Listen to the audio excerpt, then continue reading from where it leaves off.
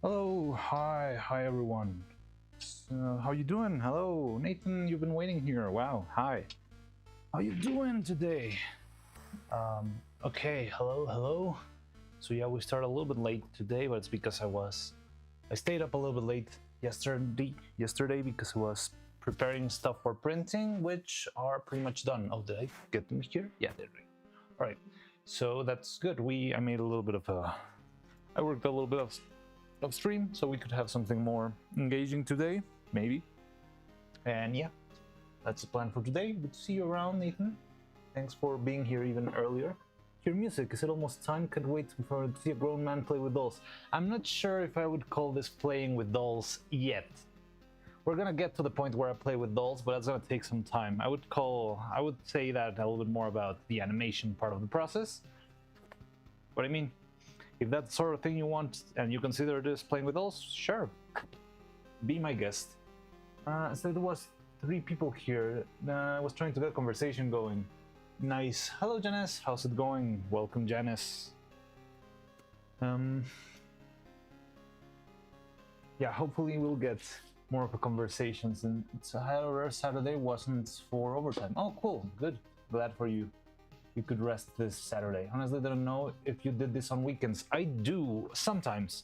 There's like ups and downs. Last weekend we didn't do anything because I was pretty much burnt up after the Pennyworth stream making Katya's Gone. But yeah, now I mean, sometimes I have family stuff to do or errands, so I might not stream on weekends. But most of the time, if I got nothing to do, I'd rather stream, make stuff. I'm gonna work. If I wasn't streaming, I would be working anyway. So why not stream it? And at least it's a more enjoyable experience for me when I stream when I work. Anyway, yeah, let's head straight into the workshop. Why not? Hello. Hi. So let me help you catch up if you weren't here around the end of stream yesterday or before. There were a couple of things we did yesterday. We made these molds, the forbidden cheese molds, which seem to be ready. We also made a couple of tests with the regular silicone and the fancy, extremely expensive. Yesterday I was checking the prices to make sure everything I told you that yesterday was on point, and it was. This thing is 4 times more expensive than the other thing. Anyway, yeah, we were testing this thing, which is the fancy, expensive silicone, which I've never used before, and I hope it's really worth being paid 4 times more for it. If not, at least I learned a lesson and I can stick to the other one, but it feels very different in general. It's a very different texture.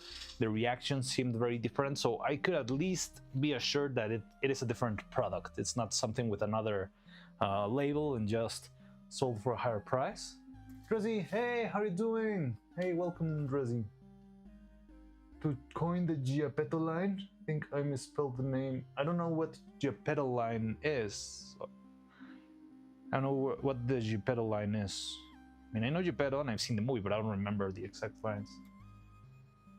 They say he's a grown man playing with dolls.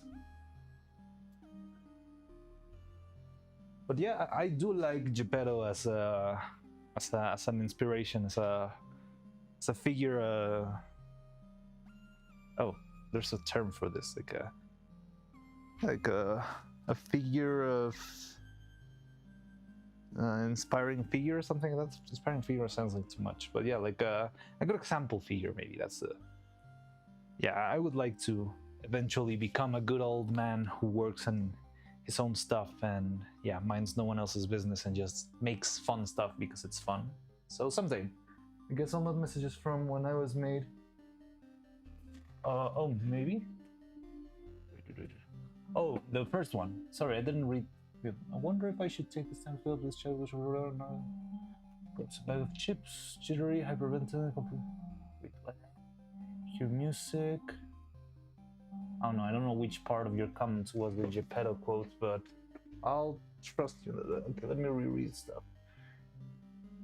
There's 3 people here to another conversation. However, Saturday, feel free to coin the Geppetto line. I don't know which one is the Geppetto line. Is it the can't wait to watch a world man play with dolls? I have no idea how weird videos again. I don't know which of these is the Geppetto line, but anyway. So yeah, we made this molds, we made this test. We did try our second prototype eye, which works all right, but it needs a little tweaks and a couple of things. And that's what I did yesterday night. So, where do we start? I guess we should start with the main event, with all the pieces that I printed. You see how the soundtrack sometimes just dies? Get ready for the most exciting doll making stream this side of Giappetto's house. Oh, interesting. I like that.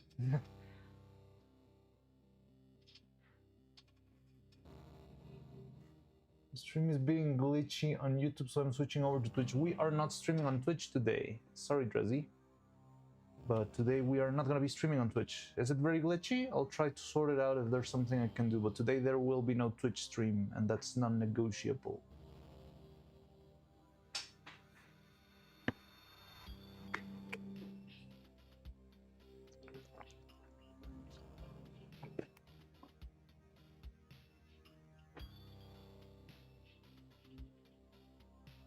Sir Nathan got distracted by the Lure More headlock cover recommendations and dipped from pre-chat.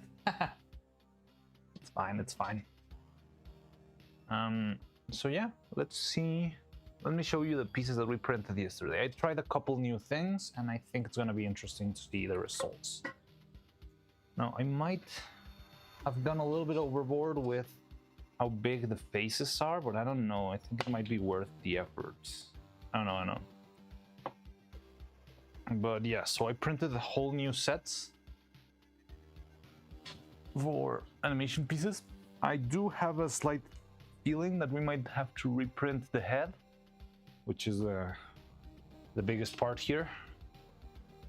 But I now have a head designed for the new pieces. It's got the little slots. I made the line go a little further back, so now we got a little bit more space to play around with inside, which I like, but I'm not sure if it's gonna work fully. We'll see that. It definitely feels like these two pieces will be much easier to mold and cast, but even so, it still feels like risky. And yeah, another set of pieces. I actually printed 4 of these this time because I printed 2 of them on their sides, which I think I picked the wrong side, but it doesn't matter. And 2 of them I made on this one's on the side. Oh no, now I get it.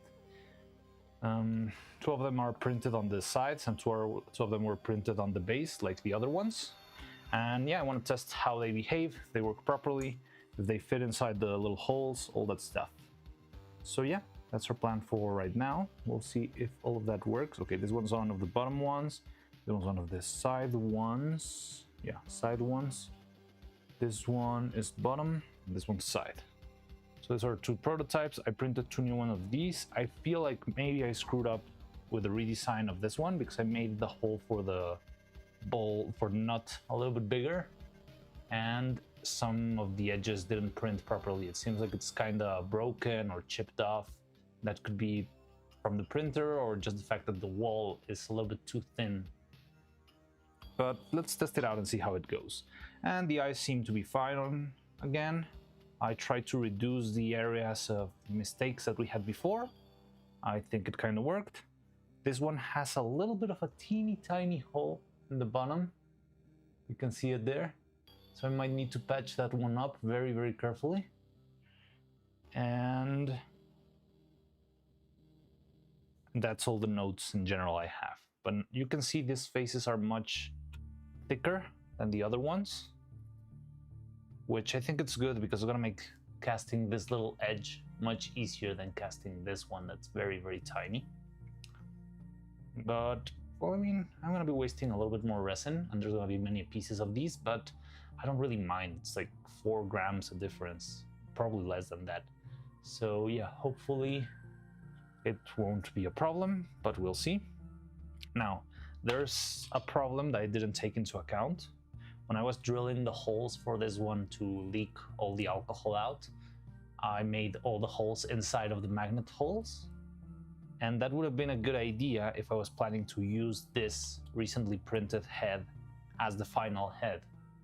But I'm not gonna do that because that would be very fragile. I mean, it takes a lot of effort, but with a little bit of force, it could crack like an egg, as it happened with this one. Well, I did it intentionally with this one. But yeah, this could happen any moment. So, because I didn't want this to happen, I'm gonna do the... I might have to reprint this one.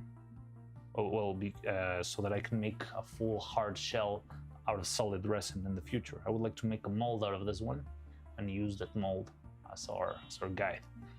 But because I made all the holes in these very tiny spaces and very hard to reach, and if I try to modify it, it might not let the magnet sink in, might have not been a great idea. So maybe we'll have to reprint this one, but anyway, we can still test this one for every little mistake that there could be.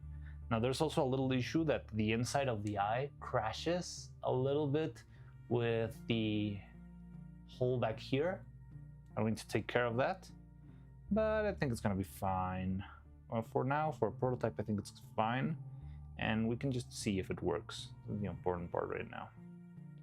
So yeah, first of all, the computer seems to work there. Is there anything? It's okay, not like I'm used to long absent silence during my best moment. Wait, you're not streaming on Twitch? Yes, I'm not streaming on Twitch today. You made our overload thicker? No, not yet. No, the overlord is still just same body proportions.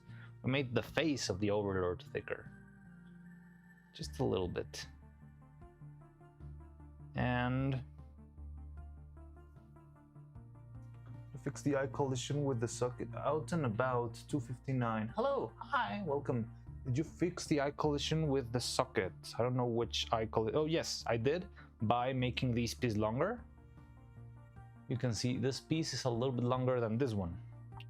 So now the collision will not be taking place because it's much higher than the other one. There's more space for the eye to twist around. So hopefully that will be sorted out with this little piece. So first, let's see. So I got two type of pieces. The ones that were printed on the bottom, which should be a little bit harder to fit. They fit anyways, they fit really well. Maybe I overdid it with the space, with the little gap. But it's okay. So it fits really well. No problem whatsoever. Maybe I should have gone a little bit smaller because it feels a little bit loose. You see? But maybe the magnets will take care of that. And I mean, I could make it smaller for the other print.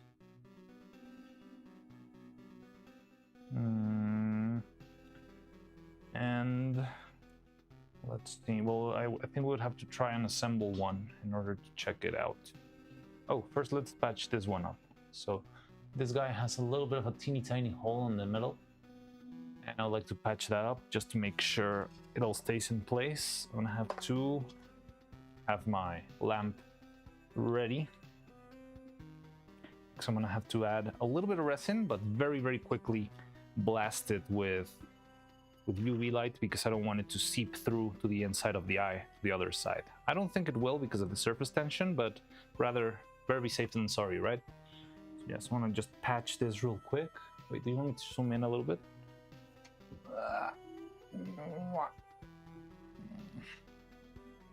So yeah, just a teeny tiny drop. Oh, it already hardened? No, I'm just clumsy.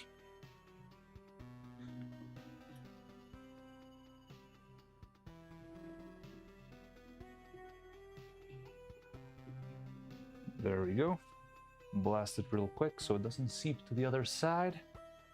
And that should be more than enough for what we need right now. It's just patching the hole. The other one didn't have that problem. It's just like a minor printing issue.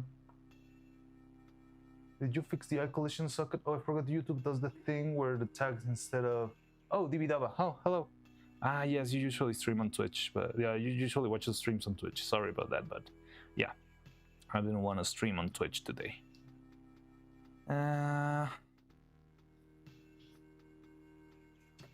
Anybody can theorize what the new update is gonna have looking at the asset pack overlaying 1.2, Dibidaba. Alright. Yeah, I don't know why it's been doing that with the tags lately. It's something that just began this week, I believe. Jiggle fist. to the gooberlings. That would be funny. Okay, so with this, we got it set. So let's try to assemble another one. I think I'm gonna disassemble one of our prototypes, just because I don't wanna keep wasting or using different pieces. I would like to reuse some, because if not, we're gonna run out of them real quick. So yeah, let's pull out the pieces from our original prototype. So, oh, and there's another issue we might need to tackle, which is going to be interesting because I'm not sure how to solve it. And it is kind of a big emergency. I'll show you in a bit. Wait, what? Oh, yes, this one's a double.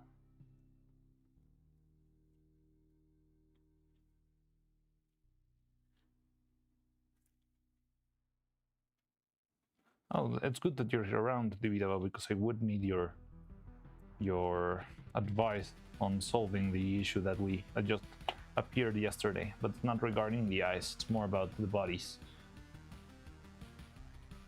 Now, did you know you're my favorite streamer? Yeah, you've said it a couple times. Thank you very much. I appreciate it a lot. I'm glad you like this. I feel like it's a very unusual thing, and yeah, I'm glad there's people like you who enjoy this kind of weird stuff I do.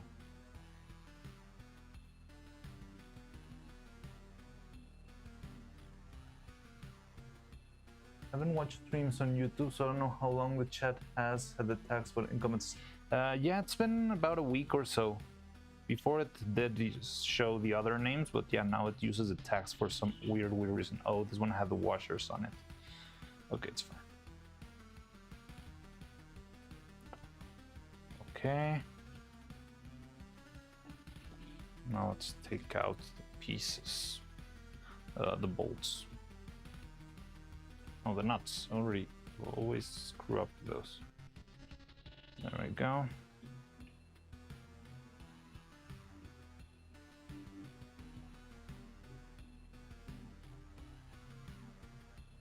One, two,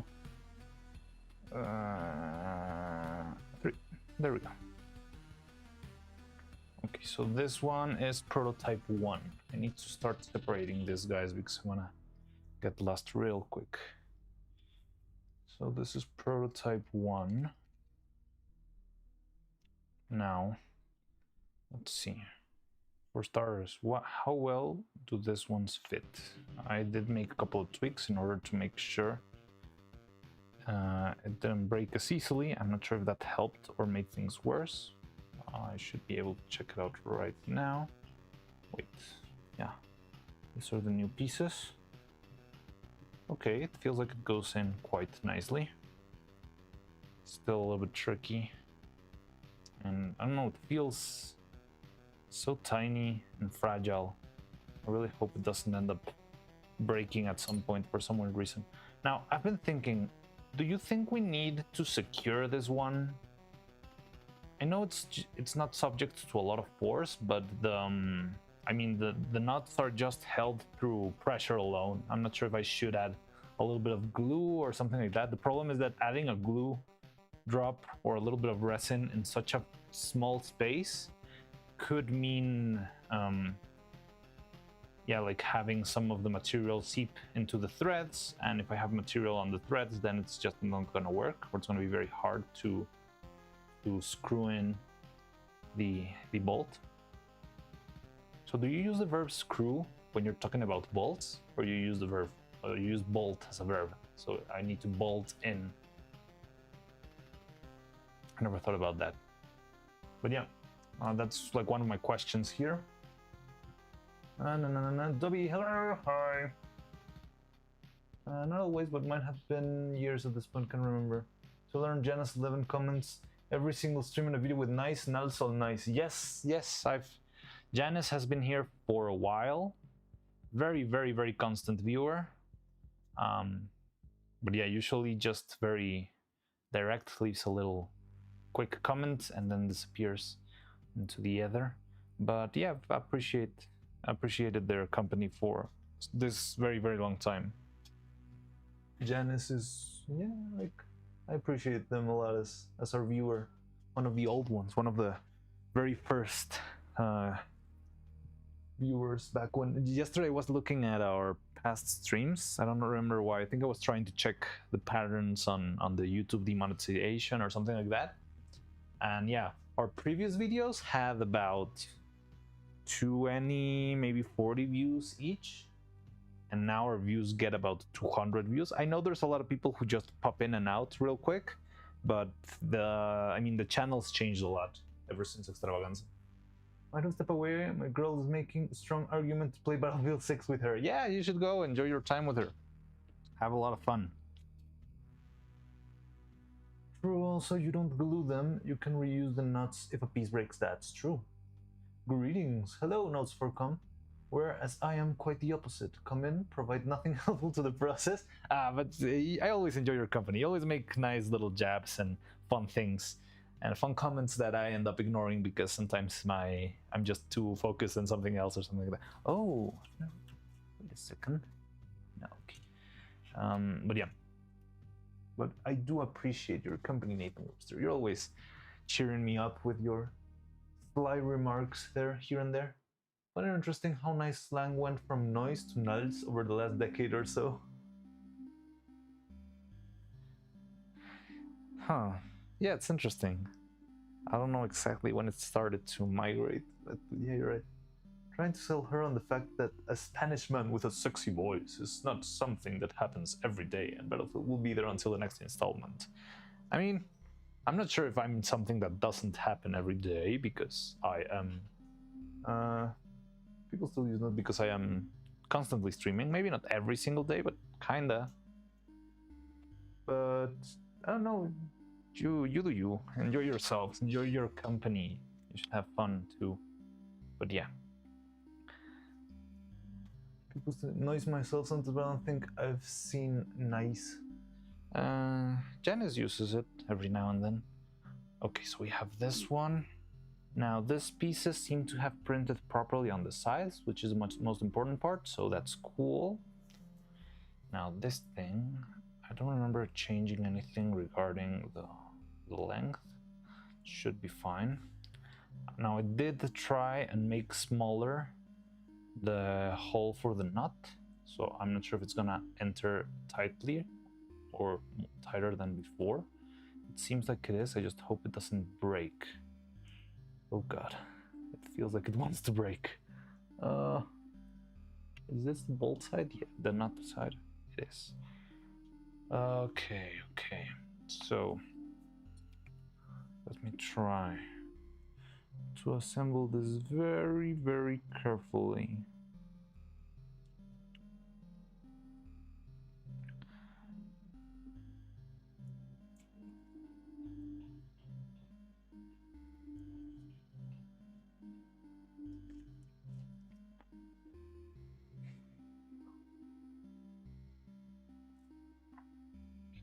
Something for support.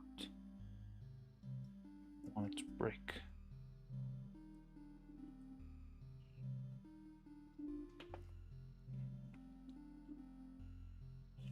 Am I even working on screen? Yes, I am. I find it very challenging to make stuff while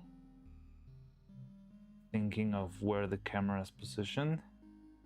So sorry if there's many times I'm just not working. I'm not sure if any of you were around on the final hours of the Katia Sable gun stream, but I completely forgot about the camera at some point and I was just working by myself. I was completely lost in my own thought.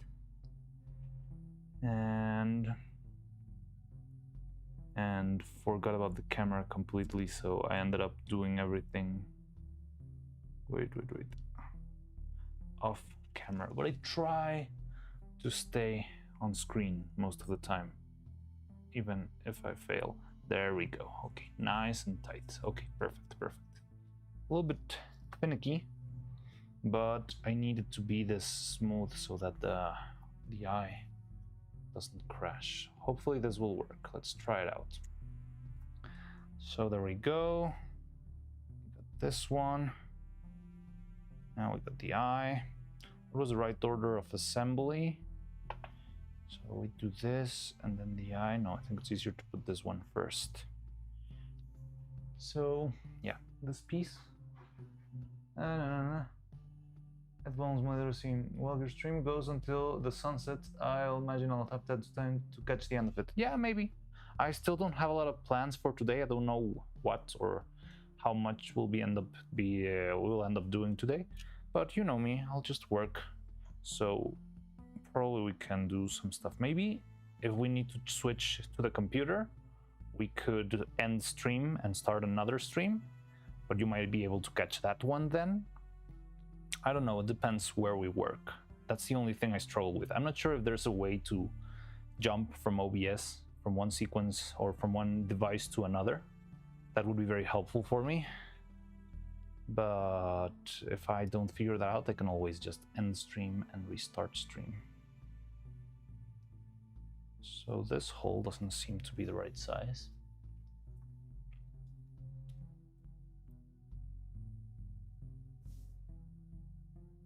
That was South Park's influence.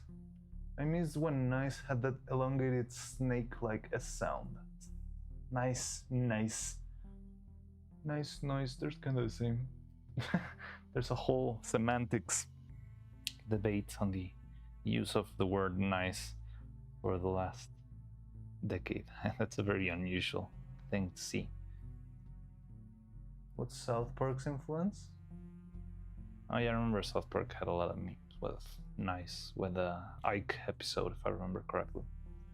If only there was a technical expert who streams with mild connection to Neuro that could ask, wait, what? They'll say, I'll do it again. Does that mean something happened to the puppet? No, I'm assembling a new head again.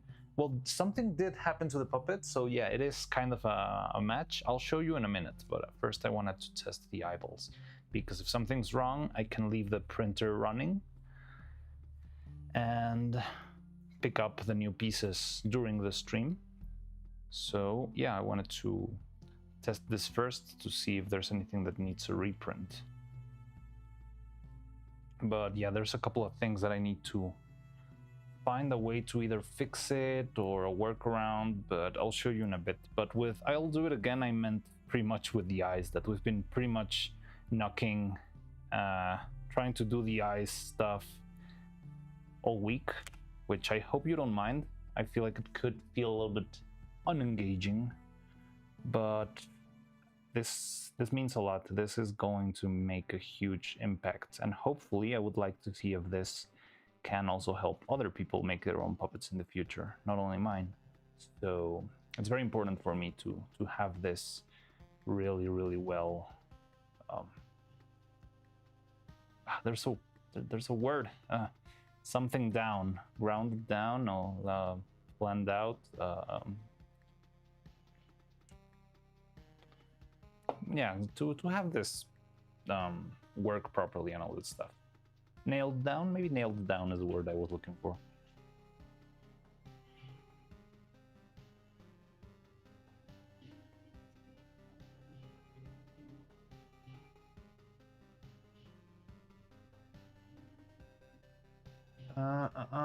Has anyone ever mentioned your stream is really quiet?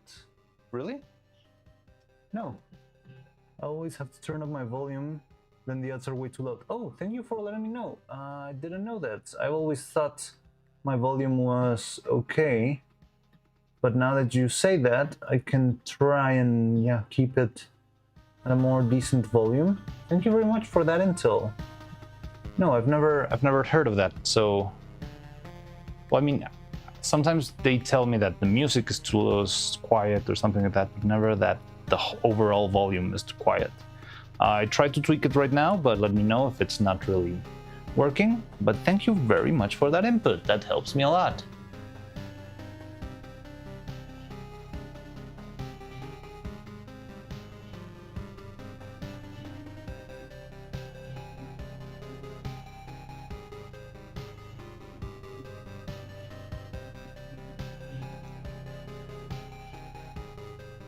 Oh no, I think I did exactly what I said I didn't need to do. Nah, it's fine. So now let's try with our new piece. Da-da-dum-dum. Agreed. Yeah, thank you very much for that. Hopefully it's better now. Agreed, it's on the quieter side. Now I know that, can't hear, but most of the time it's like that. Yeah, it's a little chill and calm, so we can talk about certain stuff, getting called out. Yeah. Gotta leave, though, because I can't hear anything. Oh, okay. I did raise the volume. It didn't work? I think I mentioned it once. I've been chilling at, compared to my usual 20-30. Kinda got super used to it, and I figured out the technical limitation. No, not really. I just never knew. Meant 40 to 50. Indeed, anywhere else I wouldn't have elaborated on myself and my verbal and mental tendencies about anxiety shutting me up. Nah, don't worry. I'm fine with that. I always thought it was always like that. I mean, it's always been like that because I always thought you should keep the OBS bars on the green level, but maybe I need to venture into the yellow and red bars a little bit every now and then. Oh god, what did I do to that? Oh no, I lost the bolt. What did I do to a bolt? Oh, here it is. Always thought it was like that. Yeah, that's better. Muddy's headphone dies. Oh, okay. Yeah, I usually have that sort of technical battery issue.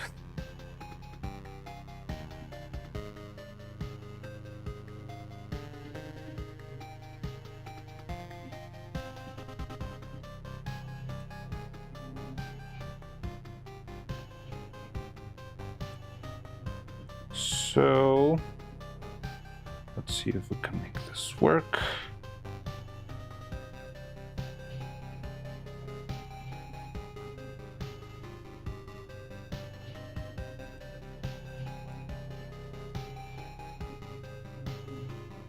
Anyway, we were talking about something else before the volume, weren't we? I think I forgot what we were talking about.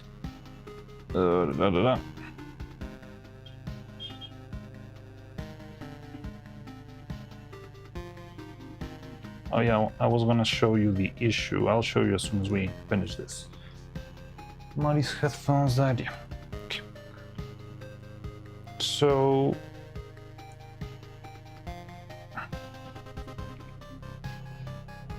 hopefully this will work. I still need to try and find maybe a better angle to print the eye, because there's still a couple of imperfections. But I mean, if there are problems with the imperfections, I can always try and make it.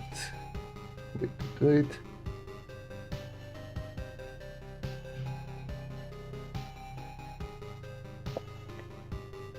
Oh, maybe too tight.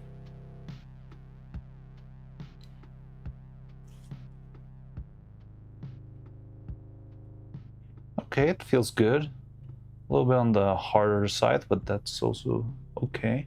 So you can see how far it goes. Almost all the way to the right. I think the shape of I think it's the screw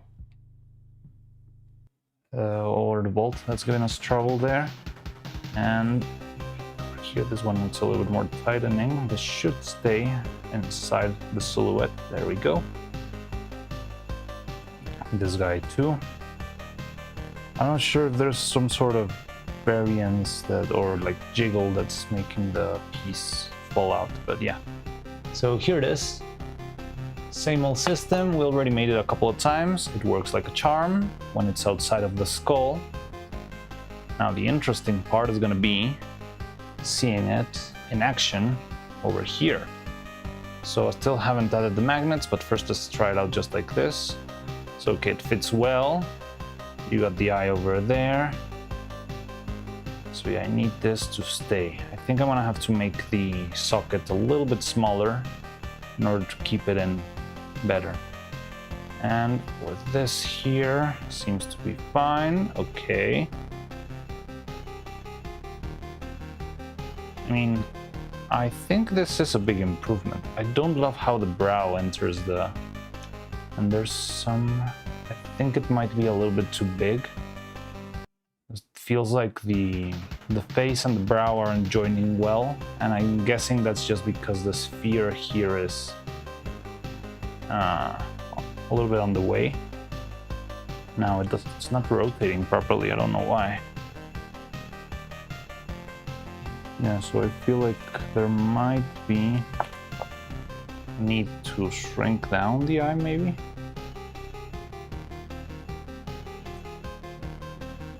Let's try this and try to put it back in.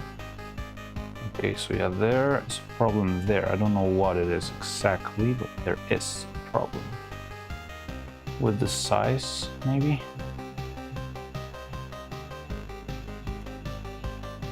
Okay, we're pretty much going way too far here, but it doesn't feel like the face is matching really well. So maybe we need a little bit of tolerance between these two pieces. Now, one way we could achieve that tolerance is just by making the back smaller. So maybe if this side, if this was a little bit smaller, it would fit inside of the cavity better.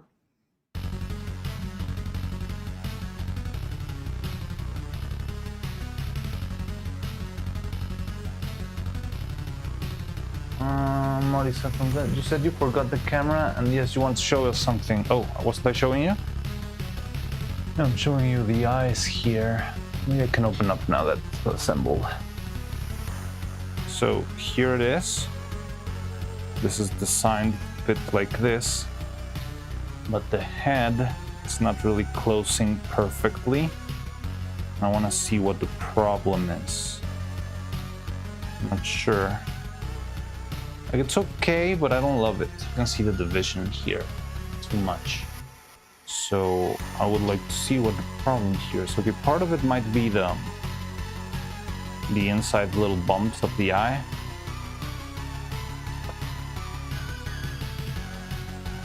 So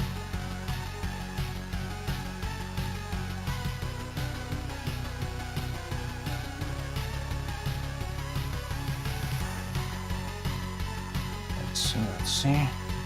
If I put it upside down, somehow it fits better. So maybe the problem is not that.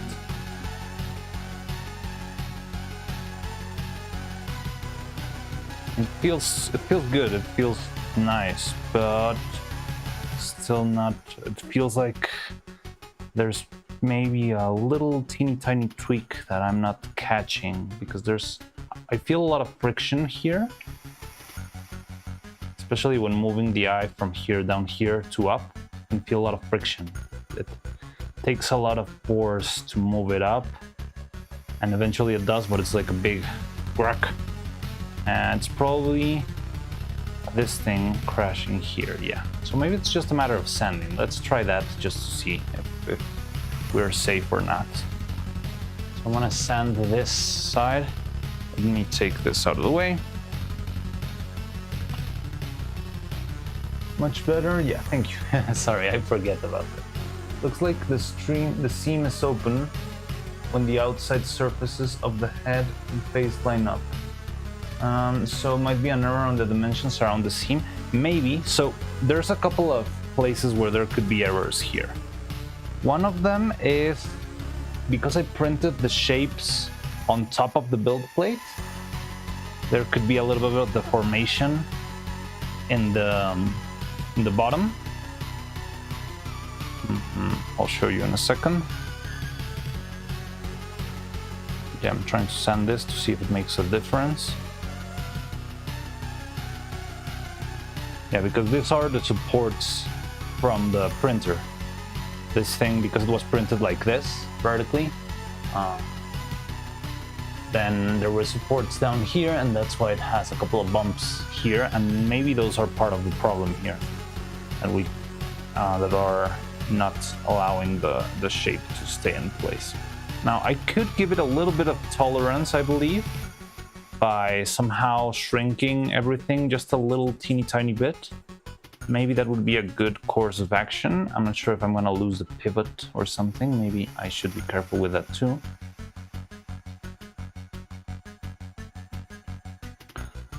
But okay, that seems much better. I think this will work. Let's do a softer sanding first.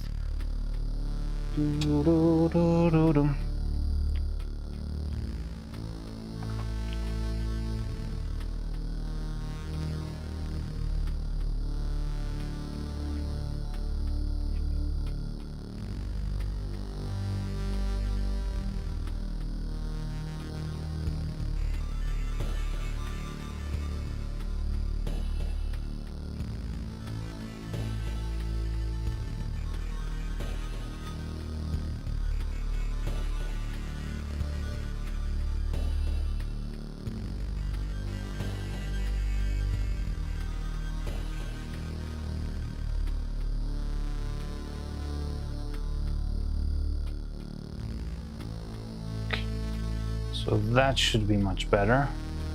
Feels even smoother than the rest of the eye. Let's see if this helped at all. There's a lot of things that could be causing these problems. One of them could be the fact that there's some sort of variation in the centers of the piece or whatever. And another one could be any problem with orientation. Now, I don't love this. Like, this piece feels too small. Okay, it feels much better. Look at that. Looks much, much better. Yeah, that's much better, am I right? But it still feels slightly off. I'll look back here. So there could be some issue. So these pieces might need a little bit of sanding. So because it was printed on the build plate upside down like this, that means there are some extra bits of material on the inside of this centerpiece. And that extra could be what's making it hard to reach. So I could try and see if we can sand down very carefully those edges. But I don't want to sand them down too much, because then that would mean the shape would be loose a little bit. But let's try that out. Look, like the seam is open when the outside surfaces. Wait.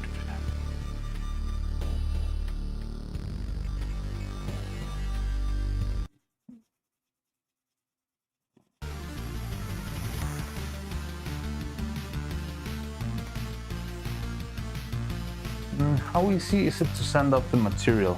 It's decently, I mean, I feel like it's very sturdy, like the resin is very sturdy, like it takes a lot to sand it down, but I like that because it means it's a little bit hard to overdo it. So better safe than sorry, I think. For example, yeah, I mean, you could see, you can compare it. You saw how much time I spent sanding this one down, and here's the other one, so you can see the difference. Maybe I'll zoom in so you can really see it well. So what's the side? This side, the downside of the belly of the eye over here used to look like this one. You see those little bumps from the supports? And there's not only the bumps of the supports themselves, but you can see a little bit of deformity surrounding those same bumps. And I sanded that down into this fairly quickly, I feel. And it wasn't very hard to do. So I don't think it's that hard, but it's still something that you need to be careful of. So I don't think it's very, very hard to sand it down, but you should be very precise, because if you over sand it, maybe your piece will now have a lot of wiggle room. That's the word I've been looking for all week. It will have a lot of wiggle room, and that wiggle room will translate into, irregular movement on the inside, that sort of stuff.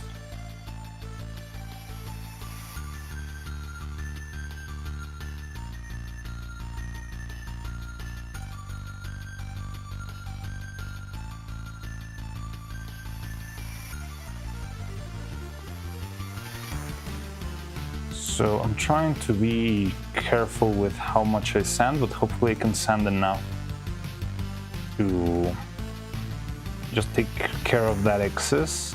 Only need to take care of that on the inside. Like if there's an edge on the outside, yeah, it might be a problem, but we'll probably end up sanding down the edge anyway, because we're going to be sculpting the mouths on top. So it shouldn't be a problem.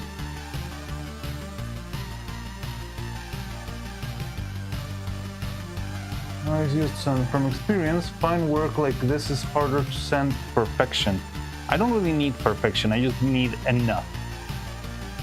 On manufacturing grinding, you need 1/4 inch of specified size, then spend half a day grinding that away. But you work with metal, plastic? What sort of materials?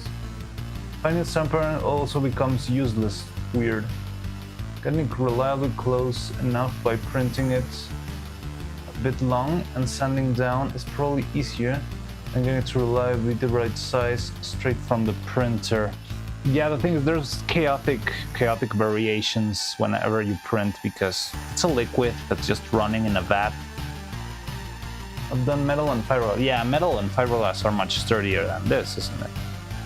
Metal takes a long time to sand down. I think I've never sanded down metal actually. But yeah, it doesn't sound like a fun time.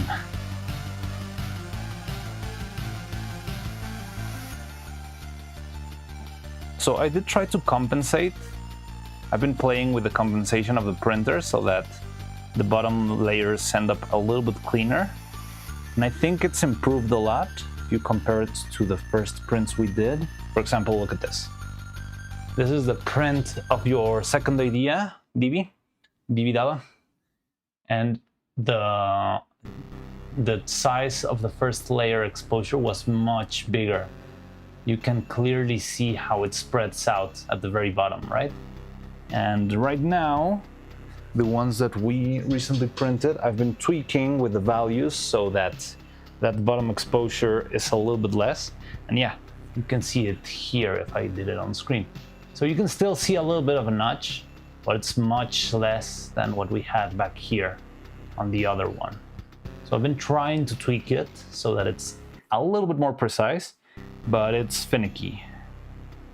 And it's tricky because if I go too far, then it's just not gonna print, or the stuff is not gonna be printing on the building plate, and it's just gonna be printing on the empty space of the vat. And it's a little bit of trial and error, but I think it's going okay. It has definitely improved, but yeah, this little edge could still be appearing the same and these edges over here. And if these ones collide with the eye or with the inner cavity or anything like that, then it might be what's making everything stay wider open. And that's what I'm trying to sort out here.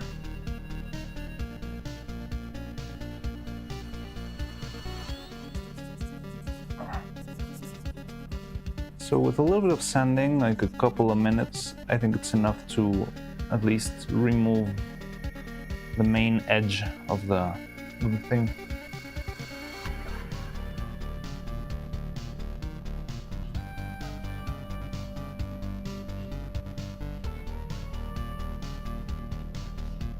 So yeah, the thing is the print model is not bigger on the base. It's just that the first couple of layers of the printing, in order to build, to stick to the build plate, they have a much longer exposure time. So the first layers will expose for about a full minute, so that makes sure everything's well stuck to the build plate. And then after that, it will start to do the real time, which is about 7 seconds, which is much, much less. But because of that, yeah, the very first layers tend to bloom out and expand. And because that happens, that's why the bottom of the model is a little bit larger. It's not something I designed on the model itself, it's just that the printer makes it larger because it's giving it more time with light. Heard that printed parts should be treated similar to cast part, and those it's normal practice to leave extra material places where dimensional accuracy is important. Yeah, maybe we should do that a little bit. And I think it's kind of worked, but I'm not sure if this is the problem that we really should be tackling right now, because it might not be what's making the eye pop out, but I'm not sure if there's a clear way of knowing. Now, one idea that I have that could help us would be sanding down the bottom of this piece, which, by the way, this seems weird. Yes, this is definitely, oh, that's bad. Interesting. So the hole in the bottom for the magnet, it's very deformed. You can see it right there. And that's because I printed this one on the side. So it looks terrible. I'm probably the magnet's not gonna fit in here. Let's get some magnets. It's never gonna fit because it's so... no, it did fit. Oh, look, it works. Hey, maybe I do know how to design stuff. I mean, no, yeah, I accounted for that. I really planned every millimeter in this thing. I was counting on the exact expansion rate and dilation of the plastic according to the temperature and the humidity. And yes, everything was planned. It's all according to plan. Carpenter's rules. Yeah, Carpenter rules. Yeah, I'm just thinking about the seam on the face. Yeah. So this seam... Well, let's see if that helps. But yeah, the other solution that I think we could do is sand down the bottom. So we remove a couple millimeters from the bottom here, just sanding this face. It would make this slightly shorter, and maybe that will give it tolerance inside of the eye, because you have the sphere. It's something, I think we talked about it before, and you did make a little bit of a counter argument, but right now, the inside of the sphere is something like this, with the eye inside, right? Please don't be weird about the drawing. So yeah, oh, you're not even watching, looking at it. Please don't be weird about the drawing. Where is it?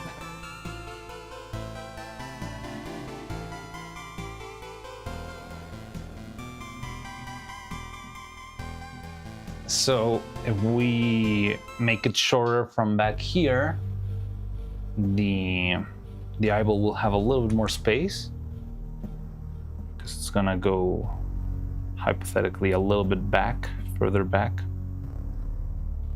So we'll have the same thing over here with a little bit more extra slack. Maybe that slack will let the face, because this will be where the face and the mouth are located, and maybe this little bit of extra slack could be enough to keep things in place, maybe.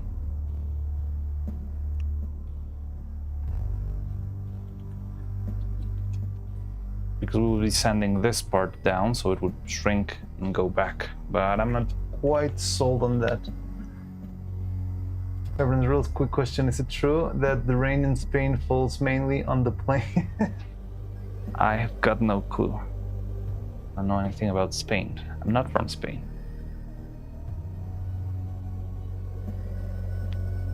Rainfall is heavily affected by geography and could be a Big relation. So let's put this here. I think I proved my point. There's no need. It's a good way to get the tolerances right, but the magnet hole would also need to be extra deep. Yeah, maybe. But at least for now, it could be a good quick test to see if that helps with the tolerances. And if it does, then I can redesign it without a problem. I think I'm gonna have to redesign it anyway. Now, another problem here, having these little two holes inside is a big liability, because it's gonna make casting this very hard. With the back, if this was a single cast mold, it would be very, very hard to fully make as it is. And I'm a little bit concerned about that. Now, the other thing I could do is do the same as the other bodies, and then instead of having a mold, just printing these faces and filling them with resin. But that sounds risky and maybe a little bit wasteful, I believe. But yeah, so let's see if it works now that we sanded the edges, maybe. So it stays in place, kinda. It feels smooth when it rotates around.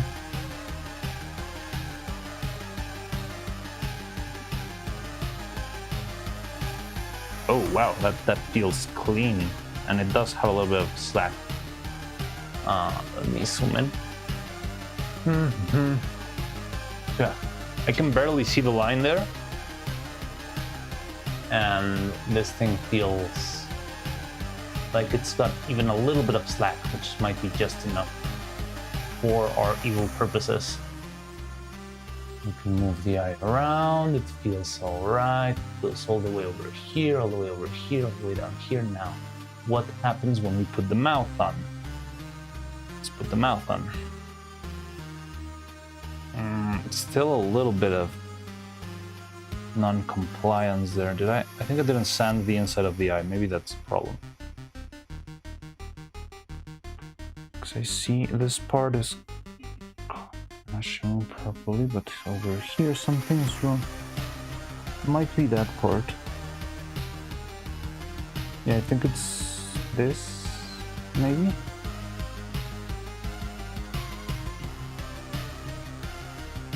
No, because I already sanded that. I don't know why it's not sticking properly. If I only use this, will it work? Because maybe it's a problem between these two pieces. No, this seems fine to me. You know, maybe it's a thing about scale. Because look, I have this properly placed. It looks good, but look how the bottom of the chin is not matching. I don't know why that's happening. Did it shrink? Or is it because... So it might be losing too much length, because whenever I made this split, I removed a little bit of material. It wasn't just a regular split. Maybe I should do a split instead of having the piece removed. Because maybe it's this what's making the difference. It's very interesting. It might be the cut itself. I don't feel like it could be the shape of the eye, because yeah, if I push it up right here, yeah, you can see this very clearly. There is a mismatch down here. So maybe that's the problem. When I try to put it with the eye on, this thing stays separate and it's simply staying here because it's designed to stay here. So yeah, maybe the mouth needs to be a little bit longer. And maybe I should take care of the line that's splitting this. I usually split it with, instead of just cutting it digitally, I do use some sort of like a cube, so that it has a little bit of volume, because I already consider that volume to be part of the problem. But maybe I'm overdoing it and I should stick it and make the cut as sharp as possible. But even if that was a problem, that would mean placing the eye further down would solve it, wouldn't it? Having this guy over here. This guy.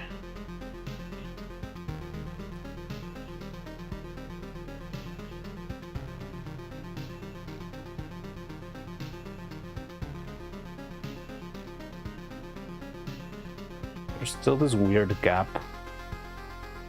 I don't know where it's coming from.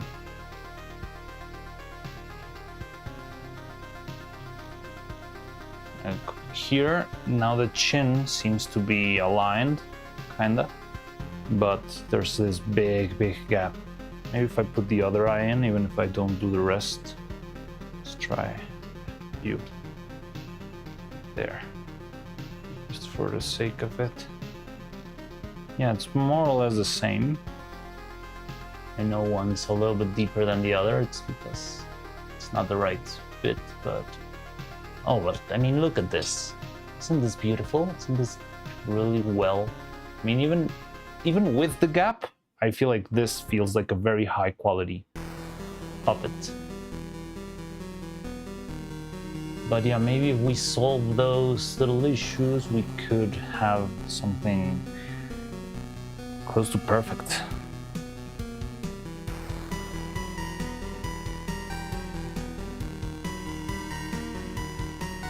But yeah, then maybe we do need to keep this without the split. I think the split is a problem right now. Now the eye could be smaller, but maybe we need to make the inside a little bit deeper. Aurora.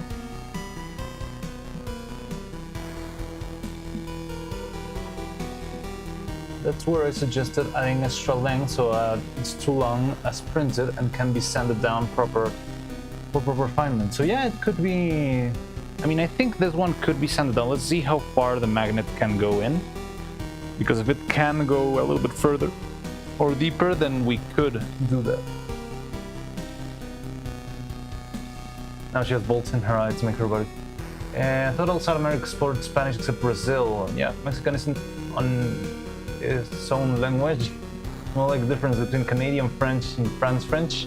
Yeah, it's like pretty much the same.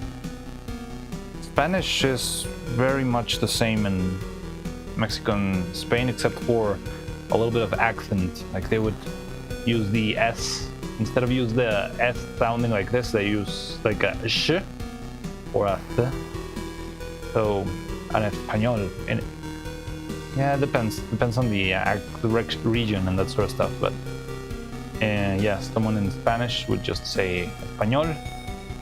Someone from Spain would say español, something like that. We honestly like the line made her feel robotic, less actual human. Now she has bolts in her eyes. Yeah, the gap was cool, but I don't mind either way. It looks good. I mean, I know it looks good, but it's so close to perfect. I'm so obsessed with having this as the perfect eye system for puppets on the internet. So it feels a little bit hard to reach though. But yeah, maybe I need to make the magnet hole a little bit deeper because it's straight up on the edge.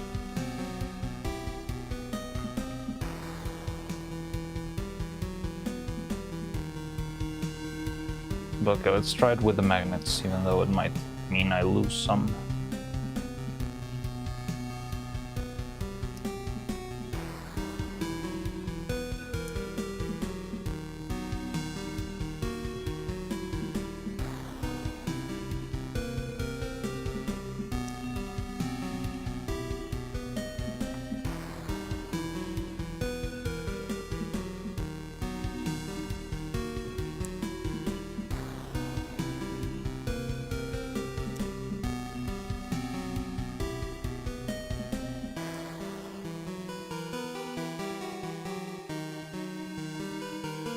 I really need some plastic pieces. Yeah, that's not gonna work. Let me see if I can use a toothpick, maybe.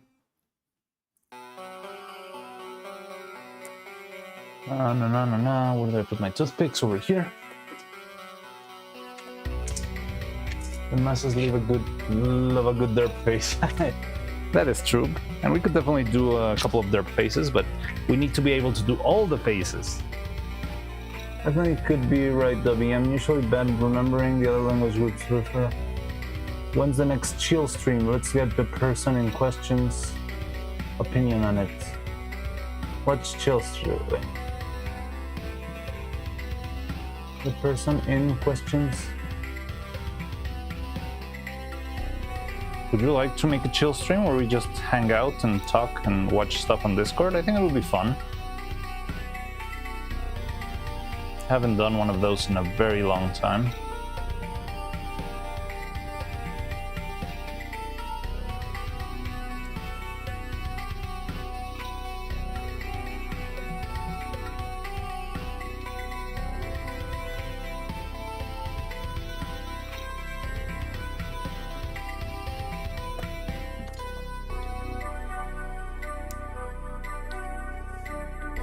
Good phrase. Let's see what Evil thinks about the doll's look. That would be fun. But I'm not sure if Evil's gonna pop into the workshop anytime soon. I would love to get to the point where we actually get to have guests of whoever we're making to hang around the workshop and talk about what we could do with the puppet or how I'm making the thing, all that sort of stuff. I think that would be really cool. But I'm not sure if... I feel like reaching that point will take us some time. We need to get some recognition first. Okay, so there's the magnet in the eye, and there's this one, and let's hope whatever.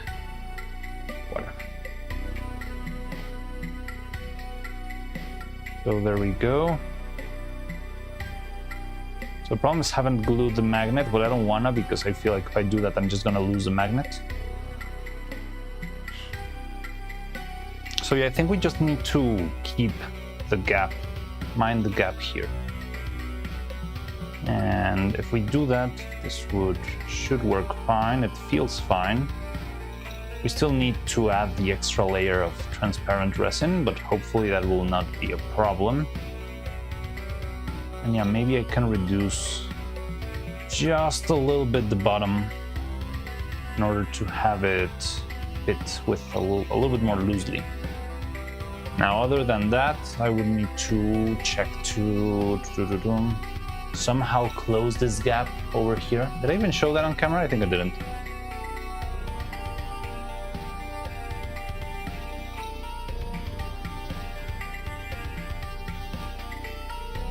There it is. I mean, I would just like to have this line look as this line does. Almost invisible. And I think it's not that hard to achieve. It's just a matter of trial and error.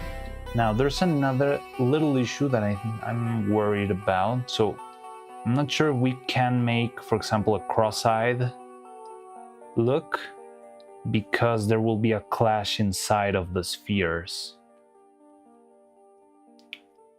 Nah. Well, only if I do a very extreme cross-eye. Like if I did this with both eyes looking in, then there would be a crash down there. You can see the little screw, little bolt being on the center. And yeah, that could mean the two spheres crash against each other.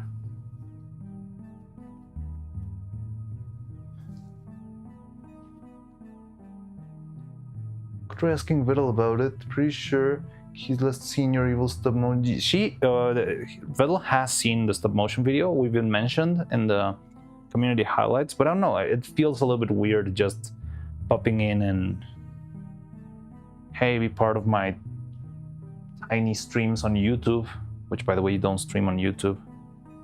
But I think we'll get there at some moment, but it's just a matter of first, you know, pull a couple of things together.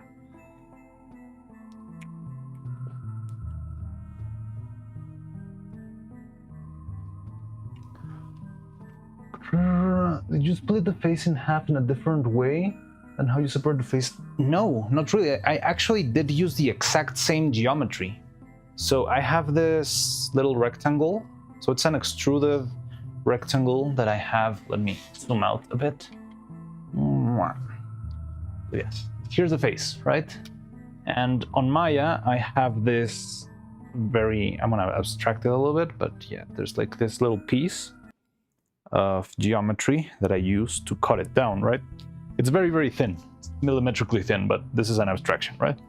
And this piece is what I use to cut this from this.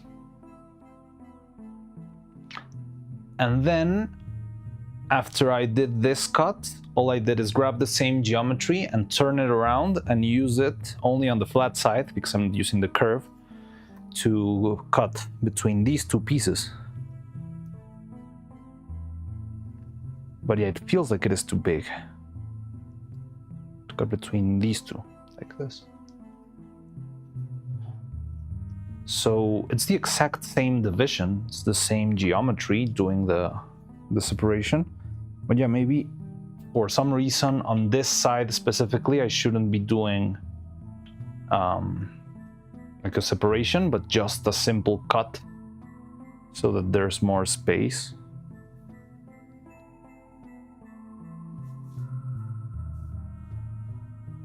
Forgot to ask, why no Twitch stream today? Okay, so I'm not streaming on Twitch today because I saw some weird news about a big Twitch streamer having trouble on TwitchCon and Twitch not doing a lot about it. So I'm kind of angry at them and I'm waiting to see how stuff turns out, but I think that was a little bit of scummy from them.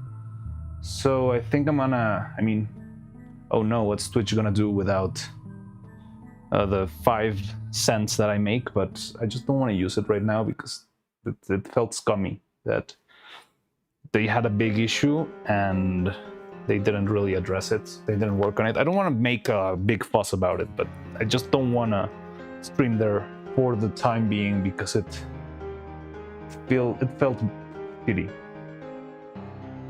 Certain cosplay streamer, female. She's a cosplay streamer? I know she's a female streamer and a very big one. I'll be honest, I don't really know a lot about her content. Emidu? But I mean, just everything that happened seemed very, very trashy. So, and yeah, I don't even know these people, so I'm not gonna make a whole thing and try to get political here. And no, yeah, this is because the country or because whatever. I don't really care about that, but just felt, I just felt dirty using Twitch. So yeah, I'm just gonna not use it for a while, see how things settle, maybe. But I don't know. I wouldn't like to stop using Twitch because that's where Vettel streams. And but yeah, right now it's yikes. It's a little bit of yikes, you know. The videos on the net, yes, I did see it. I did see the video. And it was very shit. I mean, it's not. I mean, it's terrible that it happened. But the thing that's worse is the fact that the people in charge are not doing anything about it. Was a little late. It was pretty late, and also there were videos where she mentioned that she was banned from bringing her own personal security guard. So it seems like there's no accountability there. I don't know. I don't like it. Just don't like it. Anyway, yeah, let's move on. What was the fool thinking? I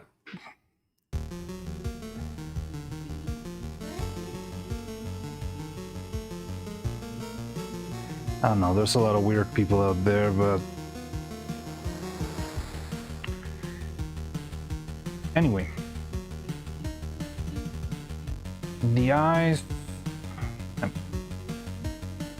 I mean, I think our next print could be our last one regarding this stuff. Oh, you can see very clearly here. This is the print defects that come out of all the supports, and it's why it's not sticking. Got a news headline recommended to me about that earlier today. I haven't seen many news, honestly. I only saw like angry tweets about it, but I've not seen like main headlines or like agencies talking about it. And there was like just a mild statement from Twitch on Twitter too, but it felt disregarding, disingenuous. So the thickness of the cut is causing minor issues on the other cut too, but not visible because, yeah, I mean, I don't see any issue here, honestly, on the side cut. I feel like there's no need to change it. And I usually do that because there will always be defects on the print, so I try to be careful. But definitely, yeah, because even here, you cannot see. Maybe it's because of the curve, the shape of the curve kind of counters the...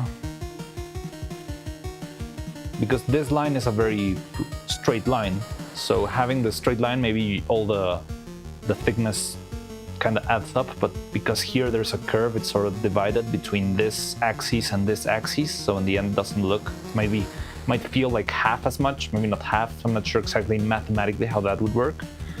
But yeah, I mean, the point is that I definitely think I should make the split through the middle.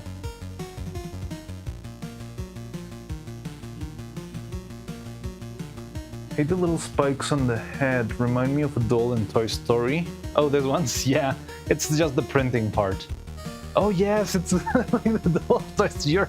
You're right. Oh, now I'm not gonna be able to take that out of my head, but I would sand this later in the process. I think this head is not gonna make it. We're gonna have to kill this one, but yeah, this is the... So we could print it without... Yeah, the biggest problem is the gaps down here. these little gaps are going to be an issue, because if I try to seal them, I might affect the inside of this thing, and I might affect... But I need to seal them because I need to cast the inside. Oh, I think I know how we can do this. I know how we can do this. We could cheese it out, because I could use my very trusty pen to put the bolt. Where's my box with bolts? Where is it?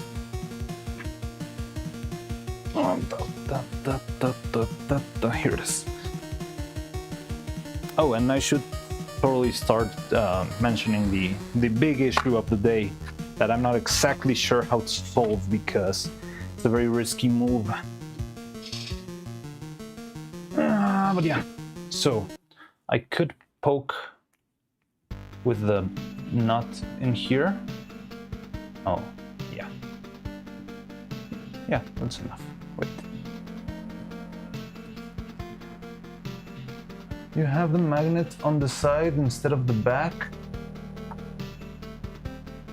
The magnet, this magnet? I could have it on the side, but I think it would be a little bit more clumsy, and like round magnets, their polarity is a little bit hard to read around the edge. Or if you mean flipped, yes, but it sounds a little bit finicky and a little bit harder to install. I think this would work fine, but I think we could solve it simpler just by doing this. So I put the bolt in here, I press it in, and now the inside is shut. It's sealed because the bolt is covering exactly where the gap was before. And maybe now the magnet's gonna stay in a little bit harder, but that doesn't matter. So now I can, with this inside, I could make the mold for this side. We're gonna have to make sort of a... I'm not exactly sure how we'll divide this, but probably something like this. Wait, maybe I need a pencil. Do I have a pencil? Oh, I have a Sharpie. So yeah, this is not gonna be the final piece because I need to make those little tweaks, and I don't want to patch all these little holes. But we're gonna make a mold that goes like this.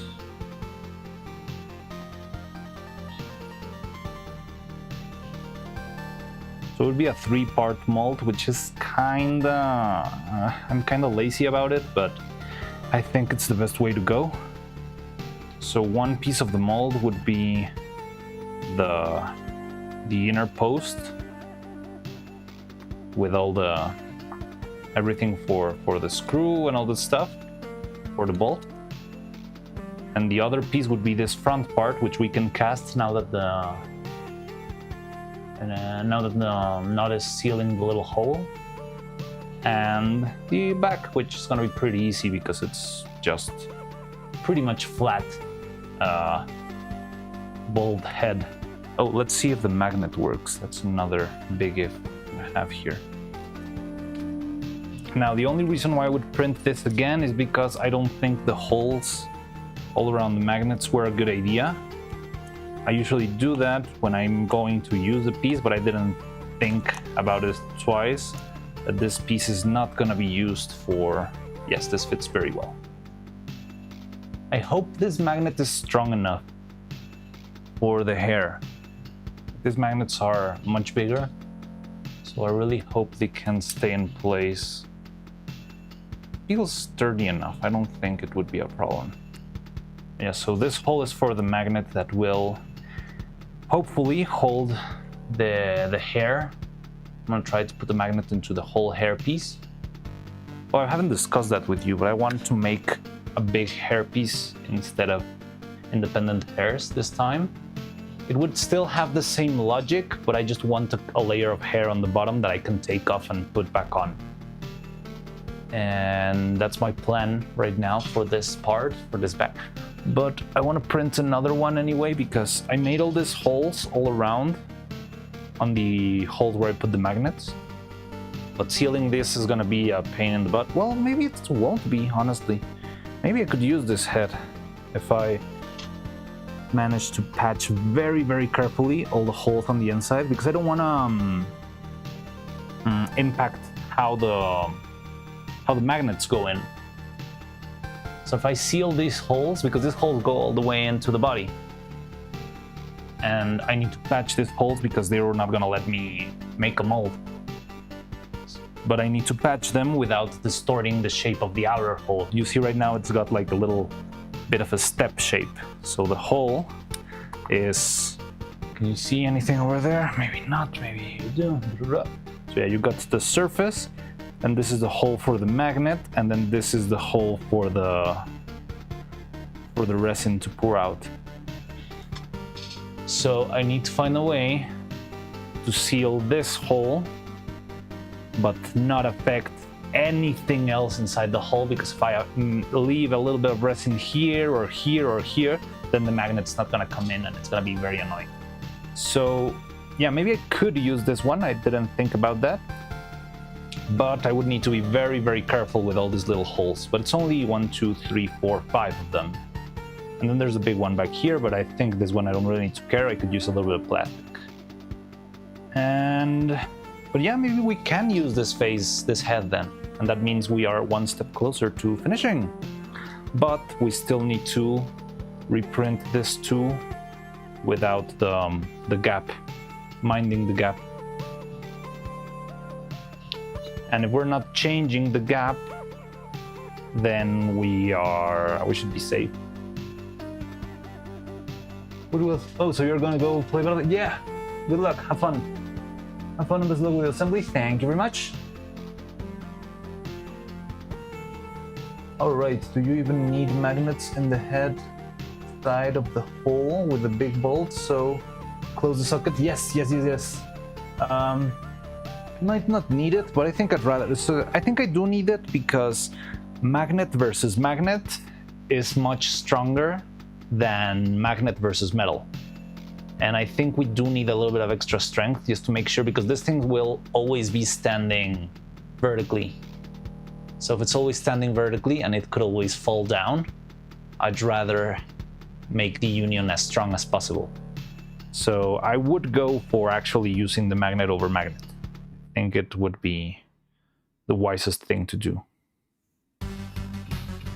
Good luck with Battlefield, Nathan. For some reason, the red marking lines and the head gave me flashbacks to Made in Abyss movie. Oh no, that's terrible. Ah yes, you're a big Made in Abyss fan. Did you hear that there's gonna be a new movie coming out on 2026, I believe? I really want to see more Made in Abyss. I love that show. But yes, it does give that sort of chirurgical vibes of, yeah, let's cut here, let's remove this, let's take care of that.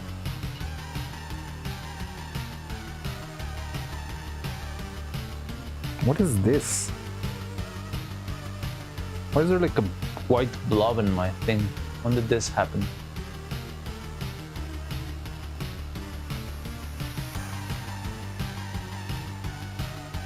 I guess I could sand it down.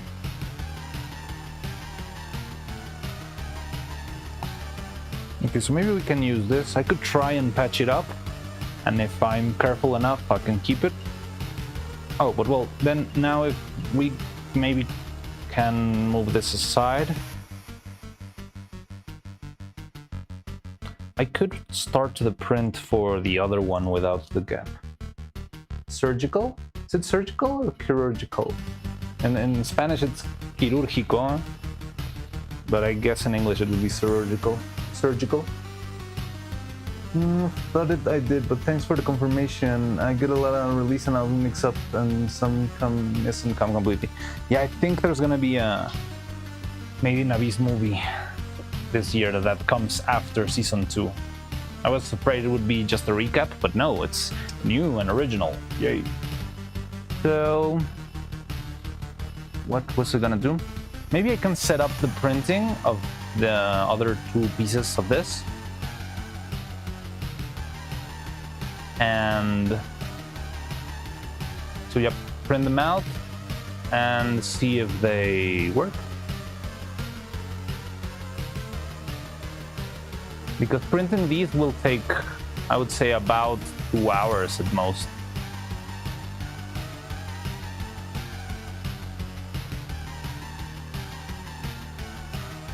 Printing these 2. instead of printing a whole head. One head will take 5 hours to print. I started printing this one last night. So yeah, why don't we, I'm gonna set up this too for printing, and then we can move on with the other stuff. Or maybe I could show you the problem that I'm having, and maybe we can brainstorm something while I'm doing all that printing stuff. So the thing is, the neck broke, and that is going to be a problem.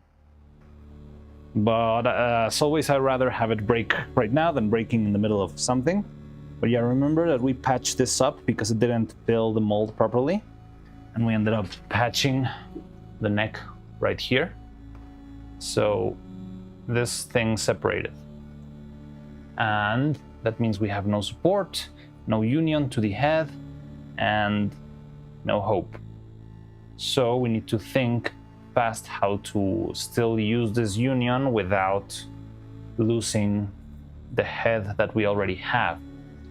So I have the thought of maybe just trying to sand down or machine down the very top of the resin, but try to make a very complex shape so that the new batch of resin fills it up really well instead of having such separation, and see if that works. Or I don't have any other ideas. I mean, I think we could try and think of something, but it's a little bit tough to come up with stuff. This kinda snaps in really nicely if I apply a little bit of force, but I think it's gonna break again anyway. And we need something very, very sturdy. So I need to find a way to make this work again. If not, it will mean maybe having to redo the whole body, which sounds very unpleasant. But I do still have a little bit of hope for this, but we need to think of a solution. So maybe we can brainstorm this while I'm working on setting up the printer for the new faces. And see if we can come up with something not as destructive. We could use another bolt, not this one, we could use a new one.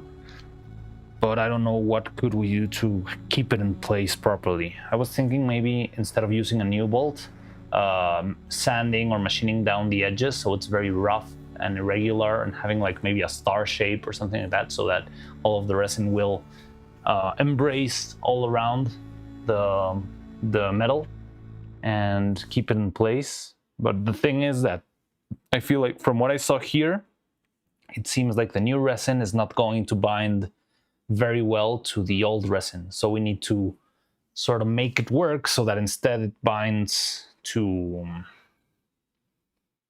or it's, instead of binding to a flat layer of resin, it really grabs onto it, like twists around and makes a strong bond. That's the only other option I have. But if you come up with something else, maybe we could try that and do that instead. But we really need this to work. This is like the basic piece for the head and neck to work. So that's our other assignment for the day. Let's see if we can come up with something like that. It's gonna be tricky. Hi, I just arrived. Did it just snap? Yes, it snapped yesterday. So I was making a couple tests to see if it would fit inside of the head and all that stuff. And when I was doing that, I heard a crack and then it just broke. It's fairly sturdy, like I can poke it like this and it's not gonna break. But I know the force applied when animating the head is a lot. It's a lot of leverage, and it's very rough on the body. So I'm pretty sure this will happen very soon when we get into animation. So we should definitely try and make this union much, much stronger than what it was before, or what it is right now. Because it kind of works, but it's beyond risky. It's just foolish to try to use this, honestly.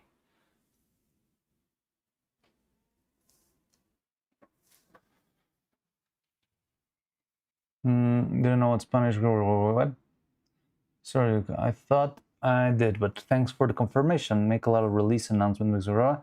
No, yeah, they did a peak job with the other original movie. Yes, the second movie is amazing. It's really, really good. I think it's my favorite part of the whole show. The Dawn movie. What's the full name?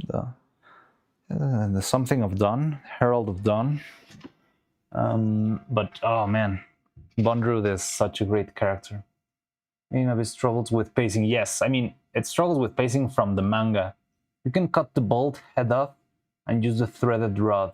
Would you be able to fix it in that way? I mean, I could even use another bolt, but the important part is how to join it to the other resin half. That's the important part. Now, if I try to join only the threaded bolt or the threaded rod into the bolt, I've tried that before, but the thing is sometimes when twisting, it can release, like the resin might not grab fully to the threads, and you can end up, instead of unthreading the knot you have here, you end up unthreading the threaded rod from the resin. You got like a weird resin bolt, which is not great. But yeah, the tricky part is how to stick it to the other side of the resin. Like this needs to be strongly bonded and secured to the other side. I had a couple of lazy ideas, which were just wrapping this up with, make sure I can make it match again. Ooh, no, should stop playing with this, maybe. Yeah, there we go. So one of my lazy ideas was just wrapping this up with a extra strong piece of duct tape or something like that. Just one loop around and hope that keeps it in place. It sounds a little bit far-fetched. The other idea I had was doing sort of the same thing, but with the cable thermal fitting that they use for cables. But I don't have one the right size. So just wrapping it around, heating it up so it will shrink down and grab it from the edge, and hopefully it will give it enough support so that it just doesn't snap. But yeah, those feel kind of lazy, and I don't feel like they're a proper solution, but they're a very fast solution. That's something I could do if something went wrong in the middle of an animation. To me, it looks like using a bolt is a bad idea in the first place because the head is almost as wide as the resin. So there's very little material holding the load. Yes. Yeah, I didn't think about that before, but I think we could just sand down or, like machine the sides of the bolt so it gets a rough surface, and maybe even like instead of a round shape, more of a star shape that could be easier for the resin to grip onto and give it more space between the sides of the mold.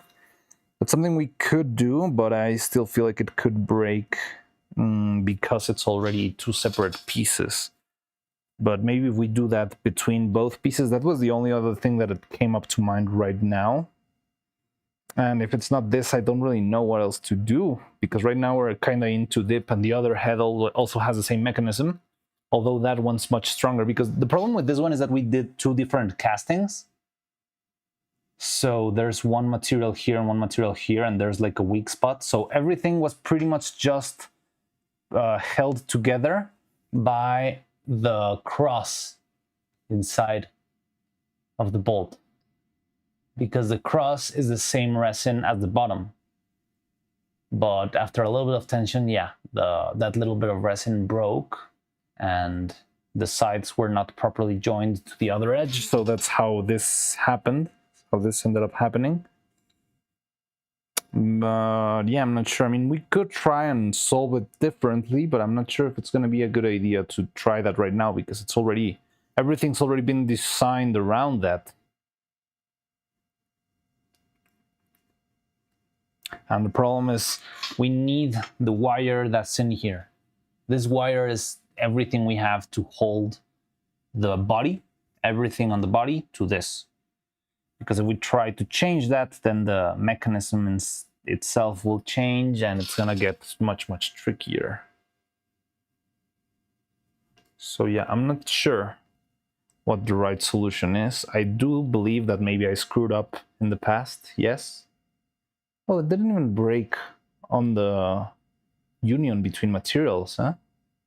It's all of the new layer that broke. Maybe? No, I don't know. It looks weird. Because there's a very clear line right where it broke. I don't know why. So I'm guessing it's different materials. Have you thought of super glue? Probably. The thing with super glue is that super glue is very brittle. Super glue is very weak when it comes to torsion, twisting, and like pulling apart. Kind of. No, pulling apart is good. It's more like twisting. Whenever you have stuff twisting, it breaks very fast, and the head, as a head does, will probably be twisting and turning a lot. So I think super glue will not cut it, honestly. Not even the strongest kind of super glue out there. Well, I don't know. I don't have like industrial, but I do have cyanoacrylate. Is that how you say it? Which is basic raw super glue. It seems like it corrected the interface between the two materials, right? So, but yeah, what I think is maybe we could try and sand it down and like scratch it down so that we have an irregular surface, and maybe try to have the resin envelope all of it a little bit more cleanly, a little bit more, a little stronger. But I'm not sure if that's going to be enough. That's like the idea that I have, and then the other one is just the duct tape. But yeah, let's think about that. We can talk about it. I'm quickly gonna go make the pieces for the other print. I don't think it's gonna take me a lot of time. And in the meantime, I mean, I can still hang out with you. I think I can still look at chat in the other computer, but you're gonna have to bear with me a little bit. Well, I'm gonna have to stay away from the computer, but you can look at funny red panda dancing on the screen, maybe, if I manage to set it up correctly. Is this one working?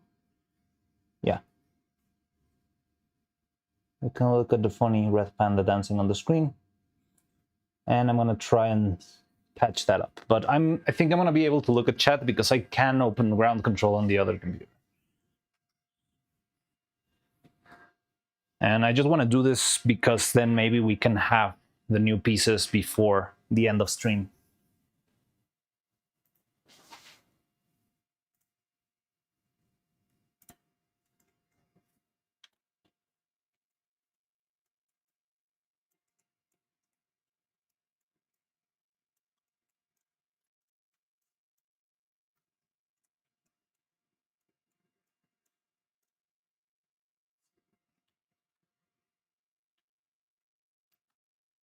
So I'm grabbing, oh, let me open ground control.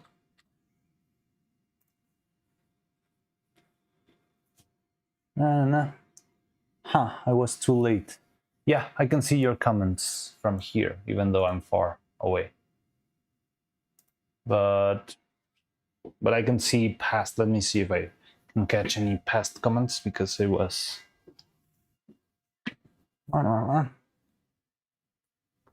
Before you go, can you show us the inside of the neck, please? Oh, yes. Of the neck. This one? Here. So this is the inside of the neck. The shape of the neck is interesting. So first you got a little hinge. First is a shape that just matches the shape of the head on the model. So it's just like a little dent like this, right? Then you have a big cylinder, which matches with the shape of this piece over here, right? Like a long cylinder. Then the cylinder ends, and then there's the bolt. There's like a shape for the bolt to be inserted, which, did I take it out? Yeah, but you can put a bolt at the very, very bottom of the neck, and that's what secures it to the head. And then you just have an empty space designed for the rest of the bolt to come in. Oh, did I say bolt? I meant nut. So there's like a hollow space for the nut to be inserted, and then a hollow space for the extra bit of the... I'm definitely going to cut this down at some point. I just didn't want to do it yet because we're still kind of designing. But there's some space for the X's of the threads to go in. So that's how it works from the inside. You can see it over here, but it's a little bit hard to see really well, or maybe I'm just bad at this. Yeah, that's pretty much how it works. Cylinder, then nut shape, like a key for the nut, and then the hole for the bolt at the very bottom. So that's how it works. But yeah, I did see your comment from the other one. No, on the torso, where it broke, please. On the torso, so it's not really a hole. So here you can see it's the shape, the exact shape of the cross here. But there's nothing down here. Like down here, it all joins together to the inside shell of the chest. So we cannot do anything beyond this point. We cannot make any repairs in here. But yeah, you can see here, this part has the shape of the bolt here. It registered really well, but definitely didn't withstand. And that's pretty much it. There's the wires coming in around halfway through. So this should be something like this.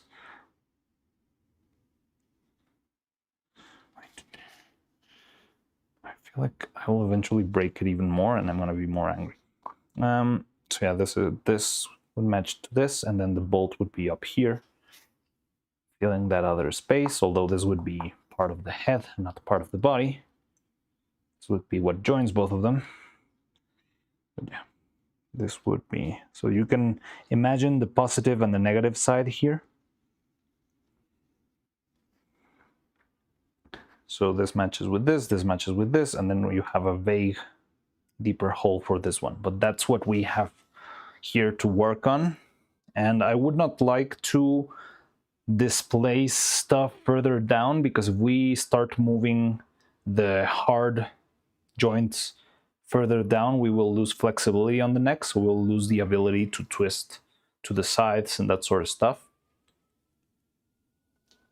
Which there's not a lot, well, kinda.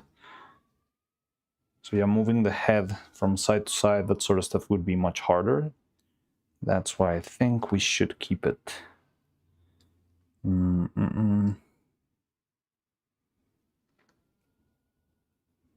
Yeah, try and keep it, everything, every part of the solution up here. I'm not even working on the camera, up here. But yeah, okay, if you need anything else, you can tell me. I am still here. The head of the bolt. Yeah, I think I understand. It broke where the head was the closest. Yes, where the walls around were the thinnest. Yes, that's where it broke. So what I think could happen, and maybe this could happen to the other one, you know? Because this one definitely wasn't, like, the union between the two casts should not be here. Because, yeah, the material was way too down. So the union, this is not really the union of the material. So maybe this same thing could happen to the other neck. And that would also be a problem.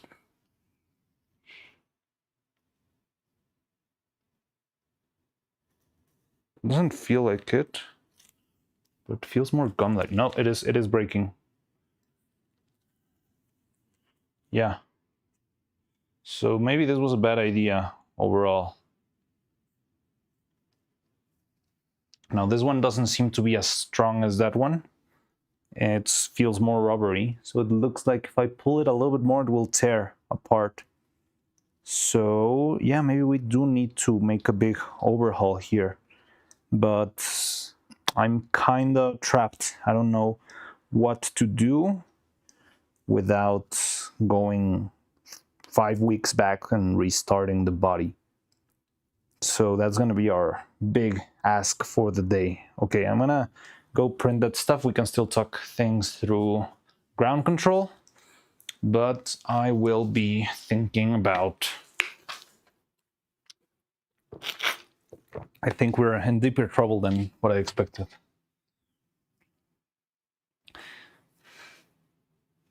Would replacing the bolt with a bolt with thinner head help? I think that could help.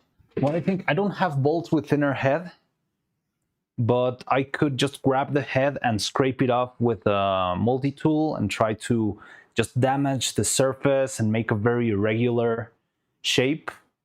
Because the very polished, I feel like part of the problem is that the top of the round head of the screw or the bolt is perfectly rounded and shiny and glossy. So there's not a lot of place for the resin to grip onto. So maybe if we did, make the head smaller, but in a very aggressive manner, like sanding it down with a very sharp edge and like leaving kind of dents all around so that the resin can wrap around and make a stronger bond. Maybe that would be a good idea, but I'm not sure if it's gonna be enough. But let's think about that. Now, in the meantime, let me prepare the files. Right now I have the head here.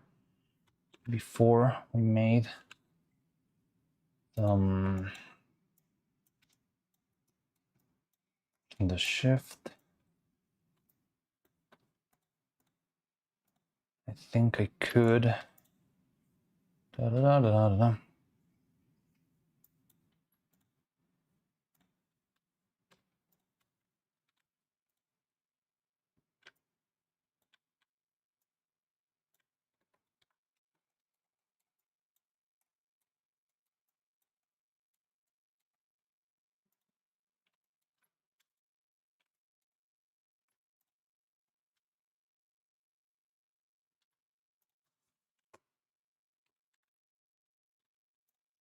So I'm gonna print the whole piece by itself, and maybe I'll do the split in the 3D printing software, because that way the cut is gonna be much cleaner than this one. So let's do that real quick. So I'm gonna combine this too. Yeah, I know you can't see anything, but here. With a smaller head, I mean, I don't have one with a smaller head, but I think we can make a smaller head with some brute force, and that would also help because it's a smaller head. Well, because it's a more of an irregular shape, the resin will grab onto it better, hopefully. Now let's do this and this. No, the other way around. You and you.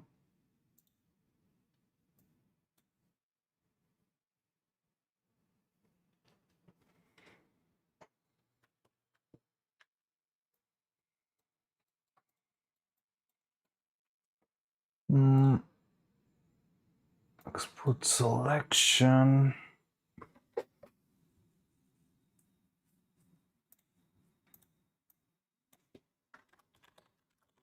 Face mask.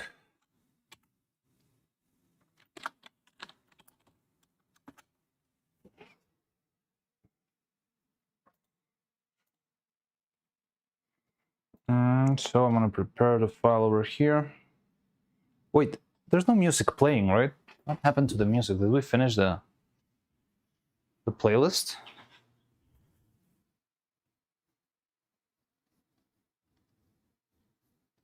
Weird. I don't know why it stopped.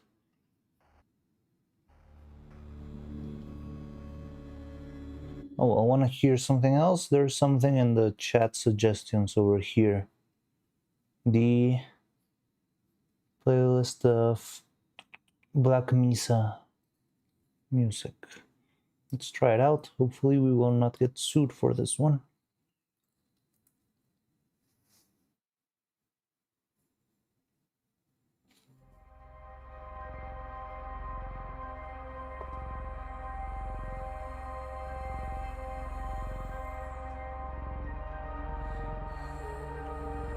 Is it possible to recast the top of the neck? Maybe, but we would have to reduce. I would have to maybe machine down the resin that we already have, because I don't want to keep expanding upwards until the neck is 3 meters long. So I think we could recast the top of the neck, but the tricky part is recovering the wires from inside the resin. The music playing on YouTube sometimes pauses after prolonged periods of autoplay activity. Yes, I think that's what happened. But yeah, I just put some more music, so it's fine.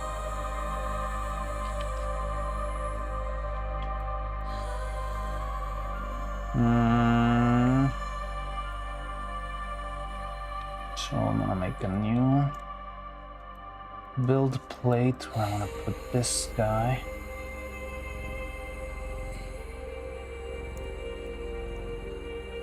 Okay, and now I can slice this, split.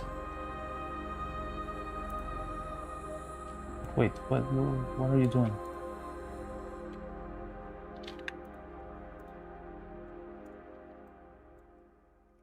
How do you use the split tool?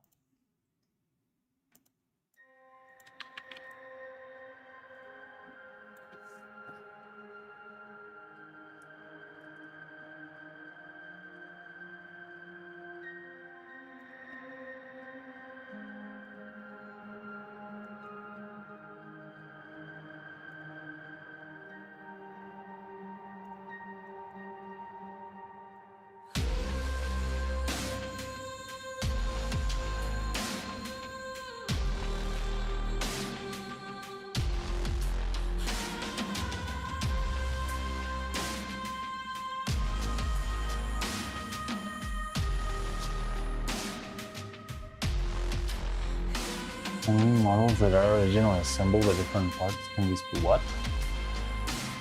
Oh, cut. Oh, that's what I was looking for.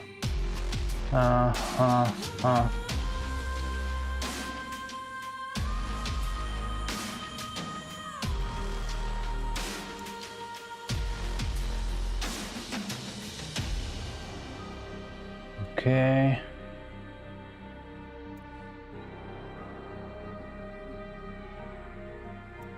Okay, this feels fine to me.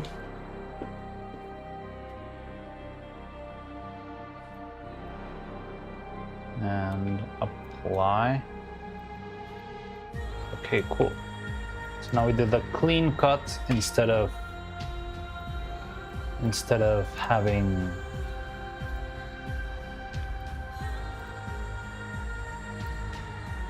we made a clean cut instead of two. This is working.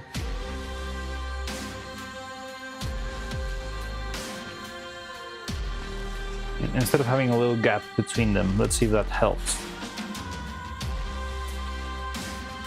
So this stuff is absolutely tiny. Now let's drill some holes. I'm gonna make a bigger one for you. There we go. And oh, but I need to. Okay. Apply, and then let's make some smaller ones for this side.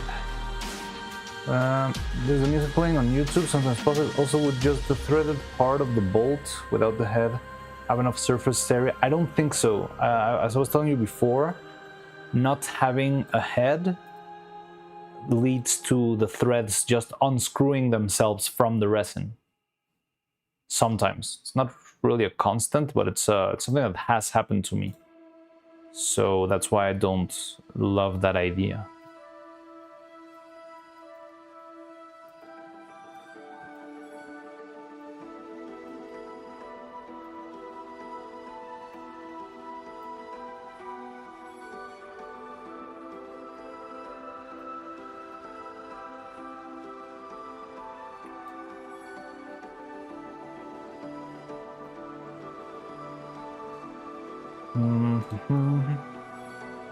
Or interface, prepare this one. I think, yeah, that's fine.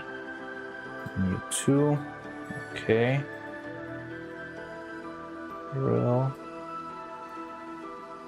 Oop. Let's make one.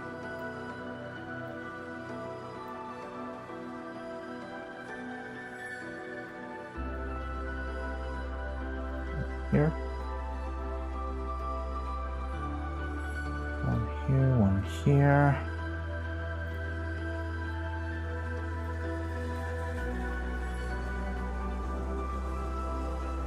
One down here on the very chin. We need something to vent out material on the inside or to avoid suction cups, so maybe something down here.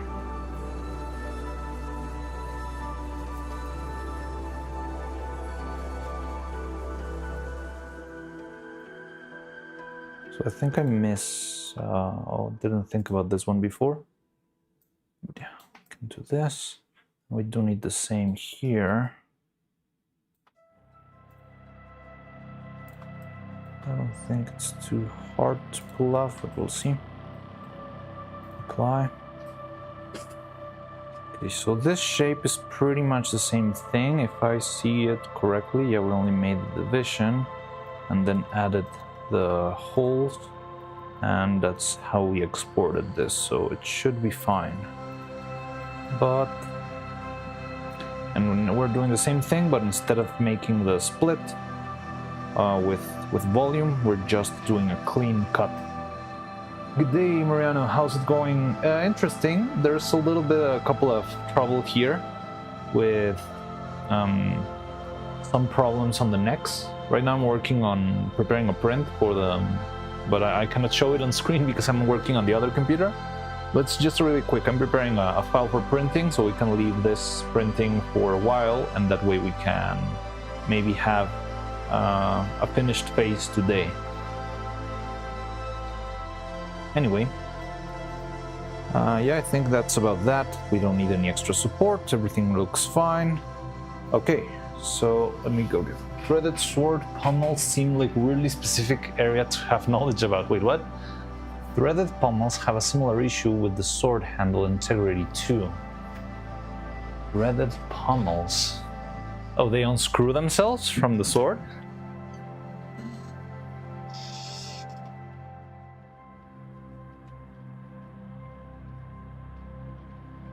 I'm gonna need more resin because I'm already running out of resin, but it's fine. I think this one's gonna be a very, very small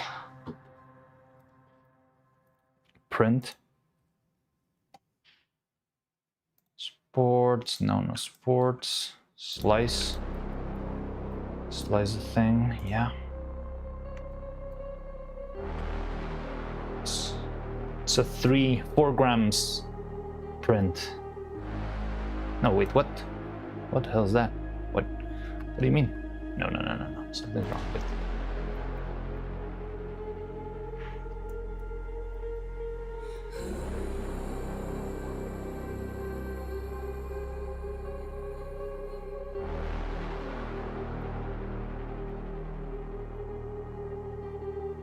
What do you mean? Do why isn't it stuck to the build plate? What's going on?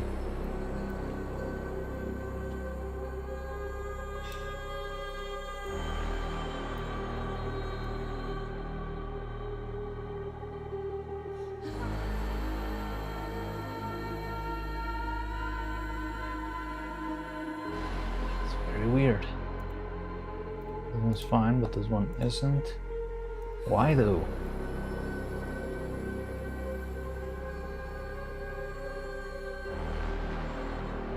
Oh, I see why. Don't know when that happened. Okay, cool. Okay, now we got set for printing. Slice. It's sliced. Come on, slice. You're using the features of the advancement? What do you mean? Discardal changes? Not now. Discardal changes. Continue. Oh, you absolute bastard.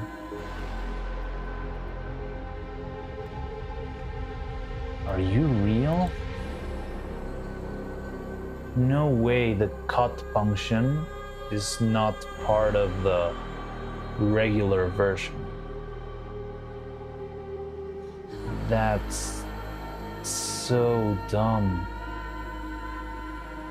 Oh, I swear to God. Are you kidding me? The cutting function is not part of the software. You cannot cut a piece.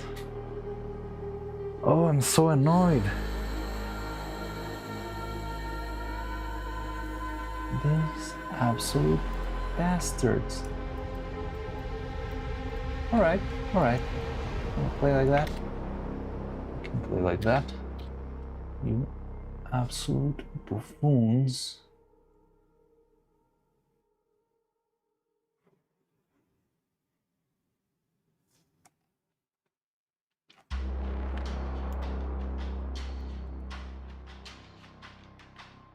Can't believe such a basic function is behind the paywall. What's next? Copy and paste, maybe. I swear to God, I'm gonna switch my avatar to a Clippy any moment now.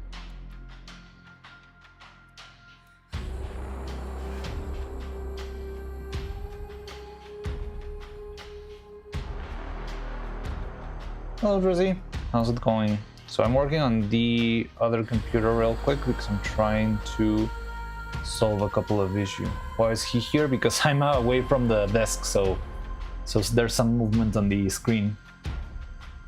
Corporate greed is never ending. It's baffling. It's absolutely baffling. So now I need to find a way to cut this in the cleanest way possible. I'm not sure if Maya has a tool for that. No, yes, it does. I know how to do this. I am a professional.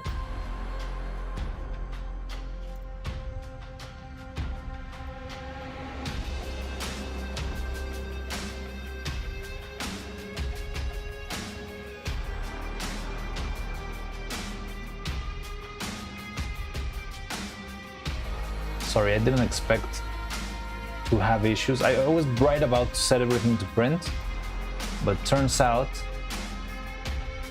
the basic functions of the software are hidden behind the paywall. So now I need to do everything the hard way. Not even the hard way, just the clumsy way. And that's why this is taking a little bit longer than it should, but don't worry. It's gonna be real quick.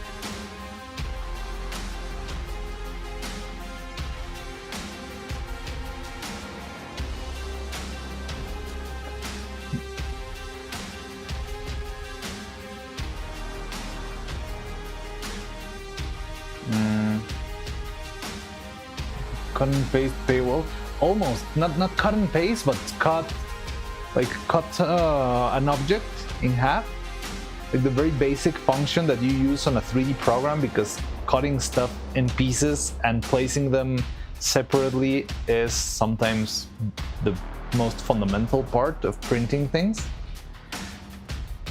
is hidden behind a paywall. Can you believe that? So I cannot slice the model in half, so I have to bring it back to Maya, make the slice there, kinda clumsily, and then use that instead. It's absolutely ridiculous. I want to make this statement: I am never going to pay a single cent to Cheetahbox, no matter how much budget the workshop gets. Cheetahbox is officially on my blacklist of annoying, evil corporate overlords.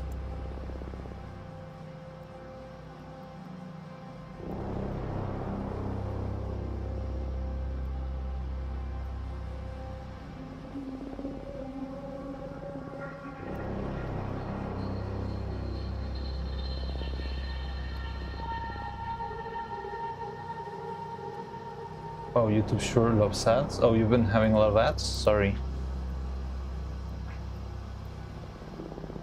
Really? It has more ads than Twitch? In my experience, Twitch usually has like 1 million ads. Yeah, sorry about that, but Twitch should be better. Oh God, no! Why? Why? Okay, it's fine. It's fine. It's fine. It's fine. It's fine. It's fine. Anyway. Fill hole.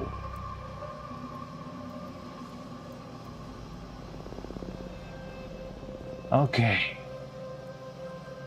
After that very annoying little escapade, I think I can make the model again. And you know what the most annoying part is? That because they let me use the function behind the paywall and keep on working and did all my stuff, and right after, when I was trying to export the file, then the program says, hey, you used some features that are hidden behind the paywall. Would you like to use those? You can subscribe, or if not, you can restart the software or something like that. So all of the work I already did of drilling this stuff, the Cheetahbox is just terrible now. Oh my god. I am very angry.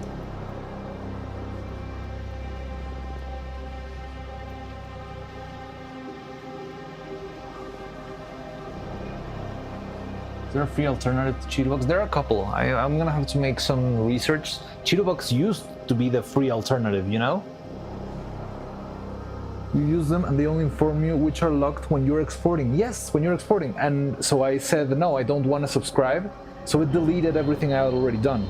So they let you keep on working. Imagine if this was a very complex model. If I was just printing like Evil's whole body, and I had spent all day applying every single little support by hand. Yeah, it deletes everything because it goes all the way back to when I used the feature. So it went back to before I made the hollow, before I drilled the holes, before I applied it on the build plate, before I added supports, and everything just gone. But it didn't tell me at the very beginning, hey, this feature is not something that... It let me go with it, that let me roll, I made my stuff, I worked on it, and at the very end, it said, oh, you can't use this. Do you want your model? Then pay for it. It's diabolical. This is absolutely evil. Not evil in the good sense of the cute AI girl. Evil in pure evil. Time to find the new software. That's absolutely terrible. I'm baffled on how bad this is.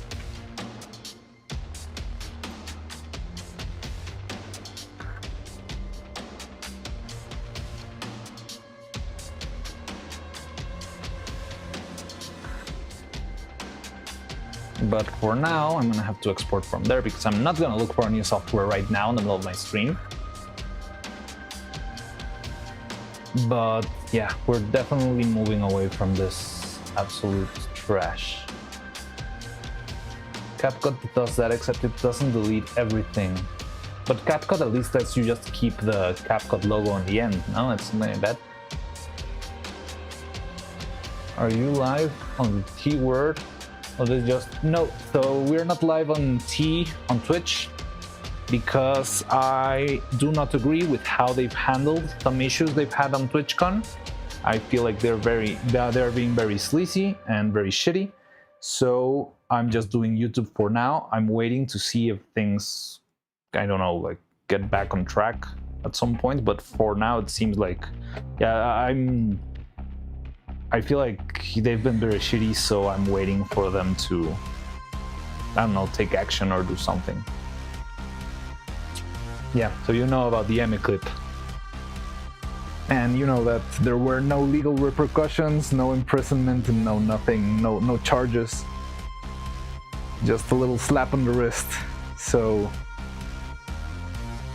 yeah, I don't mind sending Twitch, especially if I'm talking shit about it. So yeah.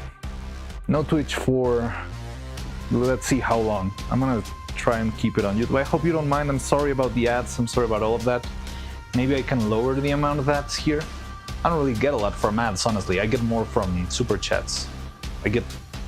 Most of the ads that the ad revenue in these videos gets taken by music companies.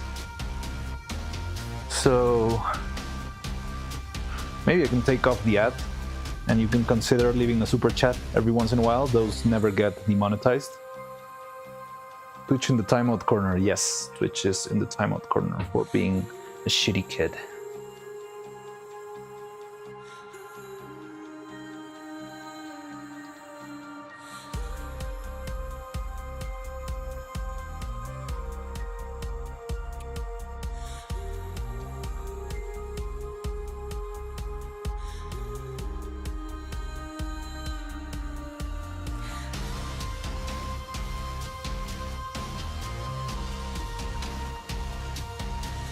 Did a quick search. Apparently, Elegoo satellite might be good. I'll see. I'm not sure. The problem with those ones is that they're designed for their printers, and my printers are not Elegoo. But I'll take a look. I think Prusa is more of a universal one. I've never used it. I used Orca for filaments, but I think, yeah, I'm not sure. I know Anycubic has its own software, but I did try to use it a couple of times long time ago, a very, very long time ago when I was barely starting to use a printer, but it was very bad experience in general. It's just like slow, clunky, not really cool. I have another one here which I use a lot. I want to learn to use, and now that I reopen it, I have the features available again. So now that I reopened the file, it's giving me the tools again. So here's the cut tool and the boolean tool and the split tool. So I could fall in the same trap again. Wow, that's just beautiful. Thank you, Cheetahbox. That's amazing. You are great.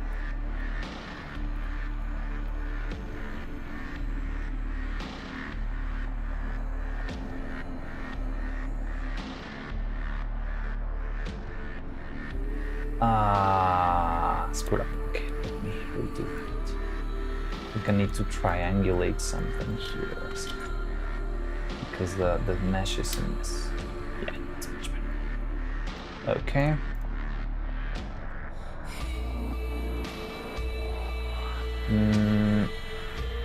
Now let's put selection. It's the mouth number 3.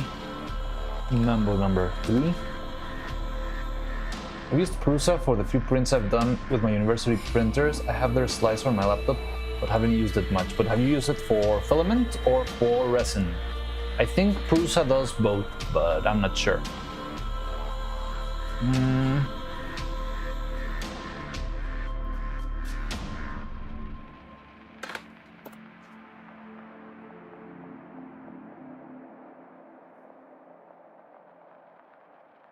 Only filament so far. But I think it has the features for resin.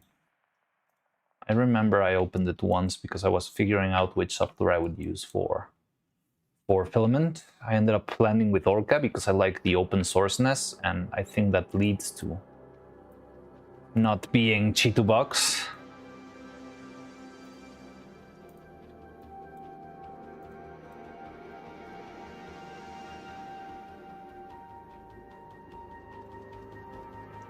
Upgrade to advanced. I don't want to upgrade. Cartridge. Wait, what? You're using features that what features? I just used Hollow. Oh, adding a platform is part of the new feature. Wow. Oh, okay. So wonderful. Absolutely wonderful.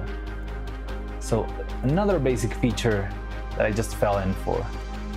Alright, so I need to just save the file, make a new one, because I cannot open a new page in my Word document. This is amazing. Oh man. Oh, and the saving feature is also... Wait, what? What do you mean? Features cannot be saved. Discard all changes, continue. Now I can save. Oh, wow. I thought I would be very stressed because of the neck, but now I'm very stressed because this is truly unacceptable. Ah, okay, wow. So I can't use anything here.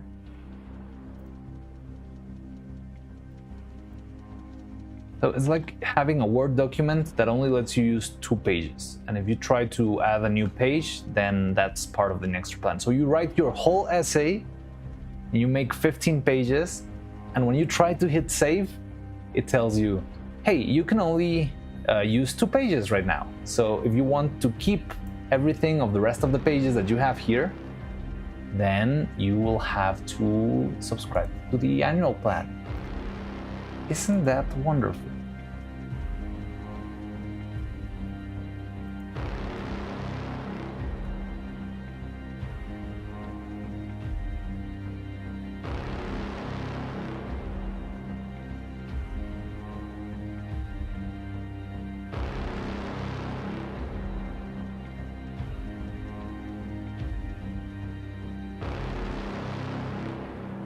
Might be a warrant. I mean, it's gonna be way faster to do this. I don't even want to be here. I would like to be on camera, so I just want to make this as fast as possible, even if Cheetahbox keeps being a piece of trash.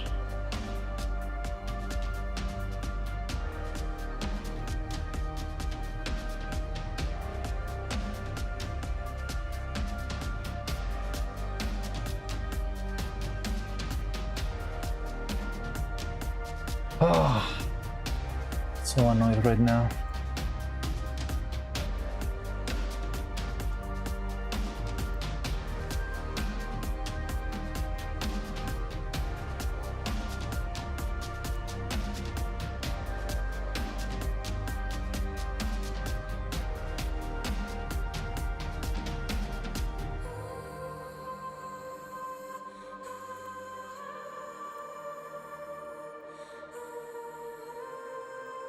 I'm trying, but are the old features now part of the paywall?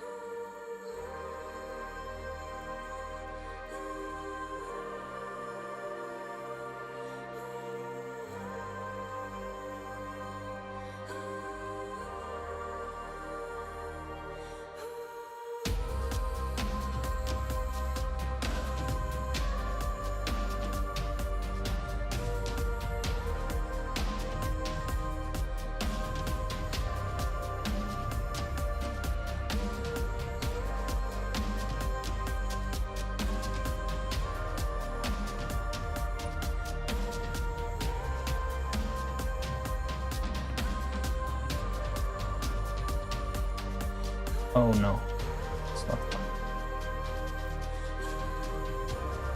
Why?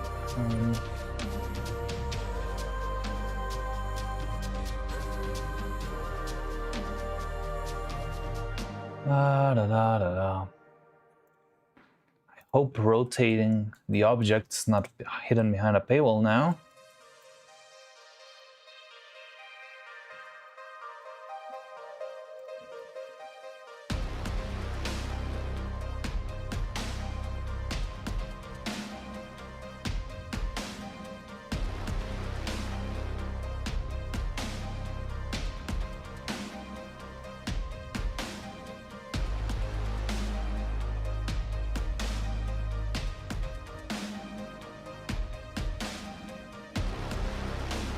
Okay, we're done. We're done. This is the last time I'll ever use Cheetahbox.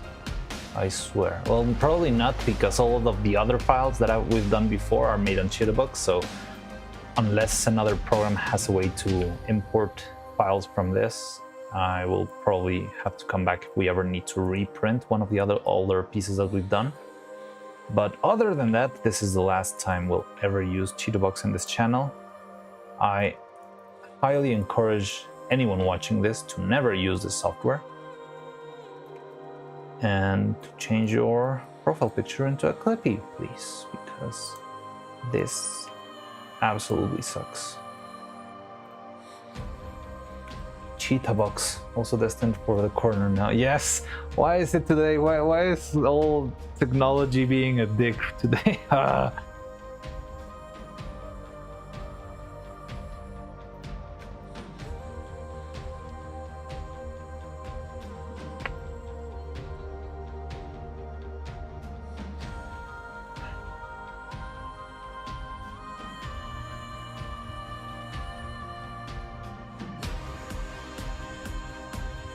So we got it, it's hollowed, it's set.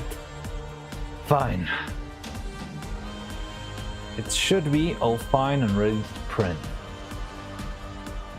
So let's grab this, export the file. How long is it since I said I was gonna export the file?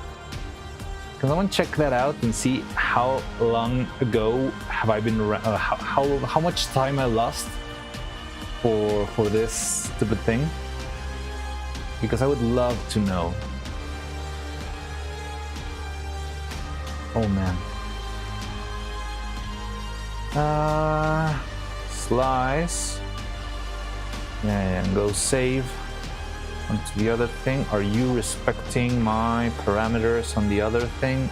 Seems like you are, but I'm gonna check anyway. I don't know if basic settings are behind the paywall now. Okay, so now let's export.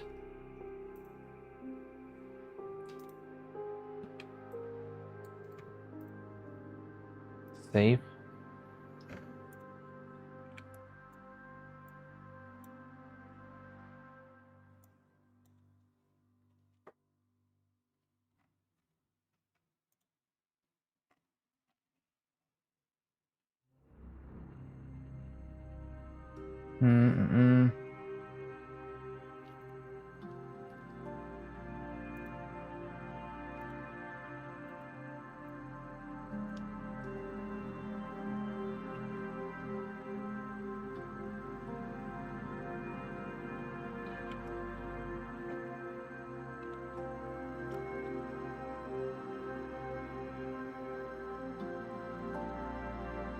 Okay, save.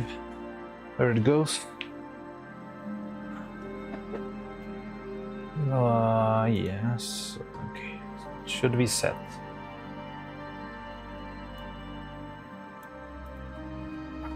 Now I need to add. Okay, I'm done with this computer. I hope I don't need to use it anymore today because I'm very annoyed by it. Well, not by the computer itself. It's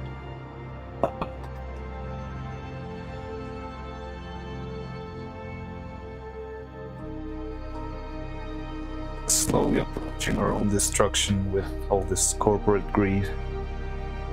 I just can't wait.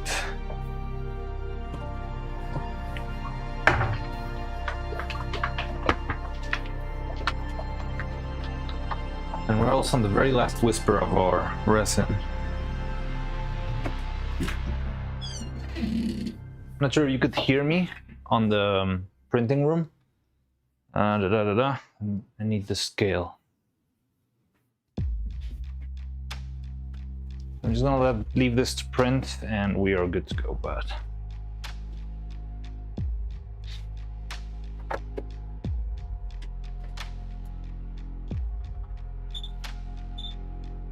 no, I don't need that. Oh yeah. Oh, I need another towel.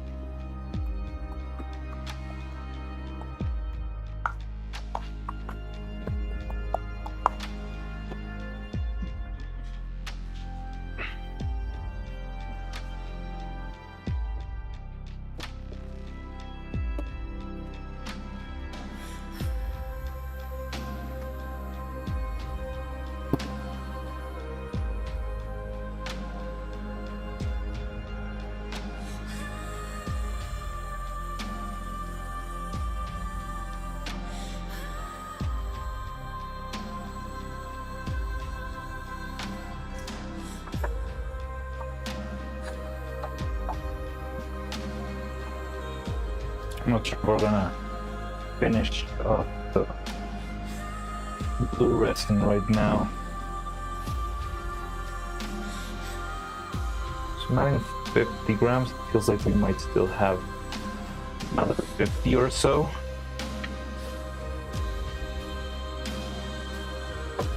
I mean, I still got plenty more. The problem is that whenever you change resins,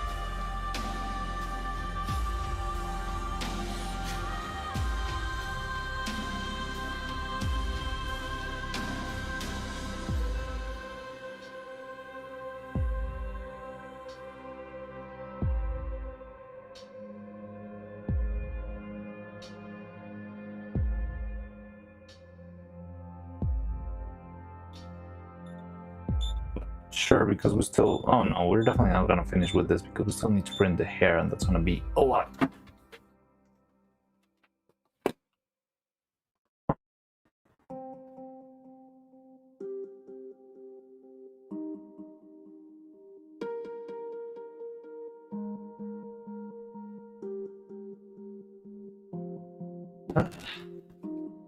Okay.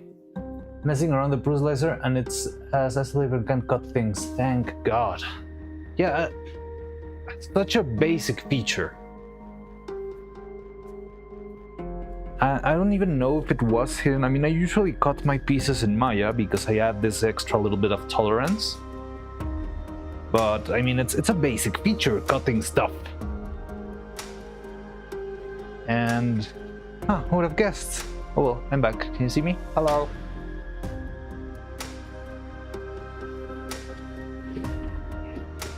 Okay, you can go rest now. Oh, never enlarged this guy. Anyway. Alright, bye. Okay, so. Oh, my back. Let me drink some water.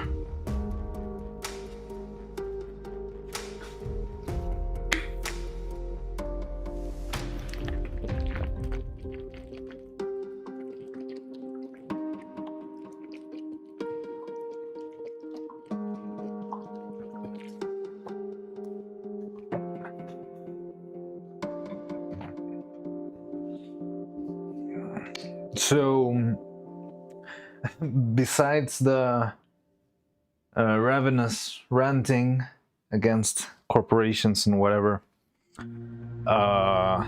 any ideas on how to sort this neck problem out? So yeah, my idea would be to sort of sand it down, make a more aggressive shape for the bolt, and try to have it in place a little better. I put the person who decided to add that cheetah box on my hit list. Thank you, Drezzy. I'm messing around with the process slicer, so I'm imagining an image manipulator that paywall separate layers. Yeah, it's kind of like that.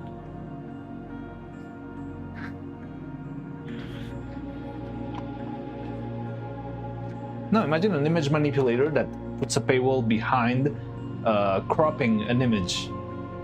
Or not even cropping, like just slicing an object and separating it into two.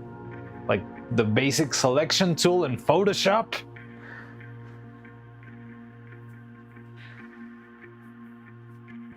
My idea for a better system was using a threaded rod with a slit sewed into it.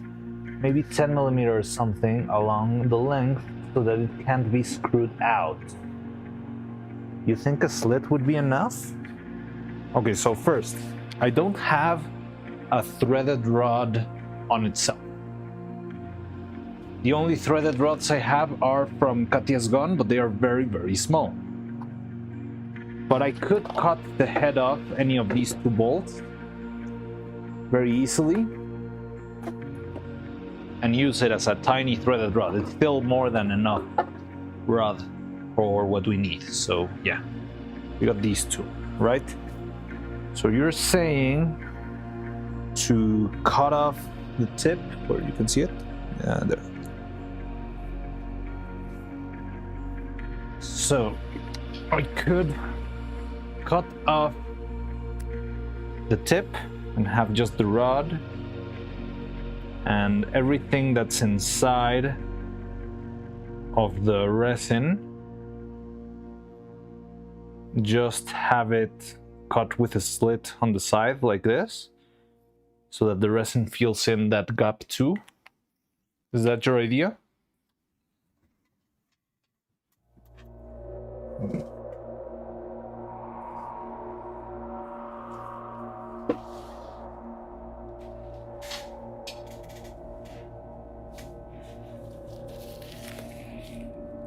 Because I could do that. And yeah, definitely would help to be something smaller that fits inside of the body. Now the big ask here is, how do I remove the resin from this without damaging the wire? Or because if I just keep casting on top of the resin, we're gonna have the same problem. It's gonna be breaking wherever the two resin pieces join. And maybe with some careful machining, I could try and remove as much resin as I can from the wires. Which would be better. I think it would be better to start over than to keep trying to patch things up on top, but I'm afraid I don't want to damage the wire too much, because if I damage the wire, especially on the bottom parts, if I damage it there, then it's likely that the wire itself could break in the future, like from the wire. Okay, so I'm gonna put a little bounty here in the future, because we might. Yeah, I mean, I think this is definitely not the solution, the optimal solution in general for puppets, but we already kind of committed to this on the design of Evil and Neuro. So for now, we need to work with what we've got. But yeah, it's gonna be.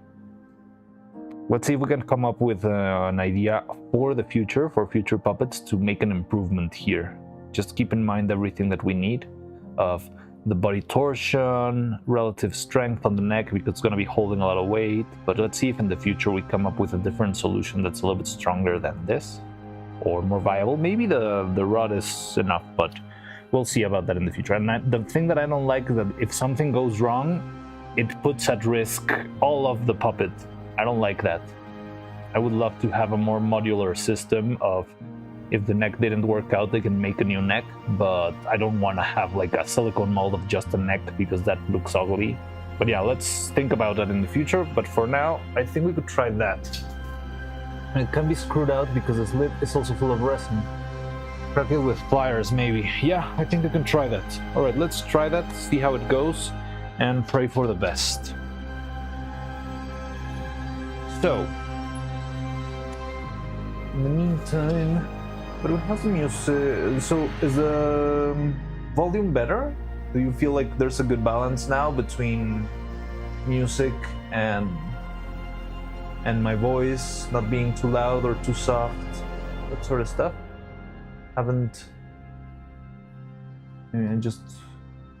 I feel like I see the bars in OBS and I kind of freak out because I'm used to seeing them much slower, but I just remember that you were telling me that my streams are usually very low in volume.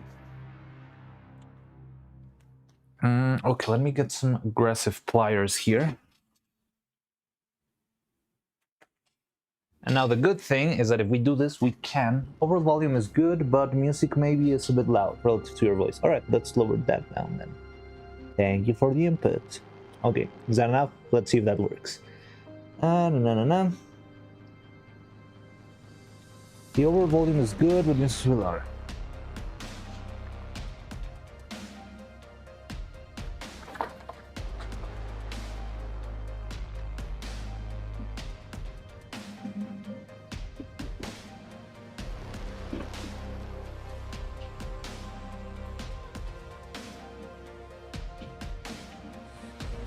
Okay.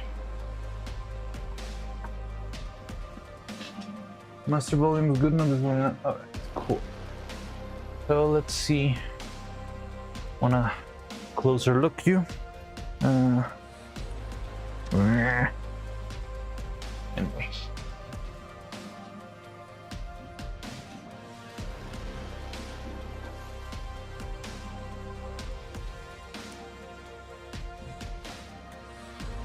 Oh yeah, the pliers work really well. It's just snapping up.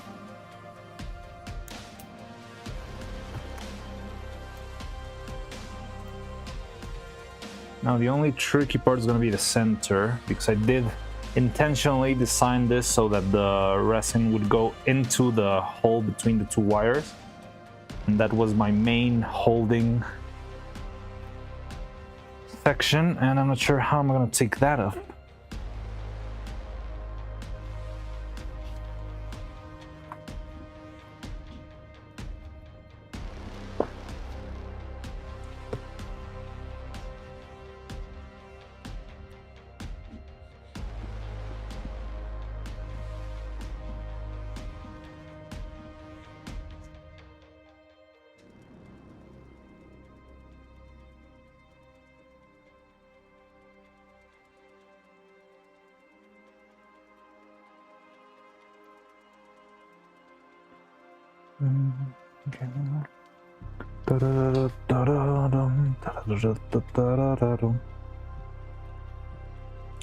By the way, the movie in which I worked on is right around the corner. It's going to release very soon. So yay. It's gonna release next weekend. And yeah, that's very cool. I'm very happy about that. Final releases after so long. It's only a domestic release though. Hopefully we'll get an international eventually, but that will depend on how well it does over here. Fitting music for such an important operation. Yes, it feels very important, very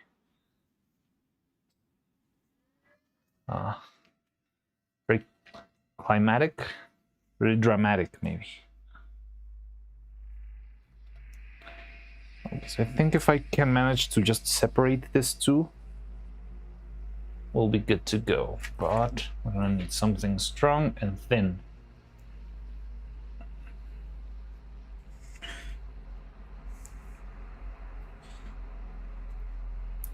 There we go.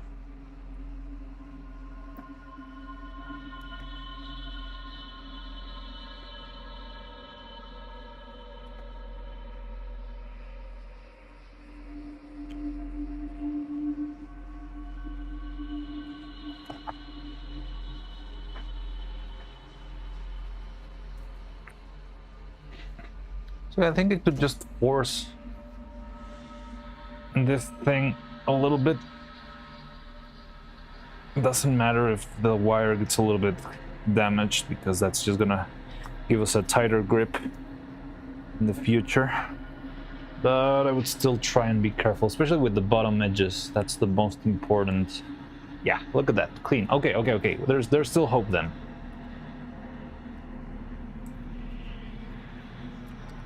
Just need to be very careful not to damage the bottom. Wait, where's the tip of the thingy? Oh, no.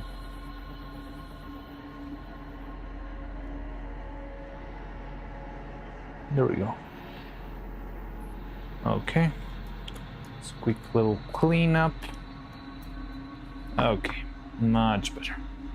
Okay. So yeah, well, there might be a little bit of, not damage, but bending, a little bit of wear in the wires, but it's definitely not gonna be bad. Like all of the wear that you see on this part is not really important. The important part is where the neck is going to bend, which is pretty much right down here. I'm not showing anything on camera. Right down here. That's where we want as little damage as possible. So I think we're safe for now. There's a little bit of a dent, but it's a minor one. Now, more grip for the resin. Yes, exactly, more grip for the resin.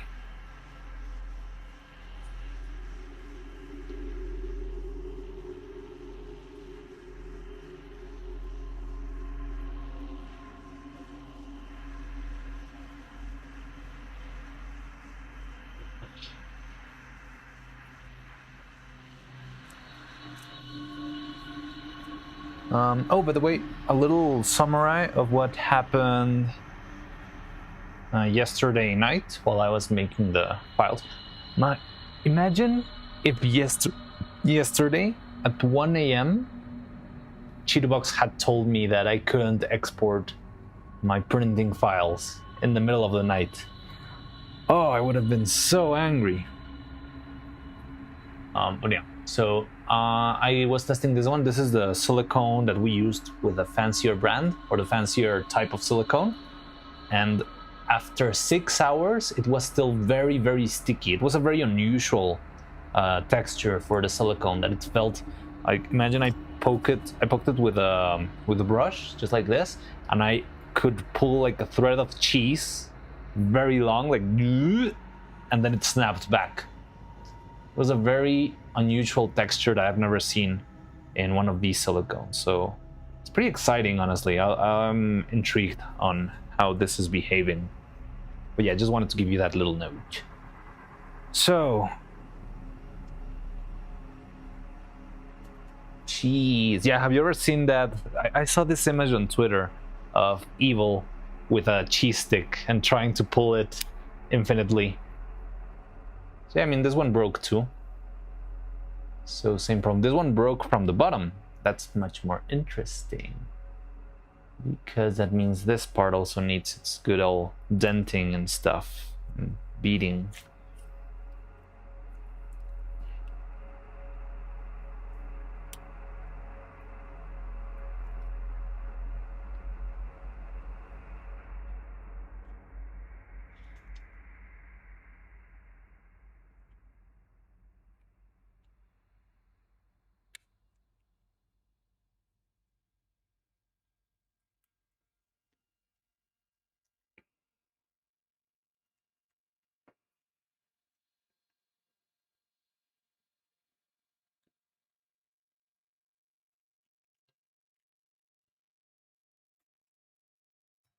Oof, that's scary. Also snapped along the thinnest area.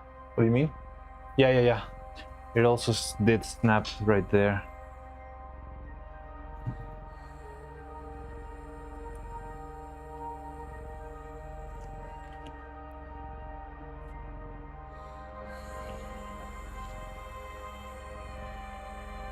Do you think... Yeah, most likely, but... Like, Made in Abyss music will probably get us absolutely blasted on YouTube, right? Maybe we should try just for the bit, because if we can listen to Made in Abyss music on stream, that would make my day.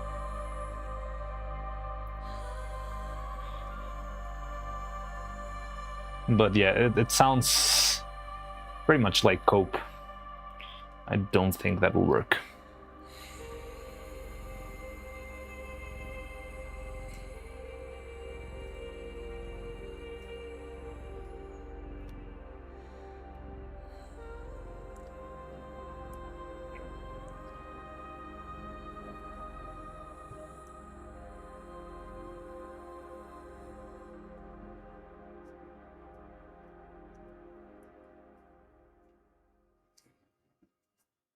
But yeah, we're gonna need some extra grip here, just so that that break doesn't happen again too. So let's add a couple of little munchies.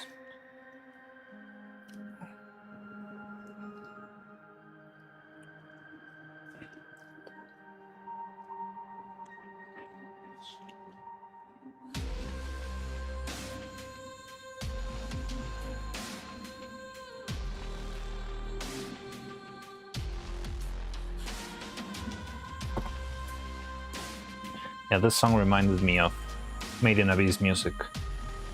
Sounds a lot like it.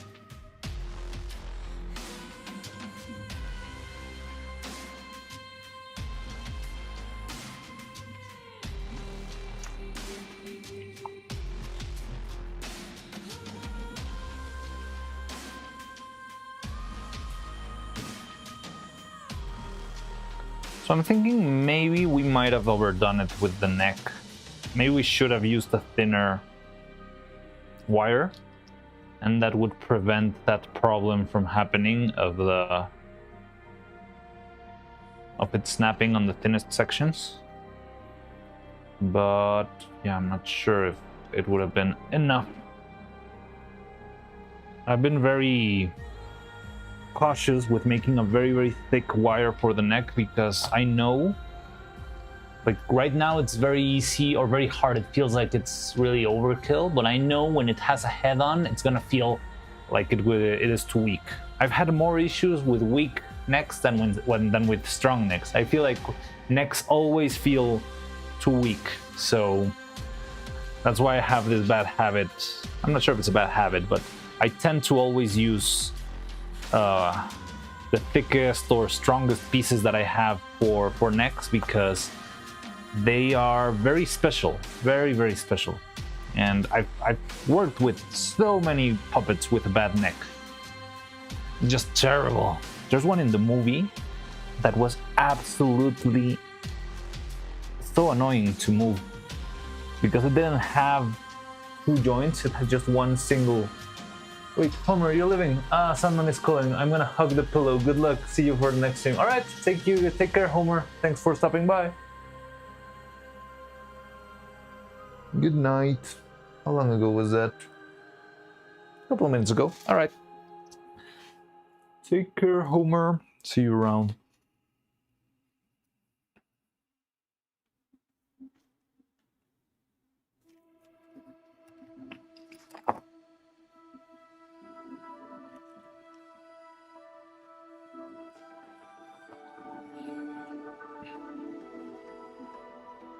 Where's the mold?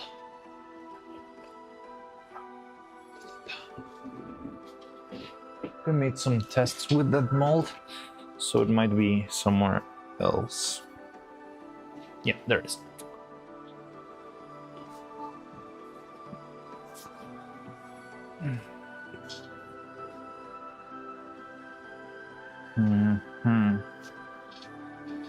Yeah, I see it.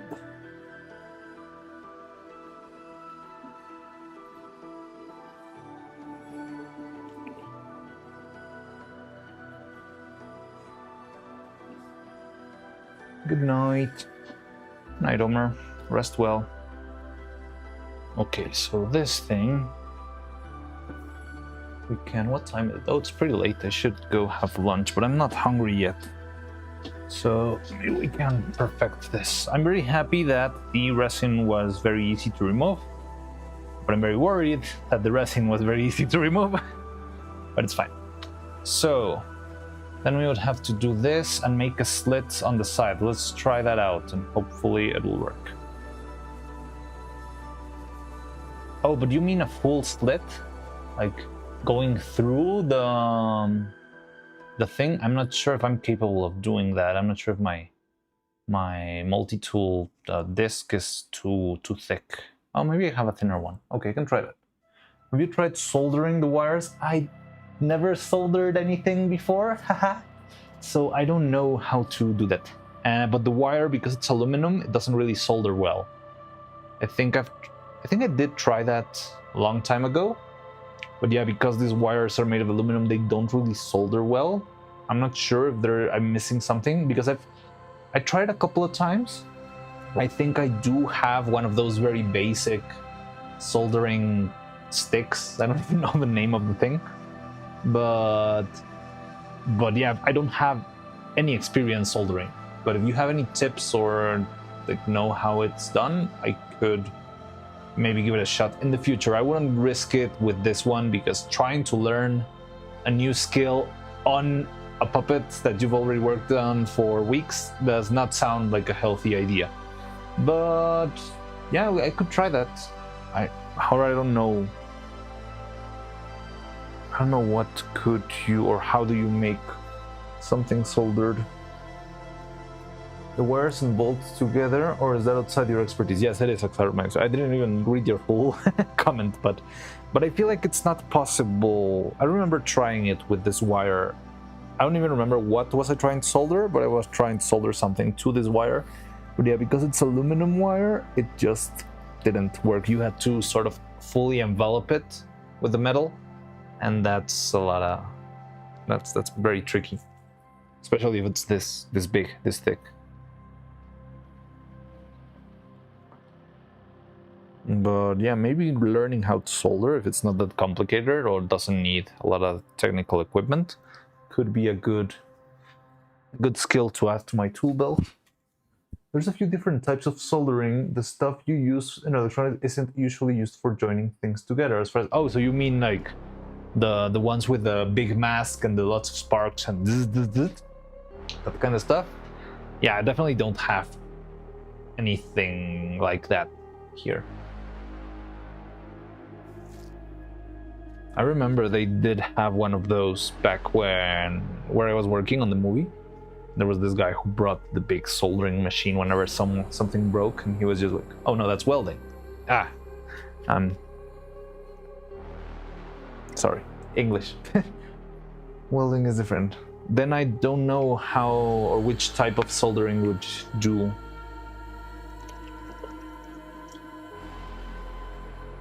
in this context. Welding melts the materials together. Soldering adds a third material that solidifies around the part, so just like the resin. So yeah, then it is like the one you use in electronics, right? But do you need to use like a different type of solder, like a different metal maybe, or a different tool? I don't know. I don't know anything about soldering, but it would be good to learn about it. Okay, so welding is the one with the sparks flying.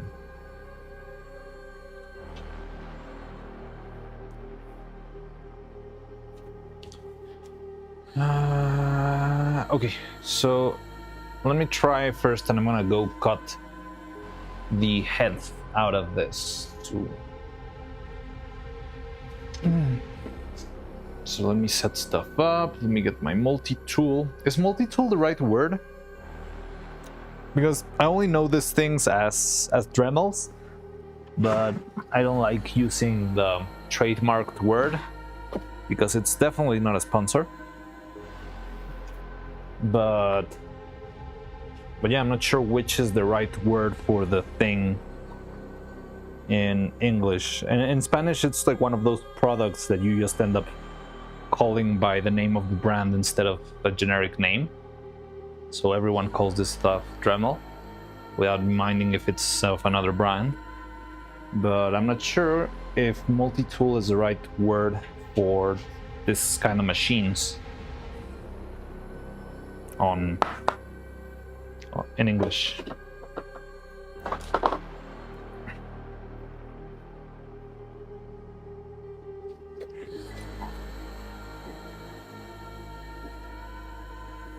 I'm back. Accidentally closed the wrong window. Welding as I didn't even notice your app. So, well, the thing is, usually ground control is very bad at showing me the numbers of who's or how many people are watching the stream. I only trust the chat to believe that there's people watching me, but it usually tells me there's 0 viewers for some reason.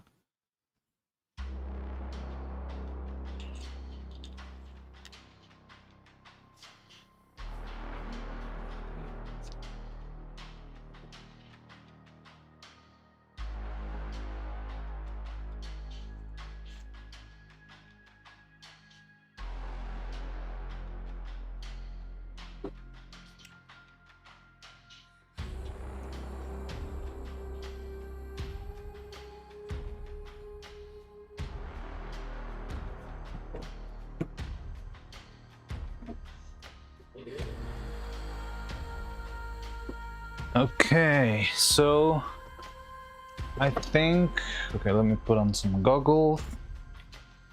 I got this set. I need some pliers to grab this while I'm trying to cut. And I'm probably gonna leave the mic so that you don't need to listen to the bzzz, bzzz, bzzz.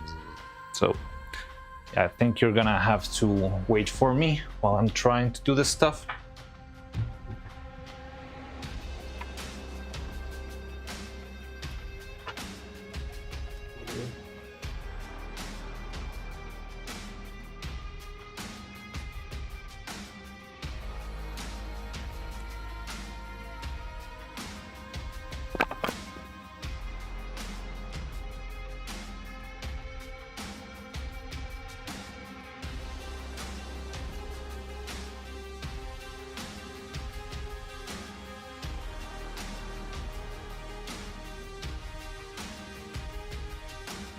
I disconnected the camera for a second, right?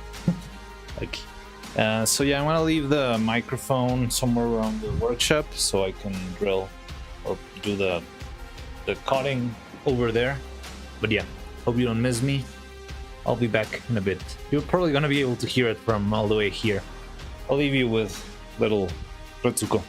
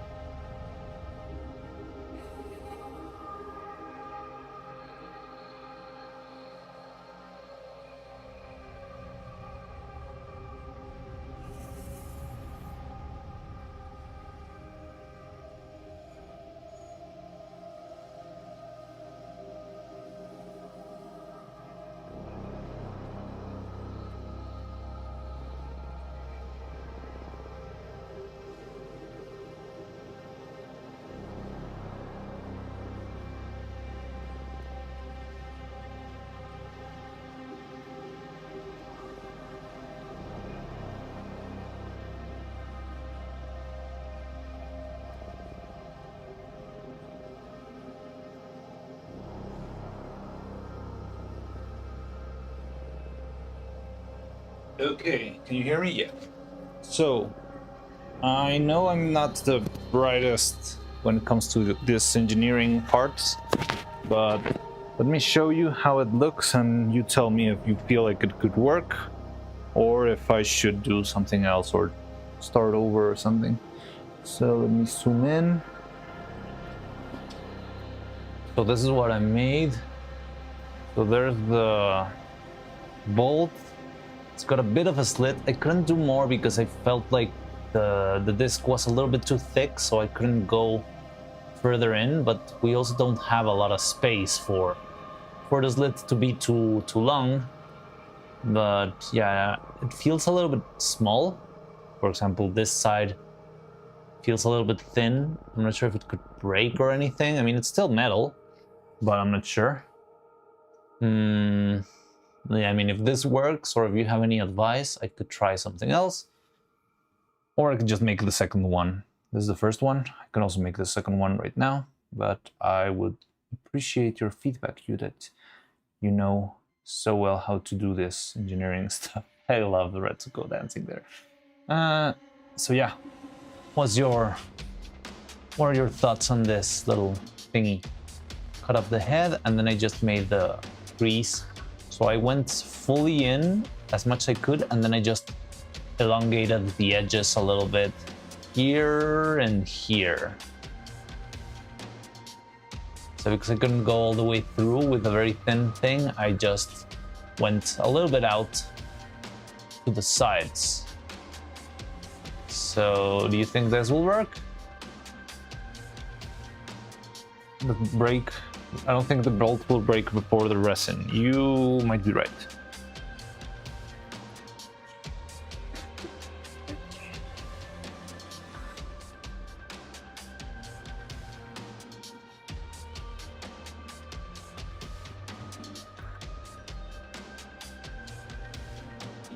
You probably know more about the strength of resin than I do. Okay, I probably do understand that, but I don't know about the shapes of like the geometry here. I mean, it feels like it could work.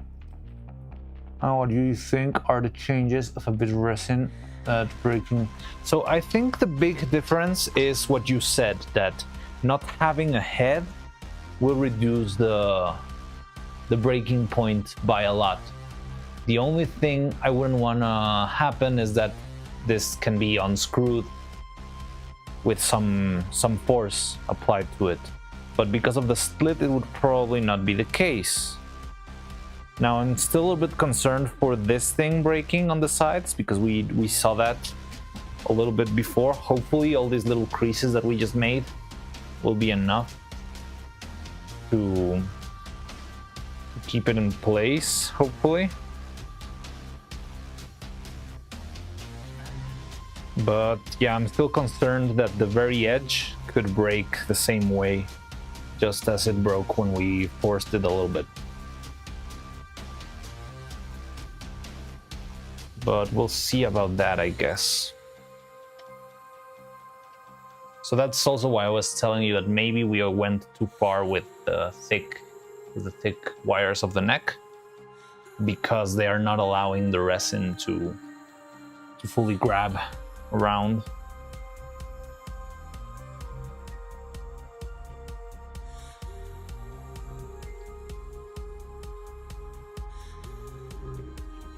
I like this playlist. I think it's fun, very dynamic, very dramatic.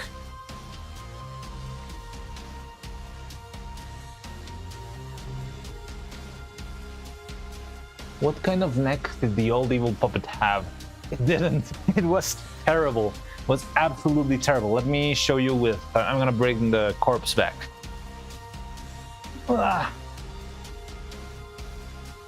Because I didn't even extend the shape of the neck, everything I had was just a piece of wire that went from here to here,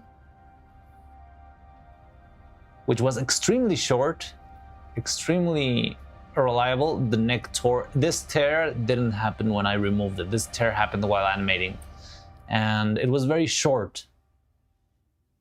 And this is a problem I need to live with currently, and it annoys me a lot that I designed the mold with a very short neck. I forgot to extend this. I should have extended this from the very beginning, or from the 3D software even. So this thing was very thin, very small, and it's it just didn't work. I just had the head fit into the neck very clumsily. Also, I didn't make the hole into the head. I actually had to drill it down by myself in a very clumsy way. I'll get the other head so you can see it. This one's a little bit more in shape. Well, this is the bald head from the bald bit. So yeah, this was the old head, and the bottom of the head didn't have any hole. It was flat, and I had to manually drill the hole and try to widen the hole into the shape, and it kinda fits in here and was kinda held with a wire that went in the middle, but it was very limited, very bad. There were many times where we were animating that the head was very close to falling down. In fact, there is one, you might be able to see it in the Discord, I believe. There's a fan art of me holding Evil by one single hair strand, and that's because one day when we were animating, the head fell down and it was about to smash itself against the desk, and somehow, not even intentionally, one of the hair strands of Evil got stranded around one of my fingers, so it ended up hanging from that hair strand like very close to the floor. So yeah, what kind of neck it had? A very, very bad one. It was just this little piece of ham. It had a bit of a tiny wire in the inside, but it just slid in and was held in there by mostly prayers. Prayers and maybe, maybe friction, but mostly prayers. So that's how the old Evil worked, and it was absolutely terrible. It was one of those big notes that I had that it never worked, it should have never been that way, and we would be reworking that as soon as we started making a new one. And here we are now. So that's the kind of neck we had back then.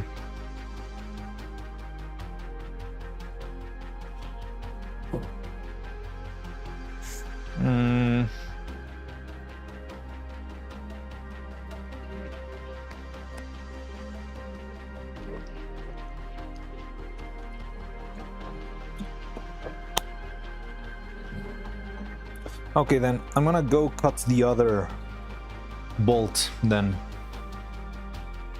Let's hope for the best. So be right back.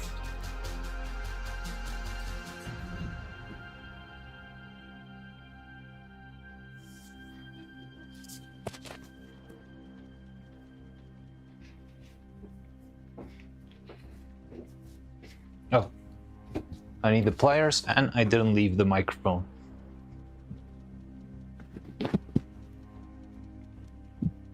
All right, so I'll see you in a bit.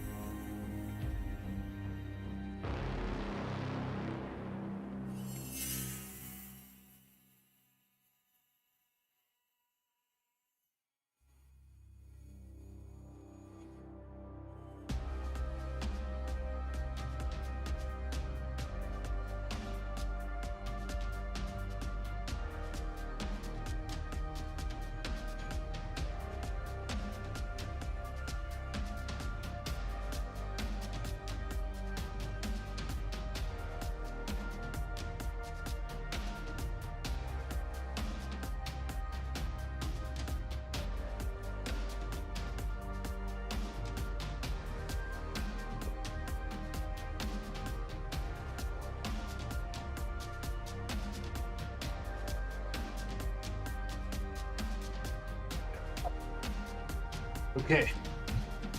Oh. So, we got these two. I think this could work. I also feel like it's a little bit late, so maybe this would be a good moment for me to go take my lunch break. And when we come back, we can actually do the casting and see how that works.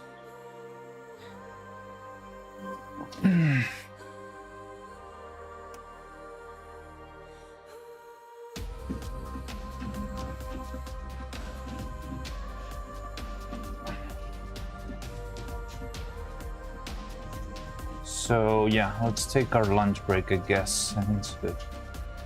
White. Meantime, we can keep thinking about this stuff, but I feel like we got it kinda figured out. It's just a matter of testing it. And the good thing is that we already saw that breaking it and starting over was not as hard as I thought it would be. But yeah, maybe if we screw up, we can still redo it a couple of times before starting to get into a risky zone. So yeah, let's do that. And I'm gonna go take the break real quick, eat something, be right back. And yeah, I think we can finish this today. Let's hope that the faces end up correctly. And with that, we would be almost done with the head. That's crazy. I mean, there's still detailing and painting to do, but figuring out the head is a big, big step. Anyway, I see some chats here. Have a good one, thank you. I was thinking about the neck, since you're using many different materials with different properties and bonding strengths with each other, it's hard to guess how things will work. Yeah, maybe I was a little bit clumsy when it came to that, honestly. But, I mean, the only important part is that we need a wire neck, because we need the wire to have flexibility so we can turn the head sideways and move around. And then we need something solid to be gripped into the head itself. That's like the big picture. Everything in between is just the wacky ideas that I had at the moment, but it's not really essential. So we could rework it and think about it, but for now, this is what we have. This is what we can work with, and I already designed the head to work with this, so I think we should stick with it for now. So in the future, one thing I would like to do, for starters, is have a longer neck. Because if you could just have a very long neck that slides into a hole, and that could be good enough if you don't have a very hard to move head. But I do like the idea of having a way to properly secure it, so that I'm pretty sure, because you know what happens whenever you're doing this sort of stuff and you only use like a neck. For example, that's something that happened a lot with the other Neuro. Whenever I tried to have her crouch or just slide her body forward, her head would fall off because gravity will be pulling the head out of the socket. So I would like to have something very properly secured. So if we ever make Fillion and we have to make her do something upside down, I want to be able to have the upside down puppet and not have the head fall off the body. But I mean, that's something we can just keep developing for further puppets in the future. For now, for this Neuro and Evil, I think we could work with this and find a way to make it function. But yeah, hopefully we can make some more improvements for the future to make it even better. But yeah, I'm gonna go have my lunch. I'm very hungry, so I'll be back. Magnets? Nah, magnets would just be...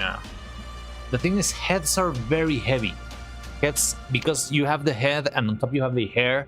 And let me tell you, 90% of VTubers have like the 30% of their body mass is hair, which is a lot of material, a lot of weight. So magnets, I'm not sure if they would be able to pull it off. I think it does need some securing mechanism, but maybe we can find another solution. Maybe something like what we did with the arms, like having the shoulder and a little peg with a screw that goes from the side. Maybe even stronger. Well, all these magnets are rare earth magnets, but I mean, they're tiny and the head isn't that big. You cannot put... The strongest ones I have are considerably big, and it could work, but I don't know, it doesn't feel secure. And you know what the other problem with the magnet is? It would turn around very easily. A magnet would hold it, would pull very well, but it would not stop the head from rotating on its own axis, because magnets don't hold each other from twisting. So, yeah, maybe... Wait, let me show you. I could perfectly do this, and there's absolutely no resistance. Sorry, I left the mic on the table, so I'm not sure if you can hear me, but I guess you can. And that same would apply even if I have a very strong magnet. This would still be possible to do, I guess, and very smoothly, because magnets are usually very smooth, so it would be most likely... it could lead to the head bobbling around too much from side to side, but maybe we could explore it with a little bit of engineering and ingenuity. But yeah, I'm gonna go eat.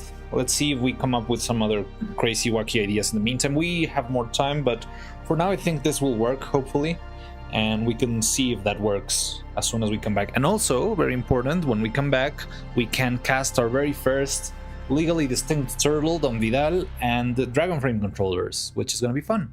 So we can make a little bit extra resin. Was thinking something like a ball joint made of 2 pieces of metal. The puppets that I did use to make back in the movie did have like ball joints for their necks, but I feel like I still haven't figured out how to make those. But yeah, that might be a good idea on how to solve this. But yeah, you're right. Maybe I just should go back to that. But I would need to find a way to make ball joints without learning how to machine metal, because that's out of my capabilities.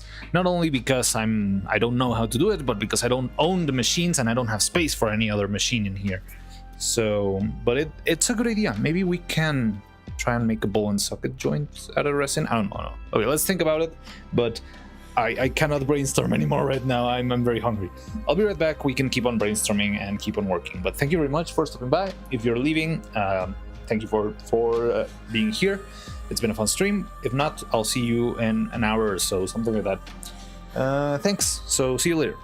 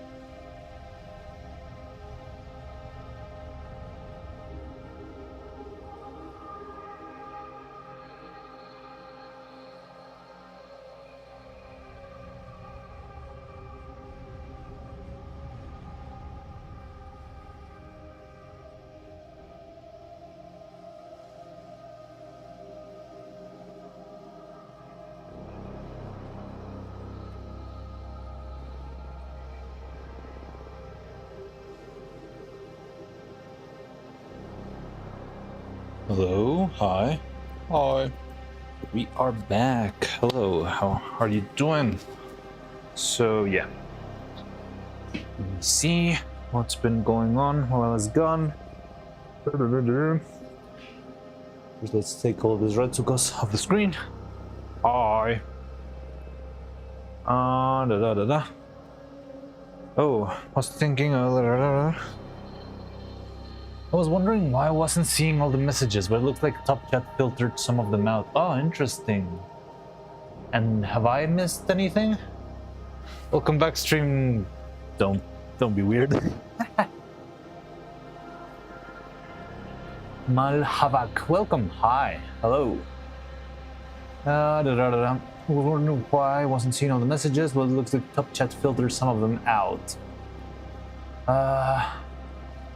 Also had Top Chat on my default, that's for sure. Oh yeah, that's something that happens, I don't know why. Don't know how Top Chat finds something filterable and chat this small. I don't know, usually, you know, the very first streams I had, I think the second stream I had, I legitimately thought there was no people watching at all. And I was kind of depressing, and I was just like pulling on, talking to the wall and that sort of stuff. And then I realized that if I turned off Top Chat, all the messages would pop up. And there were at least 5 persons there. And there were some of the OGs that still hang out here a couple of times. Delphink, Robot. I'm not sure if Roman was part of it way back then. But I don't know why. On my very first streams, nothing could escape the Top Chat filter for some weird reason. And I don't know why, sometimes it just, yeah, cancels it out. But I think ground control doesn't do that, so I tend to have all of them visible, maybe. But yeah. Sparrows who might or might not be a streamer. I might or might not be a streamer. Everything is on stream, wasn't just showing up on your YouTube chat. That's weird. Yeah, that's why we always see those vital messages too. So... welcome back. There's probably a threshold to their algorithm. I don't even know how they come up with how to solve that up. Maybe I ate too much. As a member of the Swarm, I have to say I love your work and your art style is wonderful. I wish I had a talent aside from being drunk. I mean, you can always develop talent. It's not really about being born with a skill. It's about practicing until you reach a certain level of capability or something. So yeah, you could always get a new skill besides being drunk. Okay, I think we already listened to this playlist for a couple of loops, so any suggestions for anything else to listen to? No? Jet Set Radio is banned. So there's the official Tunic soundtrack, which sounds interesting, but I don't know if it's gonna... no, it has the official sign with YouTube Music, so it doesn't seem like a good idea. Oh well, this one does too. Oh no, we're in trouble. I think we might have made an oopsie there.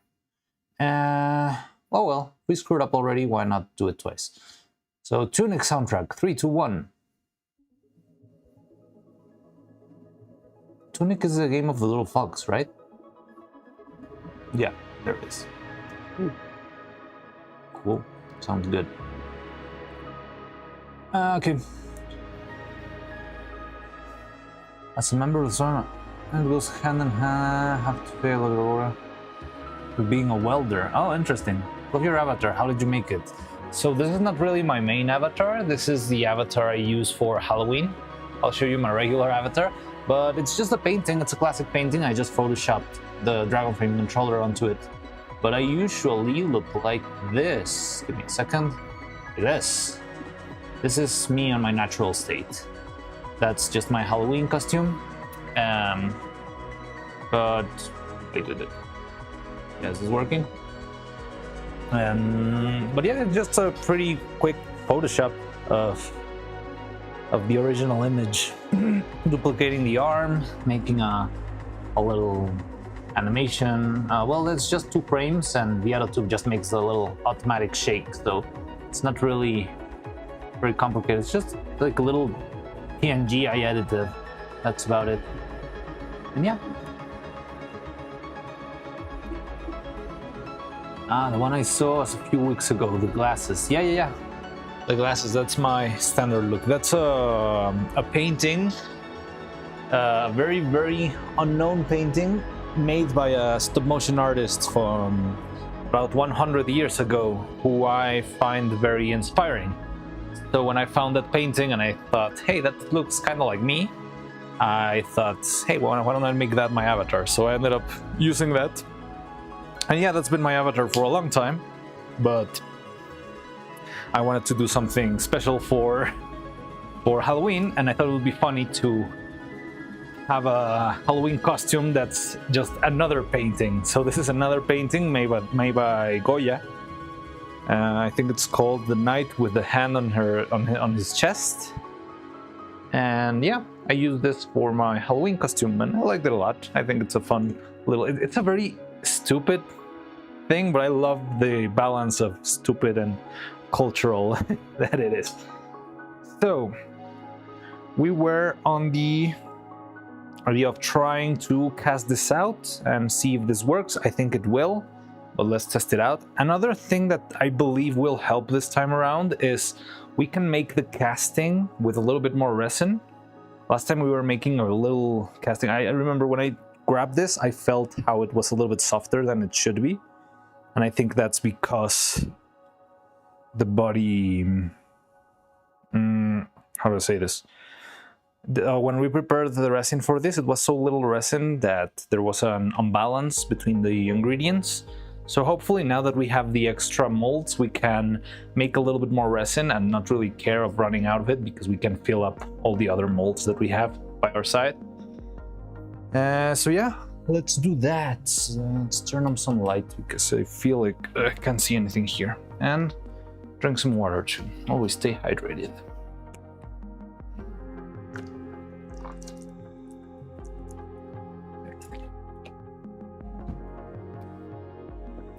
So that's a plan for right now.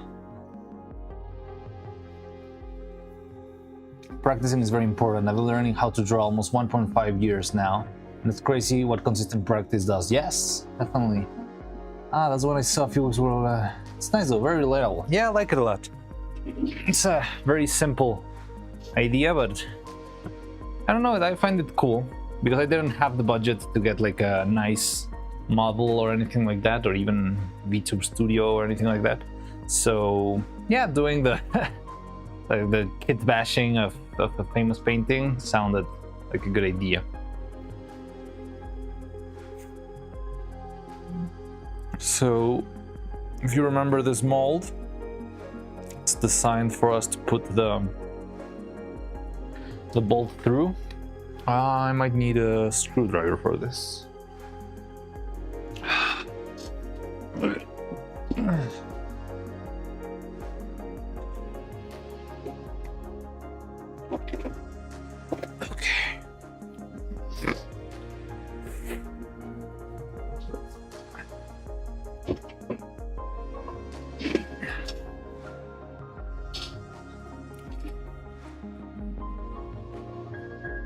This is my first time here. It's all new to me. Oh, then welcome to the workshop. I've been talking to a lot of people saying, hey, this is the first time I see you, welcome to the workshop, and they always tell me, oh, I usually lurk, but this time is the first. So I assumed it was the same with you, but good to know that it's your first time.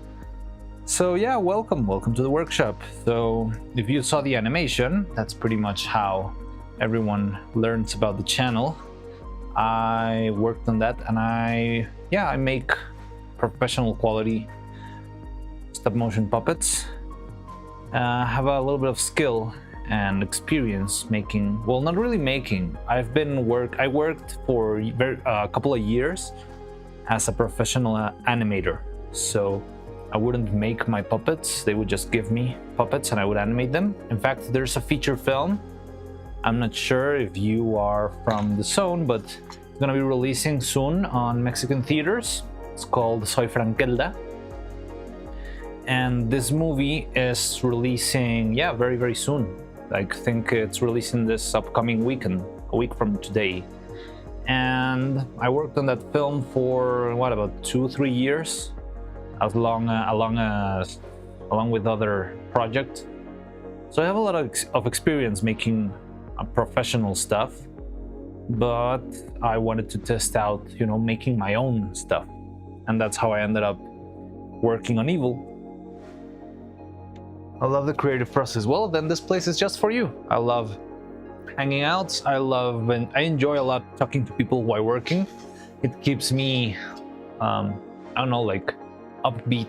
Like if I work in silence for too long, I get depressed in a week or so. So having people hanging around on the chat and talking really, really helps me to stay sane. And yeah, I like a lot what we do here. I think it's fun. And wait. So I'm preparing this guy for the casting. I'm placing the bolt inside, but making sure it's where it should be. I'm not sure how far is too far or too little, but I think we could figure out that on the fly. Love the creative process. I've polished Lexane, but now nothing about resin pouring and I've polished. I'm not sure what Lexane is, and I'm guessing you mean resin with the other one, resin pouring. I hear that working nights keep everything done and ready for the next day, but it's easy to get lost in your own thoughts and go nuts. Yes, definitely. It's very, very hard to stay sane. I don't know, it's just a little bit tiring maybe, but that's why I enjoy making stuff while having someone to talk to, and I don't know, just talking about random stuff. It could be movies, it could be whatever's going on online, or I mostly love talking about the process. I love sharing this stuff because I would like to see more people making this kind of stuff. So here's the thing, I feel like there's a lot of different sources to learn how to do 2D and 3D, but stop motion is very scattered. There are very few channels, and they usually teach you very oriented to one single project or one specific thing, and it's kind of hard to keep track of. If you really want to learn something properly, it's kind of hard to find the resources to learn about it. And there's also, at least in my experience, I feel like schools don't really teach it that well either. So I like to show everything about the process to other people in case they want to learn or maybe even try to make their own. So for this, just like a little recap, because you haven't been here before, we had a couple of issues with Evil's neck, Evil and Neuro's neck, so right now I want to recast them.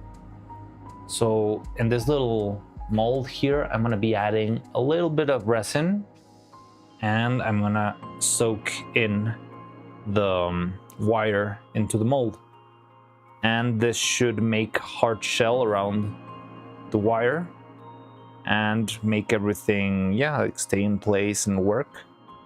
And hopefully that's going to be enough to keep it in place, have it solid, and use it as a neck for our puppets themselves, so that they don't fall or escape or break, that sort of stuff. So that's what I'm trying to do right now.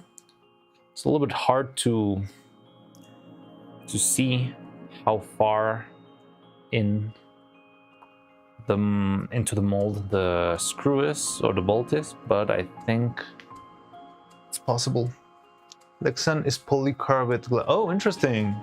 Schools here only teach what the teachers want, not encourage the children. Yeah, I don't know. It's a very weird dynamic, but I feel like for starters, there's not many stop motion schools out there, and those the ones that are out there, they might still miss a couple of things.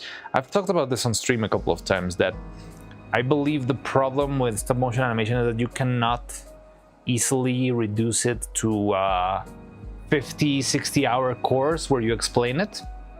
So classes, like this standard format of classes, tends to not teach very well because there's no straight roads in this. So it's a little bit hard for people to God, what am I doing? Yeah, to make things work with it. Okay, I think this works.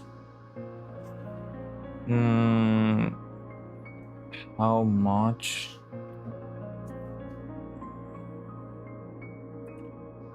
Sorry, I need to check if this thing's going through.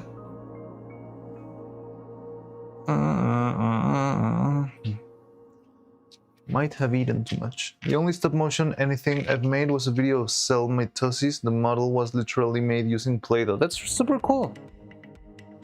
I think that's fun. Like those very basic classic clay animations can be very fun.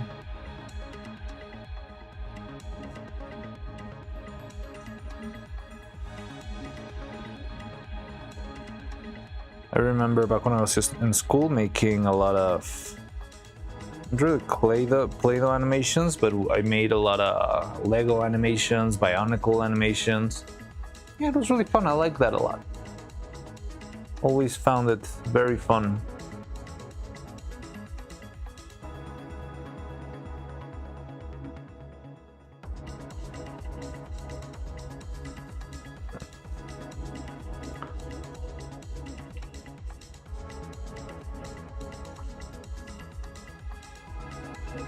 It's something that needs to have the fundamental stat, and then let the heart drive you after you can make it real. Yeah, that's right.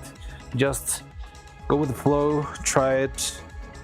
I like that a lot because it's very artistic. So you will stumble onto a lot of problems. It's a very complicated process, but it's fun every time. You learn a new thing, you find a new issue.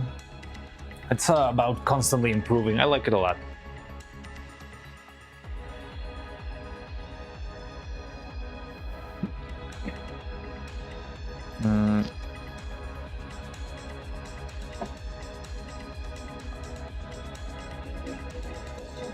Ooh, Lego stop motion animation. I used to watch those on YouTube. Yeah, I made a couple in school when I was a very young little painting, but it was... I don't think I have them anymore. I think those are lost to time. But it was fun. I remember doing a lot of a very silly, very clunky combat, edgy animation with my Bionicles. Okay, I'm gonna need... Yeah. Sorry, I think I just need straight into the microphone.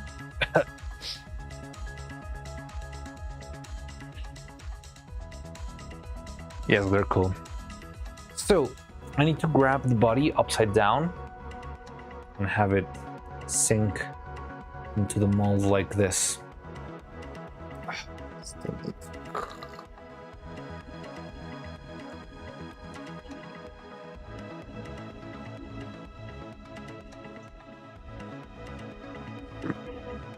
Thank you, Malvak. So I need to sink this into the mold like this and have it harden into solid plastic after some time. And in the meantime, we can cast... Oh, let's open the molds. So before, we made a couple of molds for... Whenever I make stuff, there's usually a little bit of excess material that's just lying around and they end up making something. I use this. This is a butterfly mold that I have.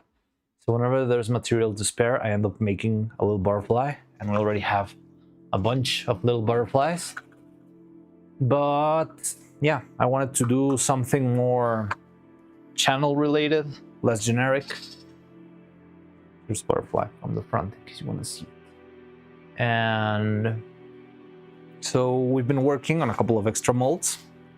So one of them is this one. It's Don Vidal, our legally distinct turtle. And there's also these two molds that we made. Well, we have a third one even, which are Dragon Frame controllers, which is the tool that you can see my sprite holding on his chest. It's pretty much the tool that you use for animation, for stop motion animation. You end up using this tool as a little keyboard and a little way to interact with the computer while you're working on the set. So it's this tiny little calculator kind of looking thing. So really useful device that ends up being part of any animator's toolkit. So I thought it would be fun to have a little trinket out of this. And yeah, whenever I cast something, I can have a spare Dragon Frame controller, and maybe we can sell them or gift them or do something with them in the future. But it's better than just having random pieces of plastic lying around. So we made these molds for a big Dragon Frame controller and a smaller Dragon Frame controller. And yeah, we can open them now, and once we make the necks that we're making, we can cast the rest of the resin in here and just make a couple of spares. Well, our very first copies of these. Yes, the total. I remember making a Lego minifigure animations when I was little, but I was doing it with old Nokia phones, so they were just videos where I filmed for as short time as possible and then moved things. That's cool.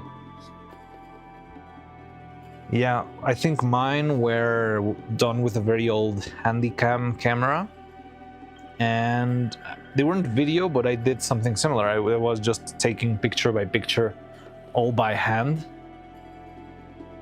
and couldn't really see the playback until I was finished. And yeah, I remember doing that. That's really funny because I never thought about being an animator back then. It was just like a little fun thing I did for school.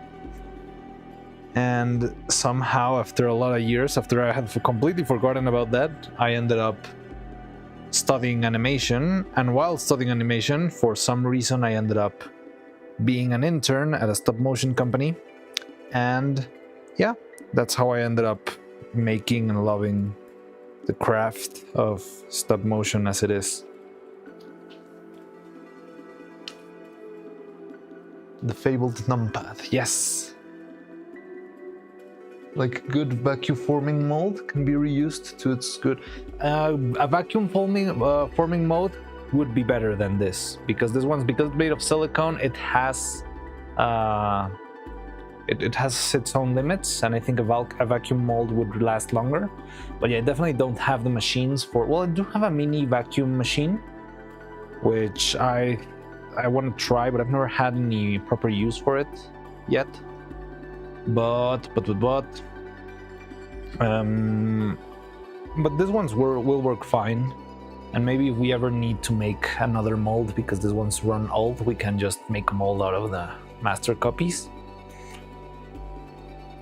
But hopefully they'll last for long enough. I've never reached the point where a silicone mold is unusable, and we can hopefully keep it that way.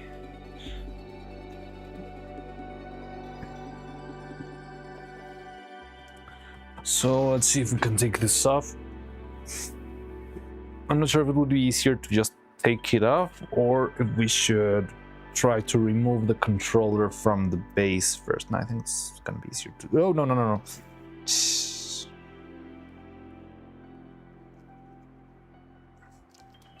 Ah, God. Okay. No. Okay, I think it's fine. There's a little bit of a bite back there. Maybe I do need to remove it from the base. Oh. Come on. No, it's fine. Yeah. There's just a little teeny tiny tear on one side, but I don't think it's going to be noticeable. So here's the controller. Maybe this one will try to be more careful then.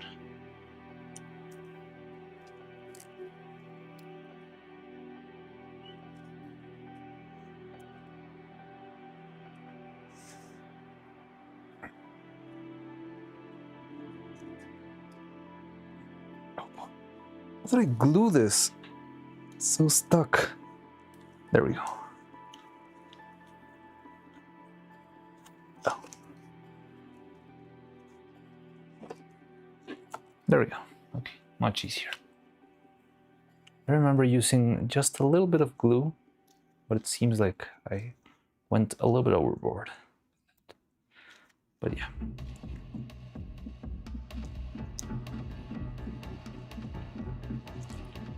Here we go. All this should peel off. See? It looks fine. Like it a lot. So yeah, we have our first official merch-ish kind of thing. And when we cast this, we could make a spare out of these. So which one would you like to cast first? Legally Distinct Turtle or one of these calculators? Watching Corelli on the side of constant thinking about absolute pain, she would be to animate in stop motion. I think she would be very fun to animate in stop motion because she's very hyperactive and moving a lot and doing a lot of fun stuff. I think she would be funny to animate. But I would have to pick something. I think the hard part with Corelli would be picking the bites to animate. Also, there would be a... I already knew you were gonna pick Turtle. So, yeah. Okay, let's go. Oh, wait, let me just cut the edges of these ones real quick. So, what was I telling? I think Corelli would be really fun to animate because she's very hyperactive, and I believe she also has very cool acting bits. Because she's always being very emotional and very, energetic. So, probably there would be a way, there could be very good acting clips to animate of her. And I don't really think she would be that hard, honestly. Now the thing is, the tricky part with making this and making more of these VTuber animations is that they usually are very, very expressionless. They usually don't have many expressions. Corelli, I think it's one of the least expressive characters, I believe. Like, she doesn't even have like a happy or sad face or anything like that. She just speaks, but her face rarely changes. So for the acting, you would have to actually imagine and design, you know, like happy faces, sad faces, all that stuff. Or you could just stick to the original material, but I always like to have that little extra of emotion. YouTube has gifts. Oh, wait, was there a... Hey, thank you, Malvak. That's very kind of you. Thank you very much. Yes, YouTube has gift subs too. And it's been very helpful lately. Thank you very much, Malvak. That's very, very kind of you. I don't have any... I want to set up a couple of alerts for that, but I haven't had time to set it. And I'm very bad when it comes to the streaming part of this. I'm very good at the making stuff part, but I'm really, really bad when it comes to all the streaming stuff. And I remember it took me like 2 weeks or more to set up a Discord server. Yeah, I'm very bad at this, but I don't know, I've been learning bit by bit, and hopefully eventually I can actually make something more flashy when you gift subs. But I thank you very much for the subs, very dearly. I'm sorry, there's nothing like confetti on the screen, that sort of stuff, but eventually we'll get to that point. Anyway, thank you very much. That's very, very cool. He has an adorable mustache. Yes, that's because he is legally distinct and not the same. That was an idea that chat had when we were modeling pieces for Evil. No, what was it? Yeah, we were modeling the controller and some of the head pieces, and someone in chat was suggesting that they wanted to see a legally distinct turtle, and here it is. So we can cast this guy and prepare the neck. Now the tricky part is I'm gonna need some support for the body to stay hovering above. Oh god. Okay, look at this. Let's take a look at this little bit of silicone here. This is the brand that we just tested. I mean, it feels more flexible. It stretches much more than the other one, I believe. Very rubbery. I don't know how far. It also feels kinda strong. Okay, it broke after a little bit. You're you, and that's all that matters. Thank you very much. I'm glad you like what I do. I feel like hopefully we'll get to the point where we can make much more. Right now, so there's been, oh yeah, you're new here. I can tell you a lot of the struggles that have brought us here. So before I released the Evil Neuro video, there's 2 videos. I'm not sure if you've seen both of them, but I've got the animation with all the little bits called Stop Motion Extravaganza, which was really fun, and we recently released that one, and that's pretty much how most people end up coming to the channel. But there's another animation I made very, very long time ago it was called, I think, Happy Birthday Evil, because it was an animation I made for her birthday. But when I made that animation, I made it working at another place that was another workshop. But pretty much, let's say that we somehow got evicted from that workshop because of some very stupid corporate decisions that never made any sense to me. And because of that, so we need cups, we need the scale, but the smaller one.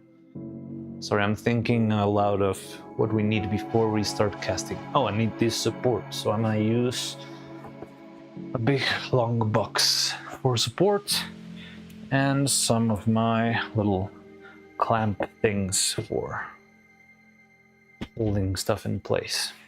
So yeah, we ended up getting evicted from the old workshop, and I didn't know if we were going to be able to make more, so I ended up moving all my crazy workshop and cram it somewhere in my house, and that's where we're working right now. But then I released Stop Motion Extravaganza, and I'm like in this process of trying to find a way to make things work. And as part of that, well, I'm just pretty much trying to do my best, spending as much time as possible working on the things, because I believe in this project. I would like to make more of this. Before, when I was working on television, I did try a couple of times to make stuff while working for animation studios. But I'll be honest with you, it's kind of impossible. It's not very easy to manage. Like, it takes too much time to make a single thing. We've already spent 150 hours in what you see right now. And yeah, I mean, if you try to do this while working on something else, it's too much work. So whenever I try to do something while working on the other studio, it would just take too long. I never managed to actually do it on time. So I'm trying to see if we can actually keep on making stuff like this, like an independent artist kind of stuff, kind of deal. And I mean, we barely started. Right after Extravaganza, we started to get monetized and all that stuff. So we're barely starting to make stuff work. But I feel like we definitely can make this work, and we can reach the point where I can actually make a lot of fun stuff without being worried about making an ends meet. But the important part to reach that point is to keep working, always keep working, keep pushing forward. And yeah, that's pretty much where I'm right now. She has a lot of facial expressions there and just toggles. Really? Maybe I just haven't haven't observed properly. But anyway, I think she would be very fun to animate. And I think if we made a Krelly puppet, I think she would definitely be up to recording voice lines specific for the animation, which would be very fun.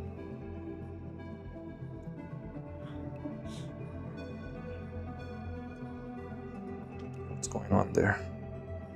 Something's wrong with this little clamp. It's a little bit crooked. Can I tweak that right now? I think I can. Okay. Give me a sec. I need some Allen keys. Where are my Allen keys? Oh, I haven't seen them since Katya.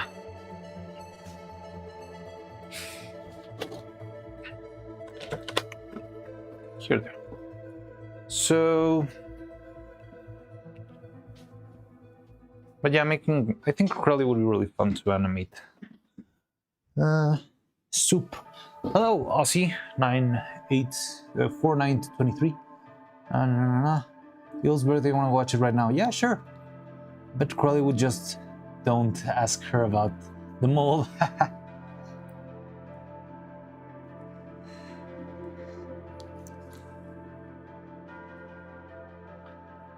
Crowley Puppet would need eyelids and eyebrows because they are an important part of her. But doesn't she have like the physics-breaking, physics-defying X-ray eyebrows? Because that's the bane of my existence. Those X-ray eyebrows are something I cannot replicate in stop motion because it's not possible. Breaks the laws of impermeability and physics. So that's the only thing I struggle a lot with the style of VTubers. Neuro has the same. Her eyebrows are teeny tiny and they go straight through all of her hair. But I cannot do that. So it's very hard to make a decent eyebrow here. It's not hard to make eyebrows. And it's very easy to animate them if you are strategic, but it depends on the style. I don't know exactly how Crowley's eyebrows work on her streams. I'll try to observe her character a little bit more next time I see a clip of her. So we can brainstorm it a little bit. But in the end, most of the VTubers have this this very standardized anime style. Oh no, no, no, no, no. Did I just break this thing? No, it's fine. Okay. No, okay, whatever. So it's usually not hard. Well, I mean, I've always wanted to reach the point where I can make something that feels like an anime figure that came to life. But that's not fully like just a toy figure being moved around. I want it to actually feel like a professional puppet. Like I feel like there's a nice blend of styles there to find, but there are a couple of interesting little details that are hard to pull off, like the X-ray eyebrows and like wait. Please don't mind the angle. Don't be weird, chat. We're making art here.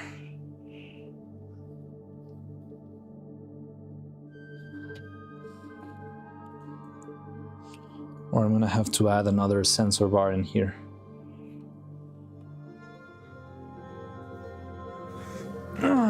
Yeah, your style is different from the Moonlight's jewels. I mean, Moonlight is really, really good. I really like their style. Wait, Moonlight? I get confused with Moonlight and Moonshine. This Moonshine makes really good animation. He's got spectacular photography. But then is Moonlight the one who makes dolls? She's a girl and makes very, very clean, very pretty figures of Centralia and that sort of stuff. I remember her name was Moon something. But Moonshine is... Oh yeah. So Moonlight is the doll maker. Yeah, Moonshine Animations makes more like figure, like NECA or like commercial figure animations, maybe a little bit of kit bashing and resculpting. But man, his stop motion, the photography of his animation is beautiful. I love it.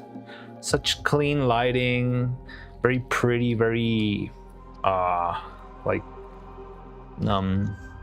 focused. Like you'll always have like this very clean character with a very dark background, barely visible, and it looks beautiful. I always loved Moonshine's work. She did Iron Mouse, yeah, I think someone on our Discord sent a bunch of her videos, and the only one I did see, honestly, because there were a lot, was Centraia's. but Centuria's was amazing. It had integrated lights and a lot of stuff.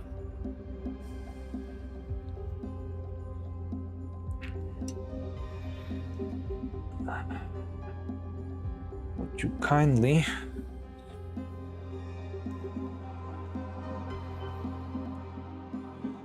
Okay, so this is not down enough. Further down. Well, I mean, I could do this and just... I'm sure I don't love it.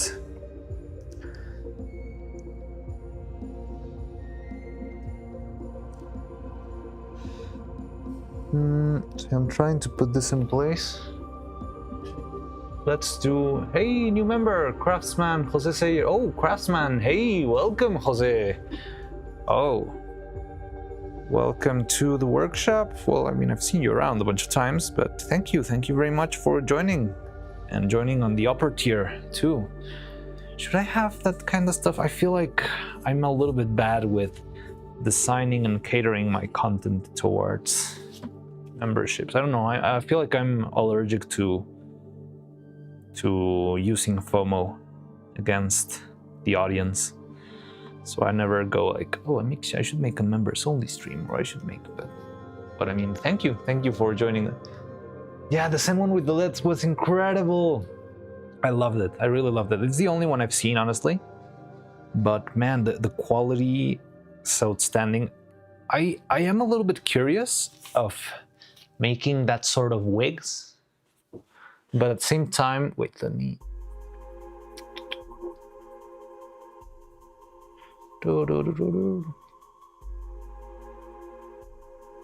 Let's put this here.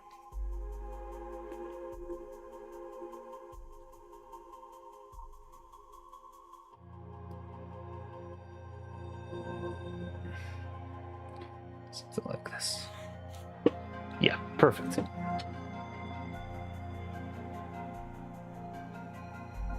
Yeah, thank you very much, Jose. That's very kind of you. So, let's take out the resin. I hope I can open it, because sometimes it gets very stuck and very hard to open. Okay, it opened. So, how much resin could be enough? I'm guessing 10 grams, so that we have enough. And let's make it, I think I'm gonna have to make it brown, unfortunately. I hope you don't mind. A brown Vettel. Then you can recreate the eyebrows effect by filming on non-visible light. Make the hair out of STH, something that's transparent, but keep the eyebrows opaque. Then combine the normal footage. Interesting. I'd like to support your channels. I really love your animations and stop motion. Thank you very much, Jose. I'm glad you like it. I've seen you. I mean, you've been around for a while, but I'm very thankful. Thank you very much for your help. That's definitely gonna help us make more stuff in the future. Keep on funding new materials, new things for the workshop. We're still in a bit of a transition, even though it might not feel like it. But we're still... Well, I mean, off stream, I'm still struggling with the re-establishing of the new workshop. But yeah, I appreciate it a lot. Thank you very much. Thank you very, very much, Jose. Okay, so I'm gonna put this... I wanna add a little bit of brown to the resin.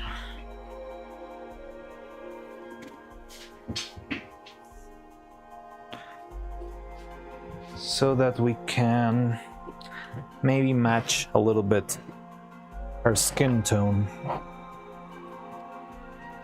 Brown, pigment. Here it is.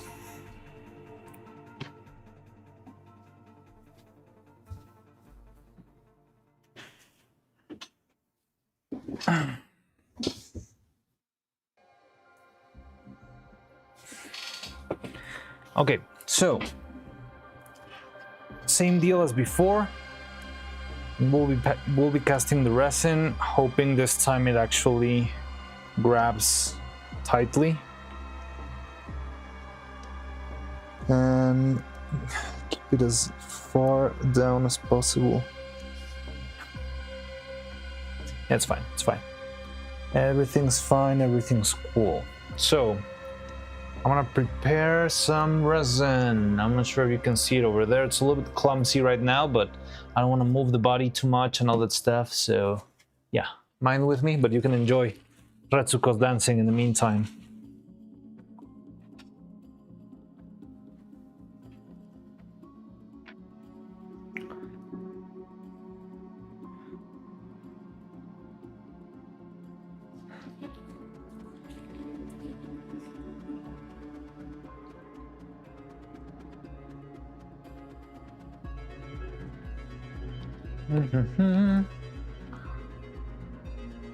So yeah, I'm gonna prepare some little teeny tiny bit of resin and let's hope for the best here. So I'm gonna go with 5 grams. I think that's gonna be enough.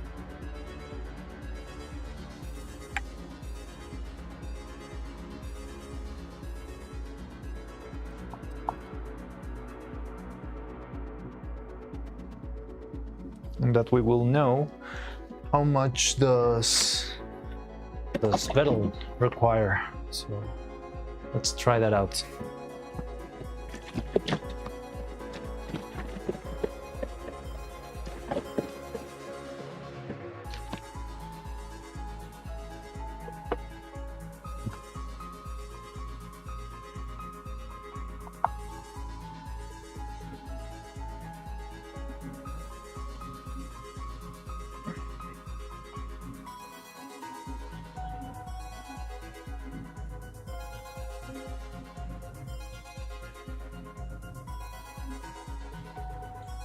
Okay, I'm gonna need you guys to help me with some quick math. So can somebody tell me how much is 5.3 times 0.9?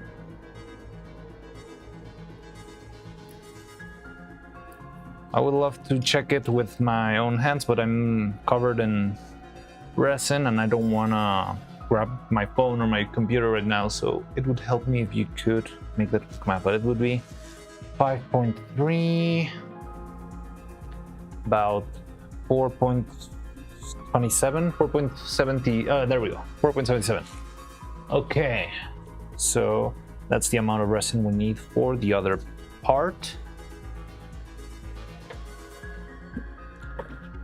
Let me mix it well. Yes, 5.3 times 0.9, you're right. So you might know, so the reason why I always ask for the 0.9 is that this resin needs to be prepared with 1 part A, or well, it's 9 parts to 10 parts.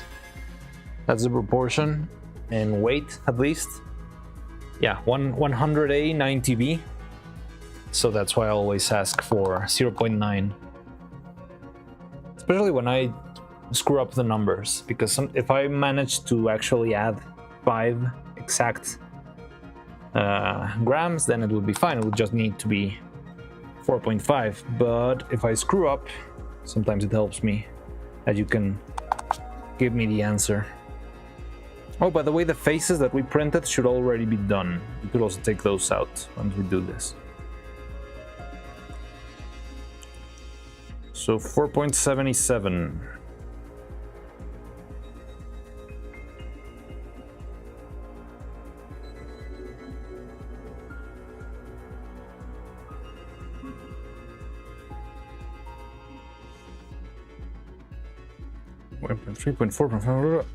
There we go. Oh, 1 drop more. Come on. Just 1 more drop. There we go. Okay. Just want to clean the container a little bit. You know the drill. Let's add a little bit of brown. So, anyone know what's up with the dancing fox? Oh, she's there to cover up for Neuro's body.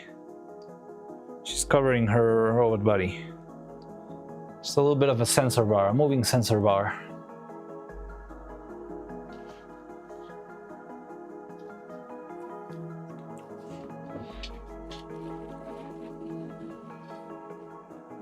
I hope she's in the right place still. I cannot see that. So, okay, I'm gonna mix this real quick. I think you can see it over there. I'm gonna pull this one out. Okay.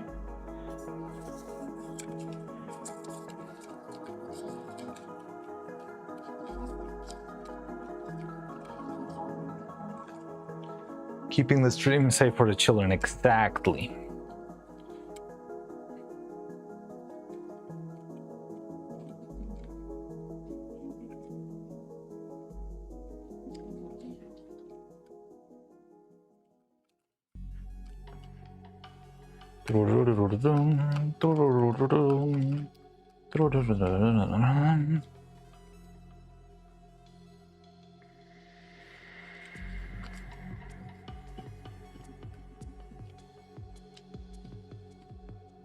Okay, so first I'm gonna soak this so that it's well covered on the inside.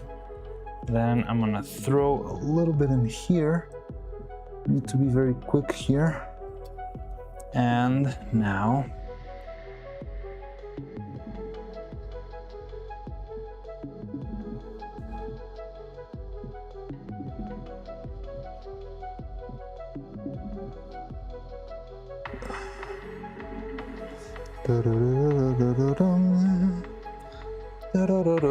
and now we cast the turtle.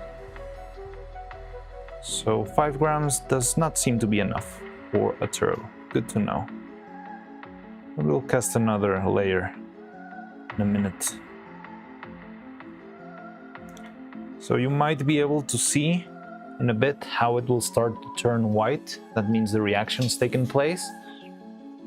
It's also gonna heat up, but that's something you cannot perceive through the screen. And yeah, this means the reaction's taken place, that everything's working fine, and we can do the same for the other head, but we're gonna have to wait for this one for a bit. In the meantime, I'll go check the printer. Hope to see everything working properly. So yeah, over here you'll be able to see how it starts turning white.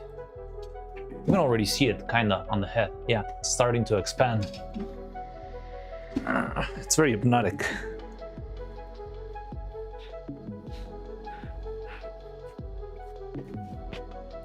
Yes, the print is done. The pieces seem to be fine. Was worth the battle against the paywall.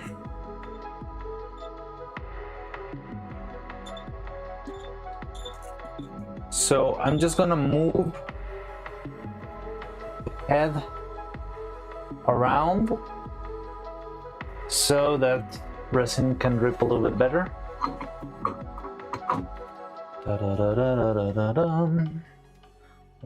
Sure that will drip properly. That's fine. So I'll leave it there for a bit and I'll go get the pieces in a minute.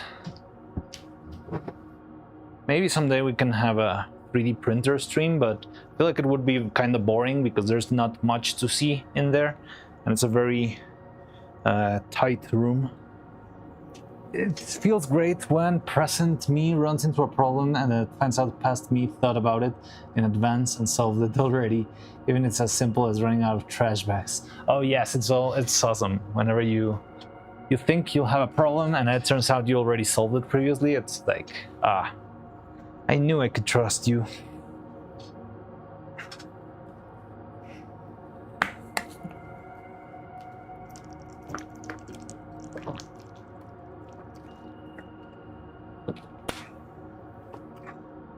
Also, I wish this resin wasn't in such a bad shape. Hey John, how's it going? Welcome back. We're casting our very first turtle.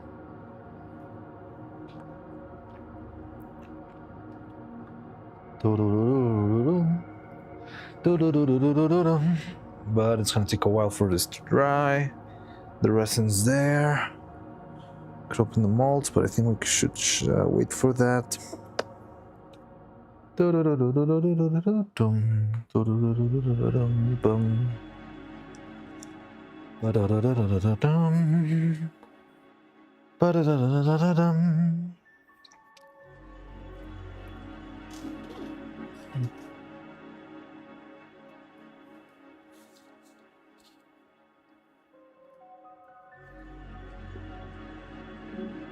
Ooh.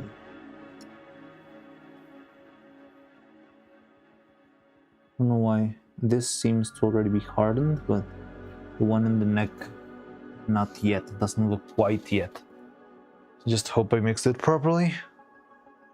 What's going on with your Twitch chat? There is no Twitch chat today. Twitch is grounded for being slimy. So we're not gonna be using Twitch. I'm not sure for how long. I need to see how things devolve. But yeah, Twitch is dead. There's no Twitch stream today, and I didn't prepare another. There was a bit of an issue on TwitchCon, and I didn't like the way they responded to everything or how they made stuff, so I just thought it would be better to not use it, to have it grounded. And yeah, just see how things develop. I don't think Twitch is gonna stop being used, but I don't know. WB is welcome back, I believe. Okay, now it's turning white.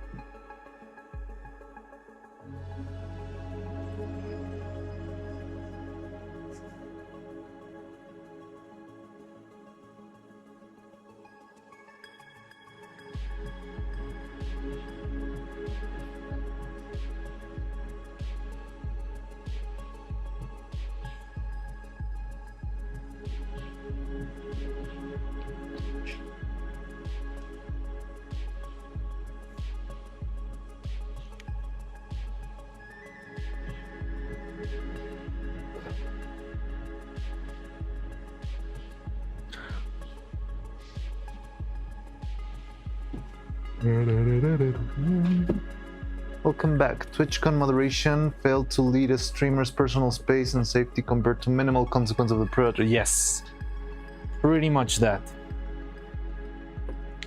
And yeah, I'm kind of annoyed by that, so I just didn't want to use it today.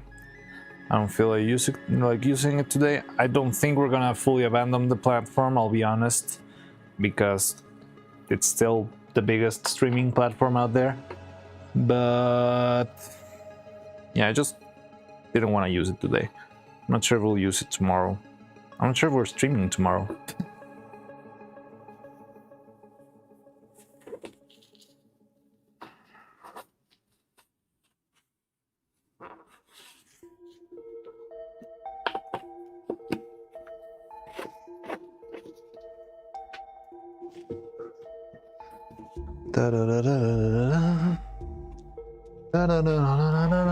I see. Well, not every streamer went to TwitchCon. No, I mean, it's not really. I mean, I don't know. It's not about the guys who went to TwitchCon. It's about Twitch not being responsible with their event and being slimy and sleazy about it, and not addressing the matters at hand, and just being very corporate. So yeah, it's not about who got invited to TwitchCon or who went or who didn't. It's more about how they've managed the situation. It's been very, very, very shitty. Anyway, so it seems like it's already hardened, but I think it's still gonna need a little bit more time. It always has this very top oily layer I never like.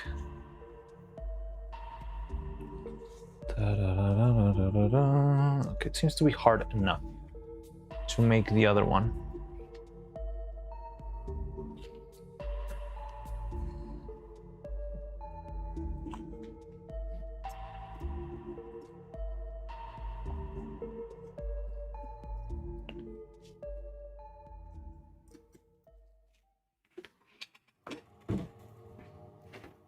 So I'm gonna be very careful. I don't want to damage this right now.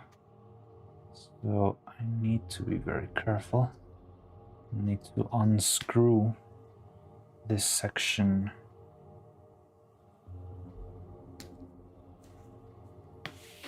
First, I need to see if we can unstick the edges. Go. 1, 2, 3. Come on, come on, come on.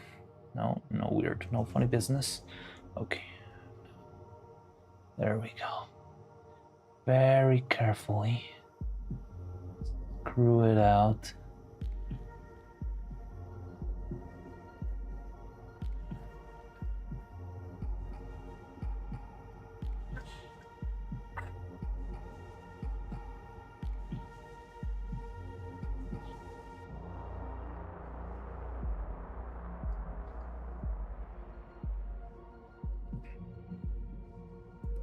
There we go. Now we can do the same for the other one.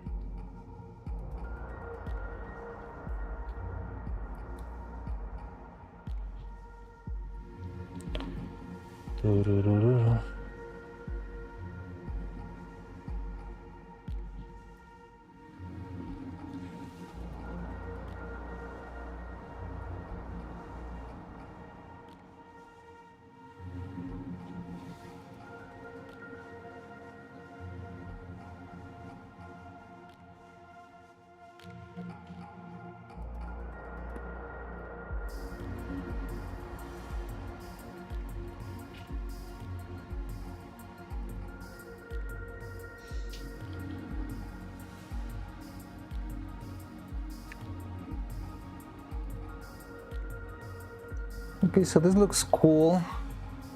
Hopefully, this one will stand better than the other neck, but only time will tell. So there's body number 1. That one is Neuro. That's Neuro. No, this is Neuro. That one's Evil then. So Evil. Oh, I need the bolts. Wait. Didn't even notice if my Retsuko was on the right place after casting.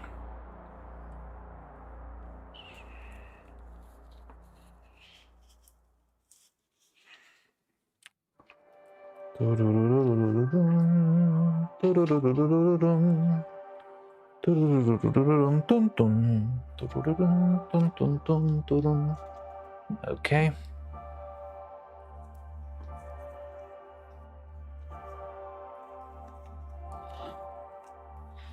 So first just put the bolts back on the feet.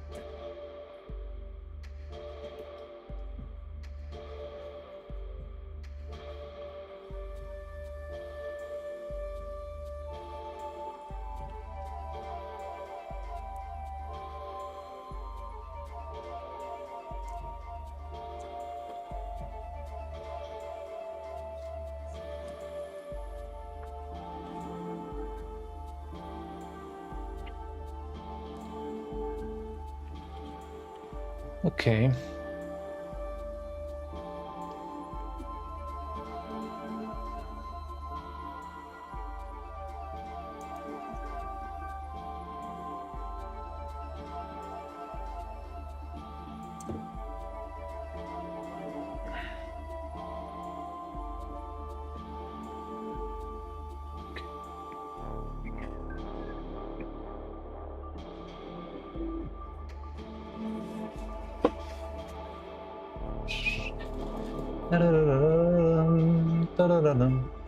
You know what reminds me of a problem with Twitch where lurkers are getting seen and bots are getting banned? Yeah.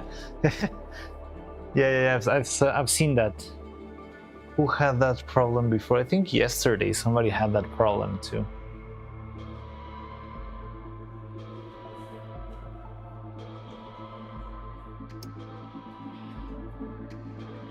And meanwhile, we always get those annoying bots on Twitch that say, cheap viewers, da da da da da da da.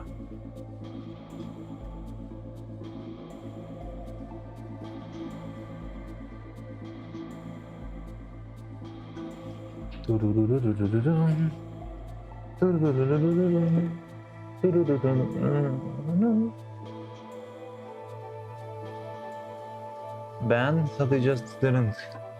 Yeah, I don't know.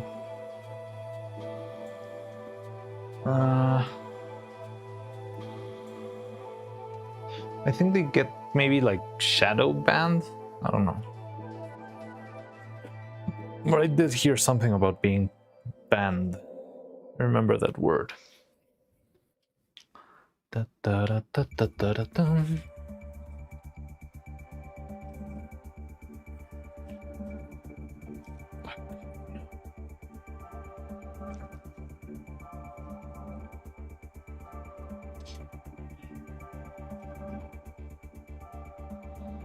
Okay, here's our second bolt.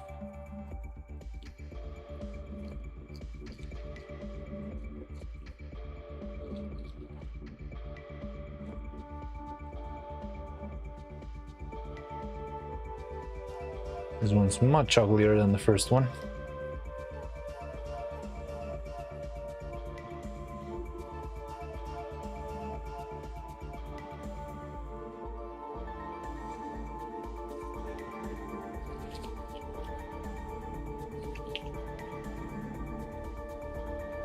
So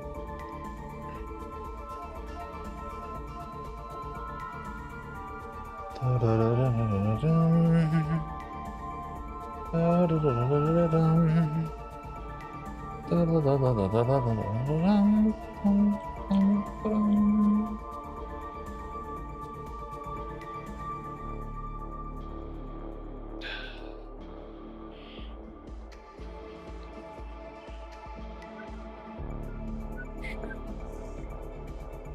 think I'm gonna do this without the cup in the bottom. Maybe that way is gonna be better.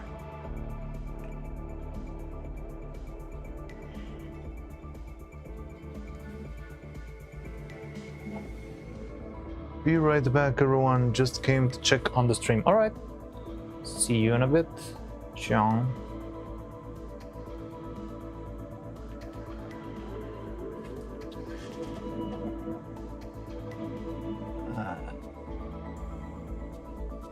Just moving.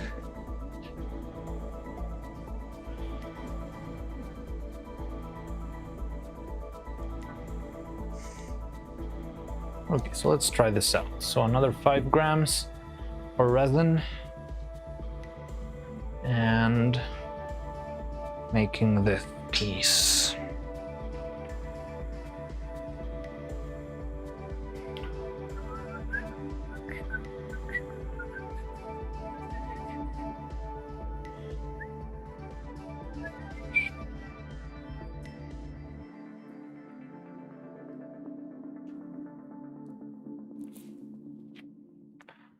So, have some resin.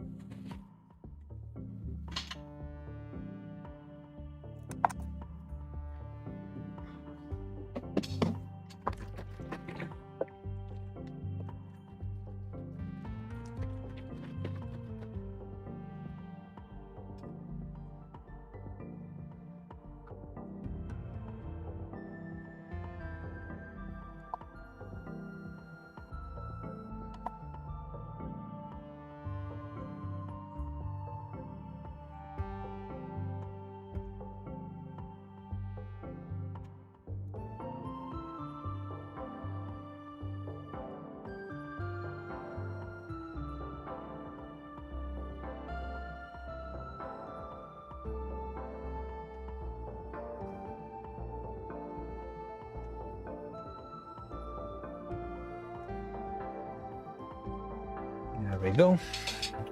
This time I did make it 5 grams exactly. So there's no need for crazy math. Now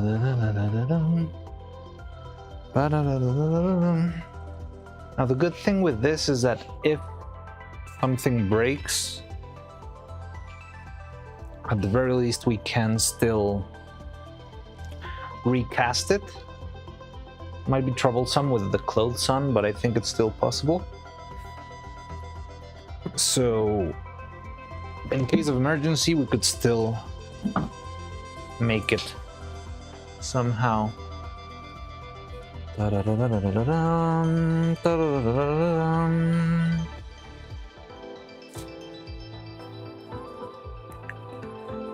So yeah, we got 5 grams of resin here, and let's add another 4 grams. 4.5 grams of this other one, and hopefully with that we'll be able to both fill our turtle mold and finish the neck.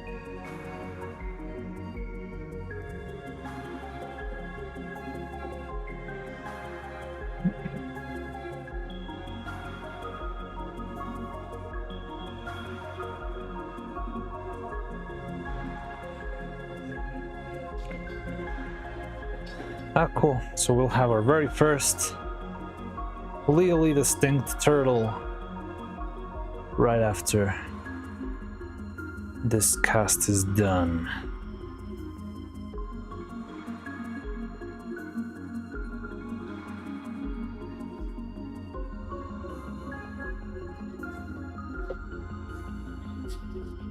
Okay, so while this is reacting, I think I can try and pull the faces out of the printer also. So I'll go do that.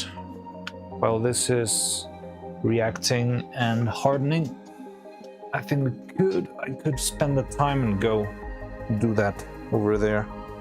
But yeah, if you need anything, you can always send a message here.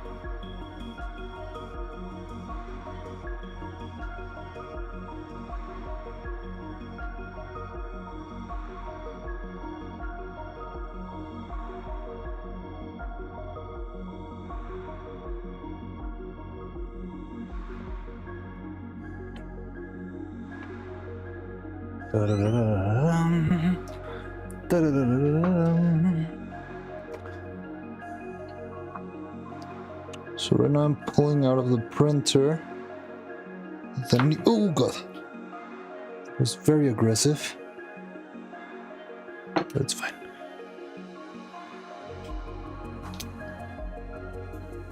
Okay.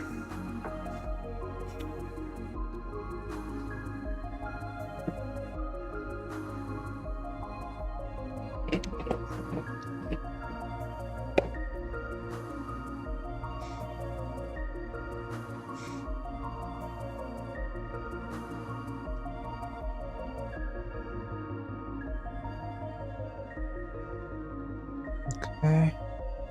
Just cleaning up the pieces. I'm gonna have to throw the gloves away after this.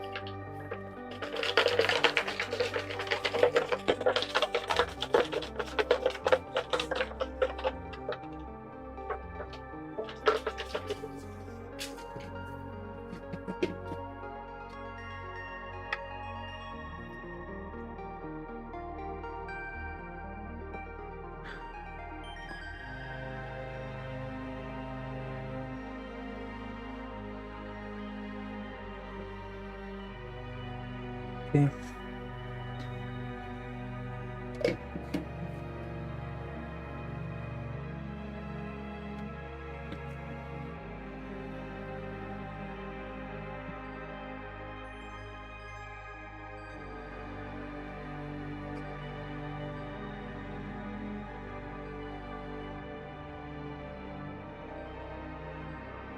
So there's no sunlight anymore.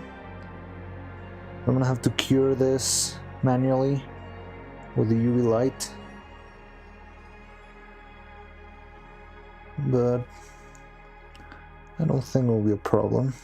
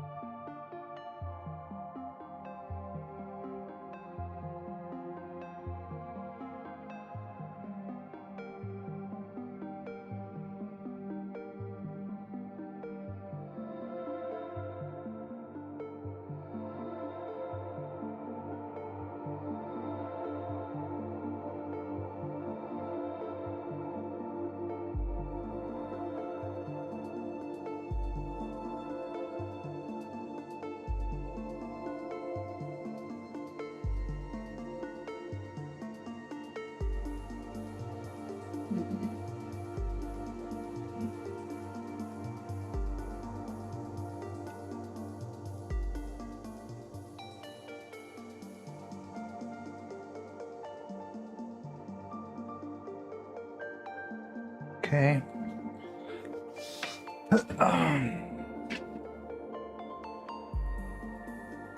And here are the faces. I'm gonna quickly try and blast them with some UV light.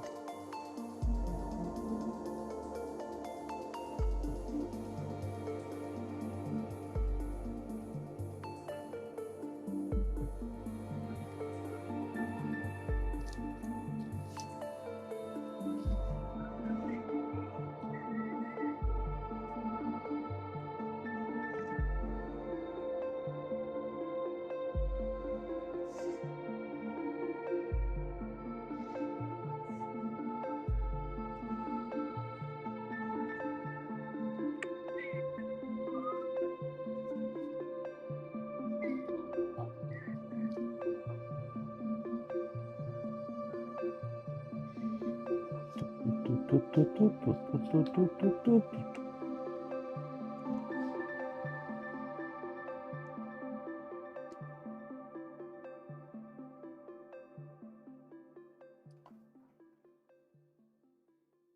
dun dun.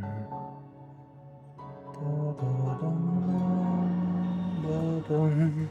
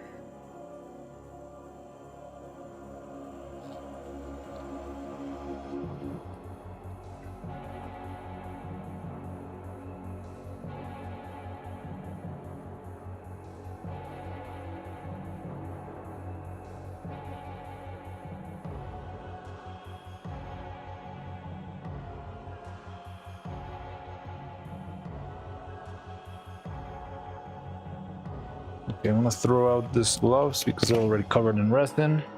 And once the 3D printer resin touches the gloves, they'll never get rid of it.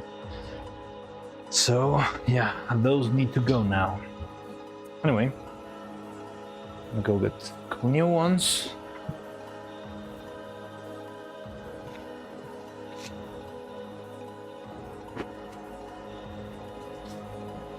So I believe this should be done by now.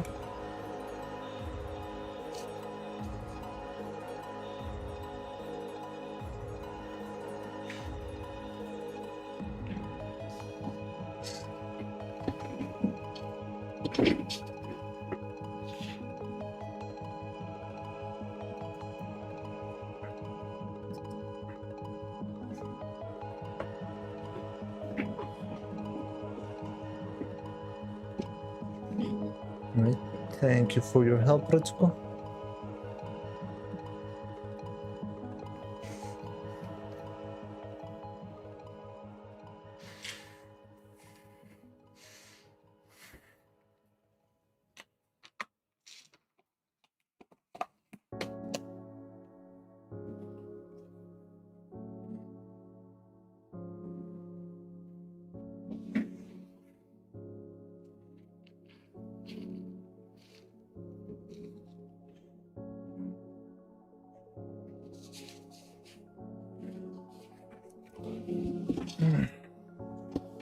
Okay, so wanna have a look at our first Don Vidal figure.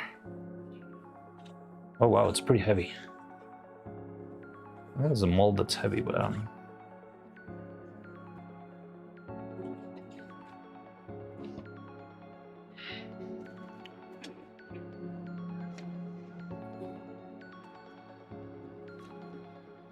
let's see how this turned out.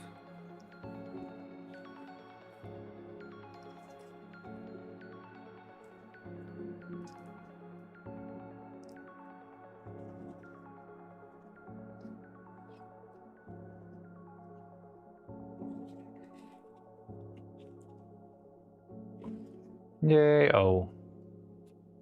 I think I should have been more careful with the mustache and the eyes, but there it is. Ta-da!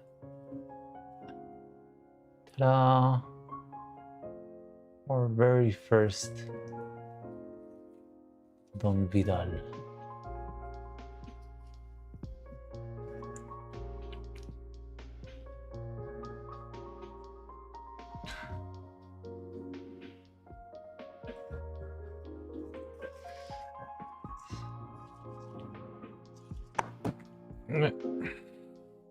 It's dirty.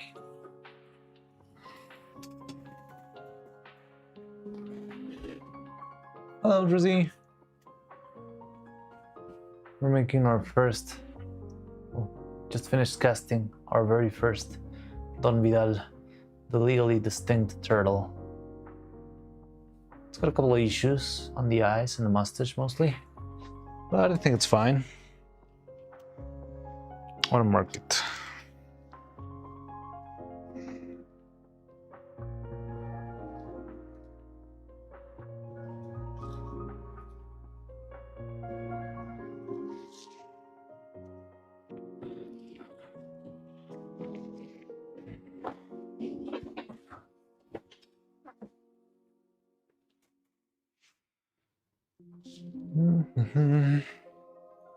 Also, there's a little bit of bubble on the feet, on the little leg over here.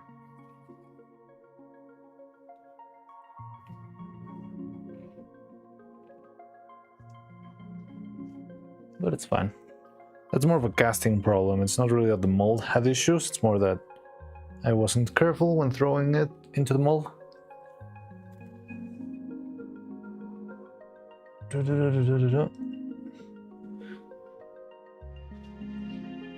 thought of a name.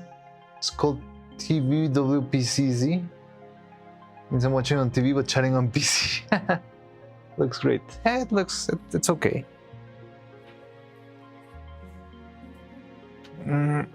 So now that this is done, I can feel it's pretty hard already. So let's take this guy off too. Wait, separate it.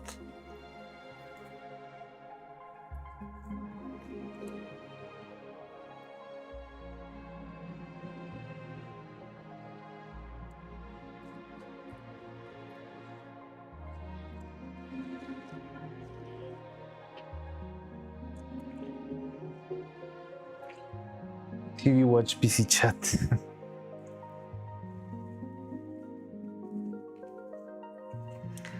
That's cool.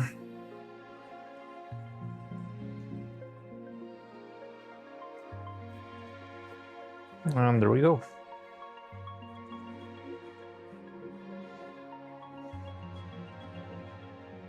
It's pretty long.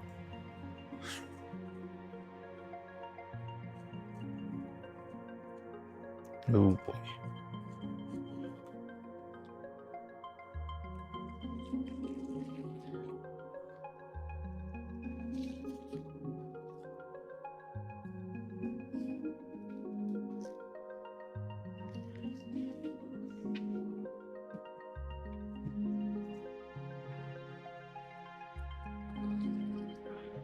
Okay, I just want to see how deep the bolts are inside of the neck, just to know. Now we pray that it doesn't snap around the wires again. Yeah, hopefully not. Now, from what I've seen, I think it could... It's definitely going to be sturdier than the other one. Like one of the weak spots was completely handled, and the other weak spot was sort of reinforced with all the little extra surfaces or extra like, gripping points we added when we did them. So I think it should be better, but it might still be breakable. However, if it breaks, we can always recast it. Like right now that we already done it once, I feel like it's not impossible. Just want to see how much of the... Ooh, it's just a little teeny tiny bit. That's inside. I mean, it's enough. It's definitely everything I marked. Yeah, it's just a little bit. TV keeps buffering. Sometimes that happens. Depends on your Wi-Fi and that sort of stuff.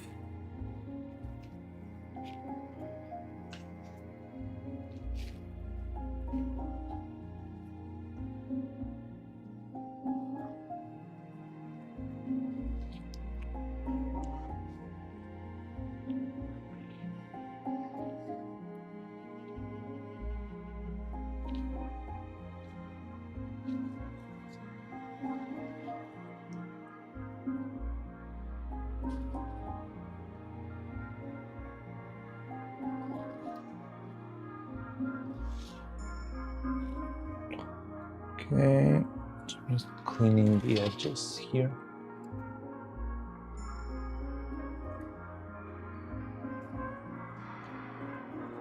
Very gently.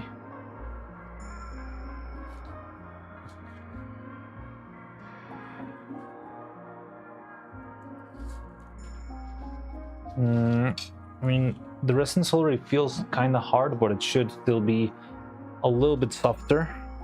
So I should probably let it rest overnight so that it finishes hardening as much as it can.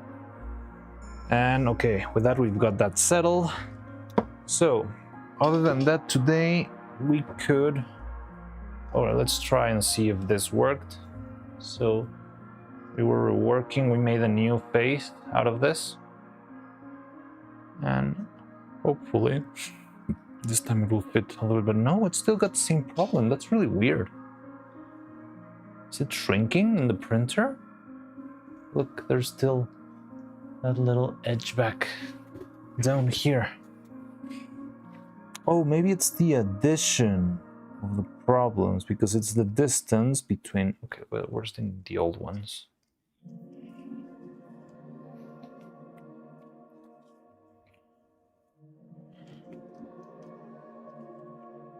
This one plus this one.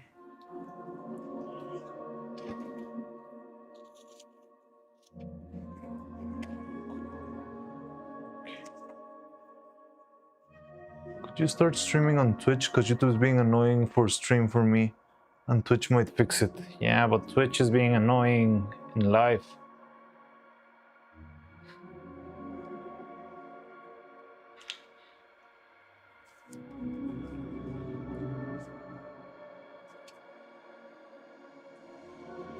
But don't worry, you'll probably be back on Twitch eventually. But no, today it is grounded. So maybe it's the same thing. So these are the old pieces. I'm gonna mark them so we know that they're the old ones.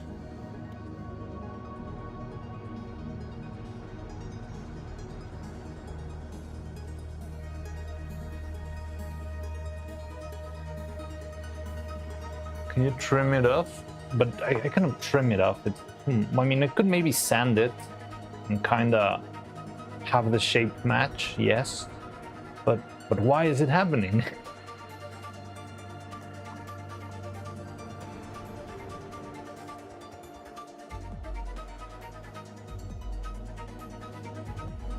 So...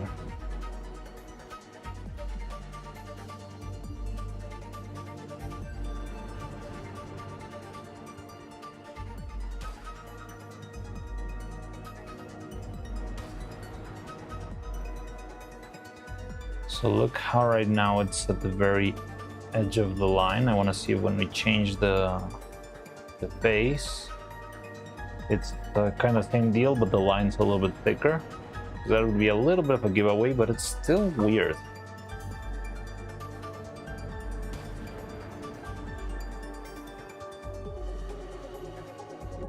Looks like you slit her throat.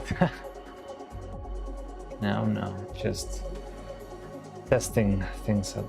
It seems like the same. Doesn't really seem to be a difference. In fact, the old one seems to be even more tighter than the first one.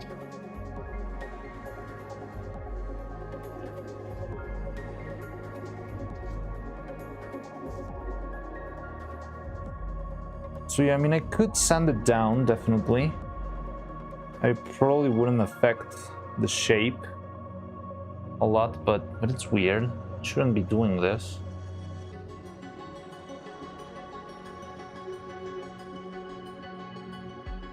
I'm kind of weirded out by this.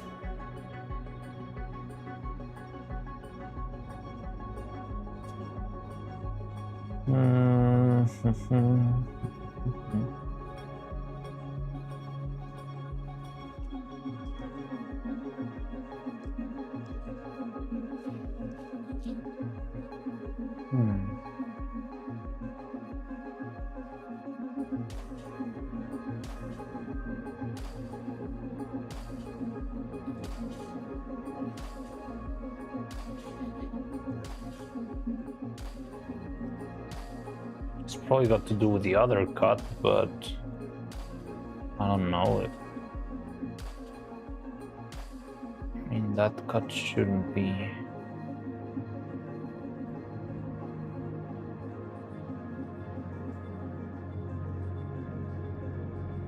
Maybe I should try without that cut either. I mean, I know I could sand it down. I could definitely do that and just make them all out of this one, but I want to learn and understand what's going on, what's causing this.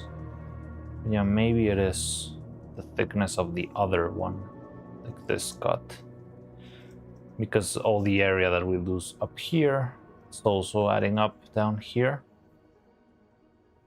We're gonna have to do that again. And I'm not sure if that one's gonna match the head.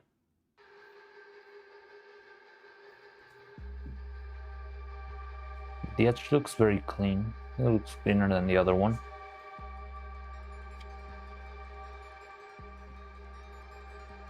Yeah, this one's a little bit more visible. And this one seems almost like it completely gets lost.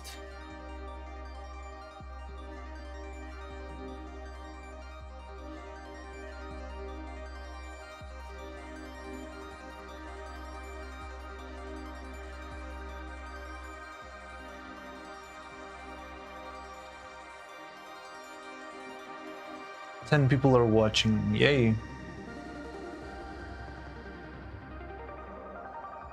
Does the top part of the face also jut out a bit more than it should? The top part? No, the top part looks very smooth, like right at the edge. Can you see it there? I can zoom in. But to me it seems like the top is very flush and the bottom is the one that sucks. Like, look at this. You can barely even feel the line. And down here it's huge.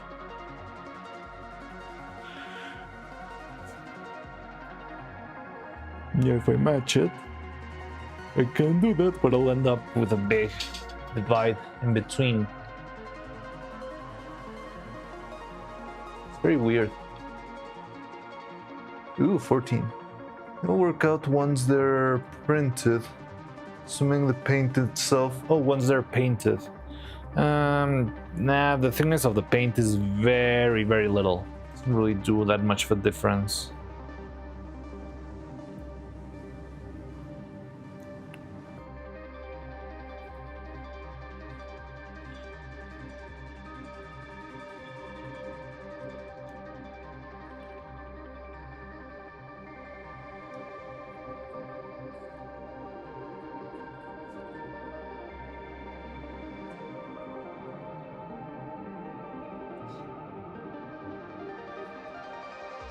Mm-hmm.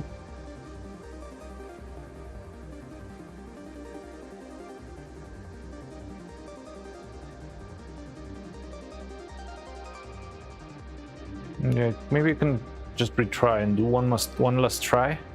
And if that doesn't work, you can always go back to just making the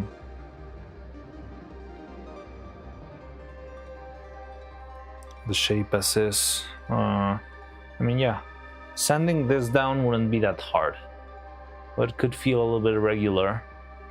So that's why I wanted to. Now I feel like these prints are much cleaner. We don't have the bumps of before, because those bumps were definitely not gonna let, even with only one piece.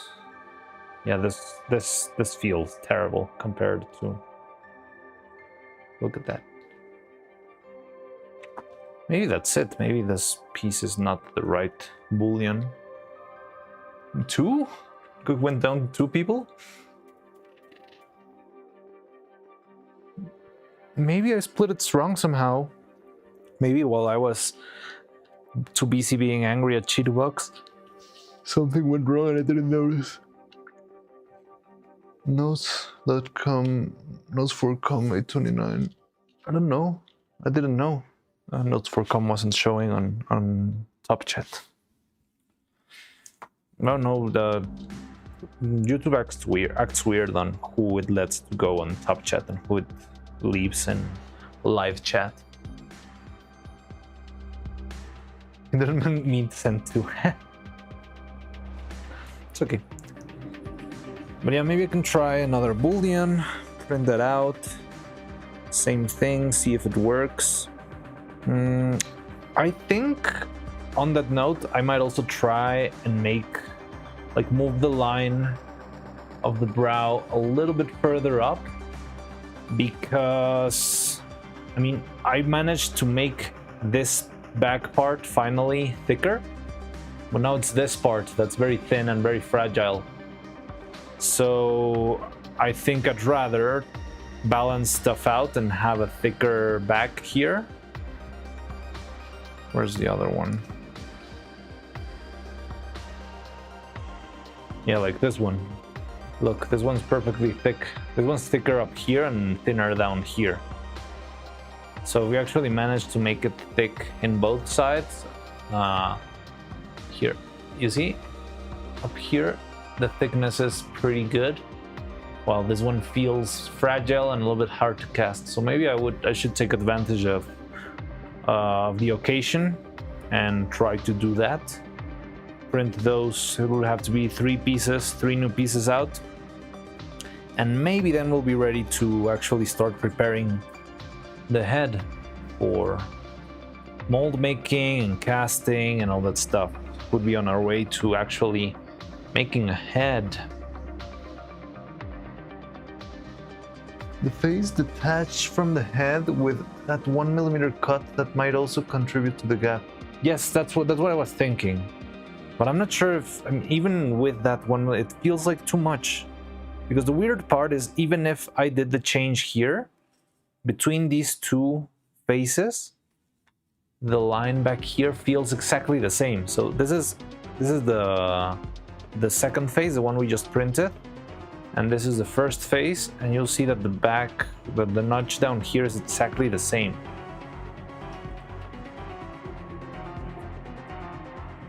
Yeah, it looks exactly the same, and it feels exactly the same. So that feels weird to me. Makes me think that was not the problem.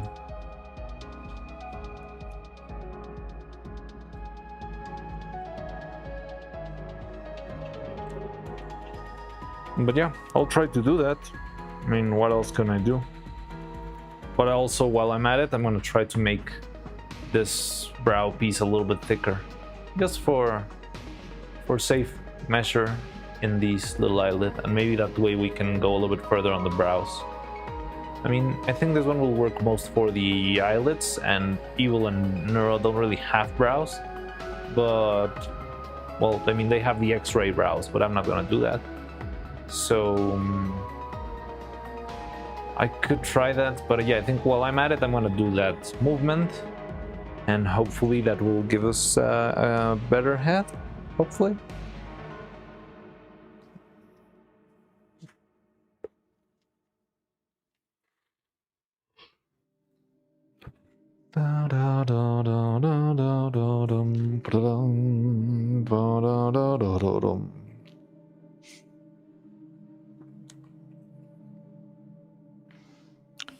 So yeah, I guess that could be the plan for next time. But in the meantime, what we could do today is just spend some little fun time analyzing and studying our new silicone and see how well it behaves. Ugh. Da, da, da, da. Okay, so here's the butterfly that we made with the very same new silicone. Let's compare it to this one. Oh, it's definitely much stretchier. Can you see the difference?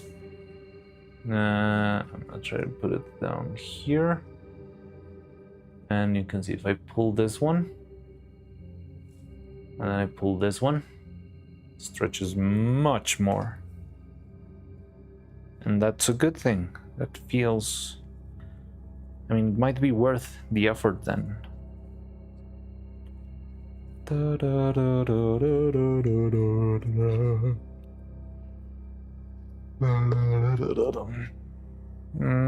so let's check the hands. So this is the remainder of what we had from the other silicone instead of the butterfly. Feels much stiffer.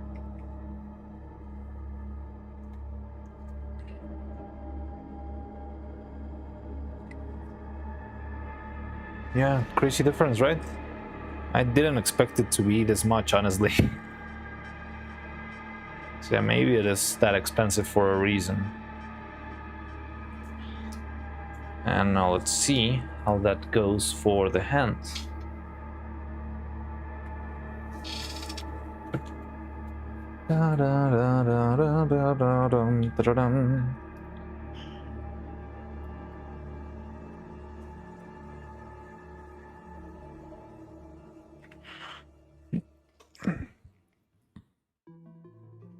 Okay, so this one is the right hand, and the right hand is made with the 48 silicone.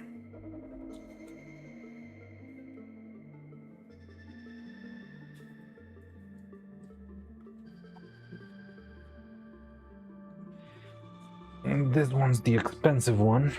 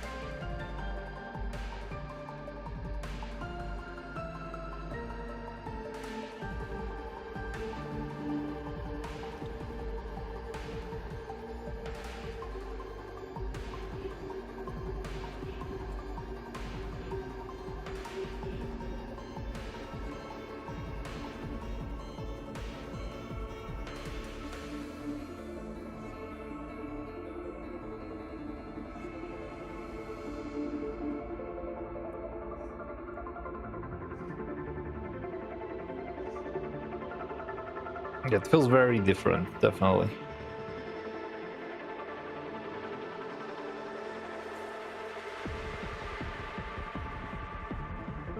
It's much more flexible.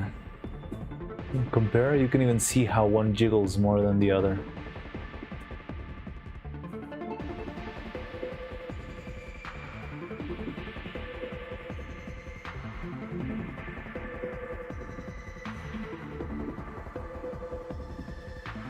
I like this a lot. It does seem promising. Yeah, the fingers probably can stretch a lot more too. So we put the finger here at the orange line. Stretches all the way up here, like twice its size. And this one barely stretches at all. Interesting. RL jiggle physics. Yeah, Neuro finally has jiggle physics. Oh no, Nathan's prophecy was right.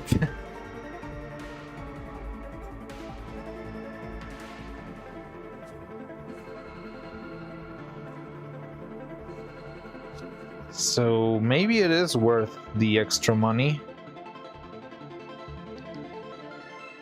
I'll try then to, when we actually get to making hands, to actually make a pair of hands out of the new silicone, and let's see if that works better, if they last longer. Now, the tricky part with this is that because it's much slower, applying layers and coats to the wire is going to take a lot of time, but I think it could be worth the effort, well worth it. It's very pretty, very rubbery. And yeah, this, I mean, we used 10 grams and we had enough for this and this. So I think 10 grams would be enough maybe for 2 hands.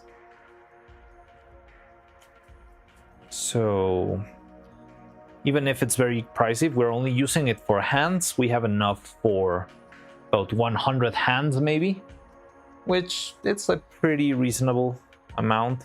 I mean, that's what would be running on a studio for, what, about 2 months worth of hands probably. So yeah, it seems like it would be a good investment, even if I was a little bit reluctant about it.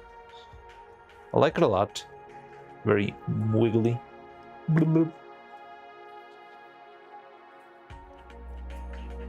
Dun, dun, dun, dun, dun, dun, dun, dun.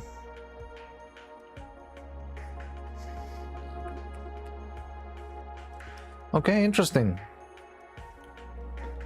So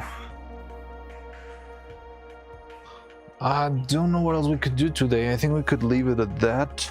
It was a more or less of a shorter stream than usual. We could make, do you want to make a cast of all of these together? Then we could make just one cast out of all of the controllers and the Vettel and all that stuff. Just so, yeah, we have it for posterity. And you know what? Because it's the first cast and it's a special one, why don't we make golden pieces? Let's have a golden turtle and a golden controller. Just because it's the first cast of all this mold. Well, not the Vettel one, but don't mind that. Let's pretend the other one was the second one. Yeah, we can make a nice, pretty little golden cast out of these molds. What do you think?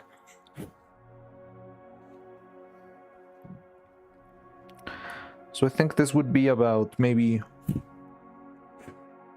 30.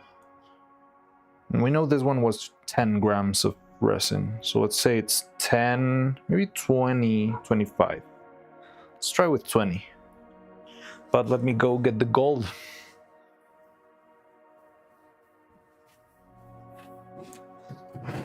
Right before stream I was looking because I didn't know if we had gold. But yeah, it turns out we do have gold. I knew I had silver because I've used silver before. We have a lot of silver. The thing is, I usually don't do this because it takes a lot of material. Or it takes time. The point of this mold is to not spend too much time on them.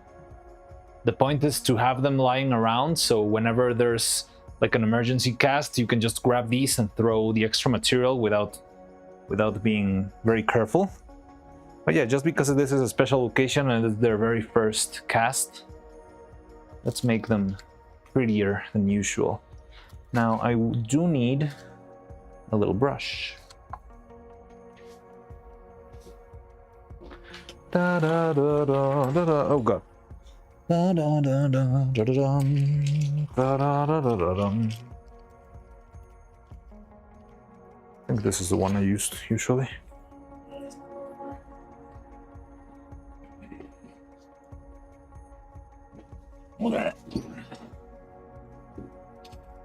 That does look like it's good stuff for, yes, it does. It might be. I mean, I'm not sure if it would be, I mean, it definitely could be a good idea to use for bodies and stuff, but it's very expensive, so I'm not sure because we would be using pretty much the whole container. I mean, remember how much we made of this before we got started with Evil and Neuro? I think we were somewhere around almost full on this container, and we already used all of this.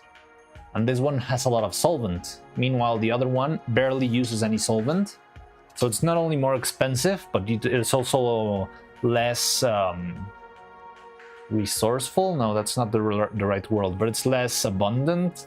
I mean, it lasts less because you also use less solvent with it, which means it's not yet. It could be. It could run out very fast if I used it for full bodies, like Evil and Neuro. Now, the other thing I like is the fact that it seems like it has a more saturated color. Like this one is kind of gray compared to this one.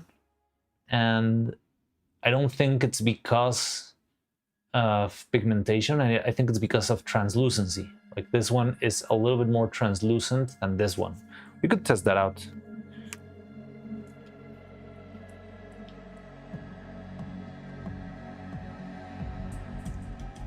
Maybe use the other light. So yeah, this one. I mean, the light does come through, but I feel like it comes through a little bit more on the other one. Although this one's got a lot of different mini bubbles on the inside. That's interesting. I'm not sure you can see them there on stream, but I can see a bunch of little bubbles everywhere, which is very unusual. I mean, usually the good one wouldn't have any bubbles, right? Oh no, this is the bad one. Which one's the bad one? Yeah. Oh no, so yeah. The other one. No, this is the good one. Yeah, I see it on the jiggle. But this one seems to have a lot of little bubbles inside, and this one seems clean. That's interesting.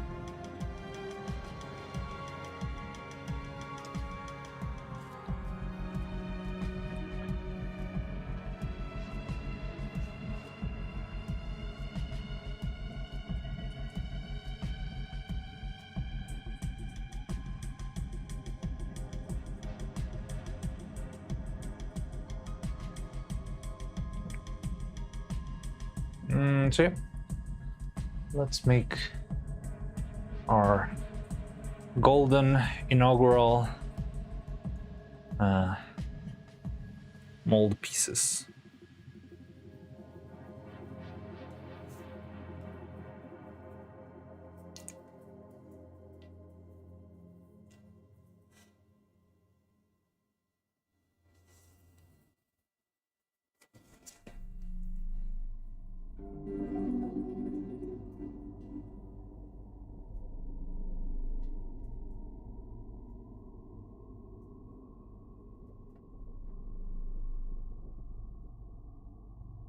I don't love the surface of the turtle.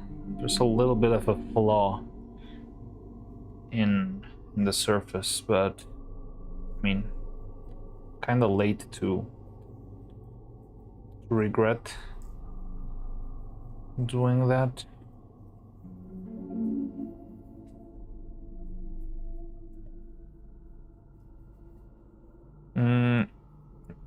If we ever get a budget and we can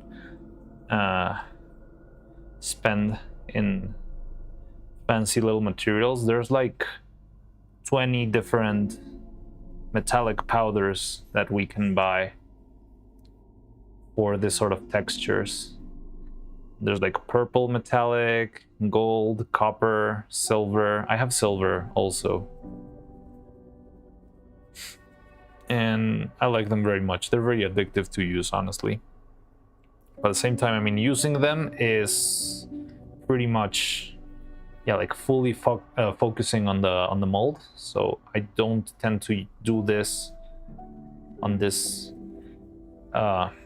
for so to call them expendable molds. But I think it would be fun to once in a while make, I don't know, a metallic something or a platinum something. It's a very nice finish and very nice. It looks really pretty. And because it's powder, it sticks perfectly to the model. There will be no empty spots unless I didn't brush it with the gold. But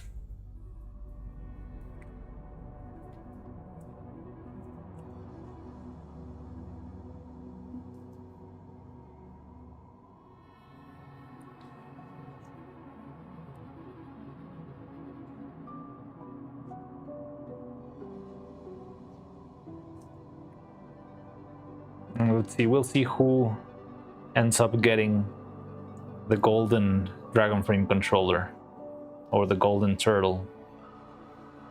I think that would be a good giveaway someday.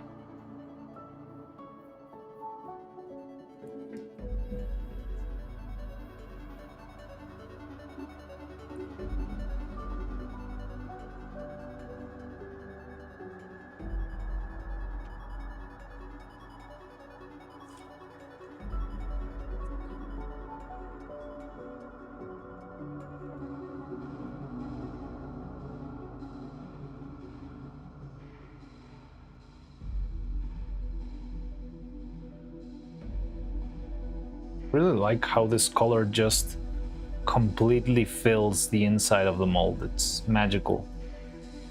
Legendary luster buy for sure, yes. The shiny controller.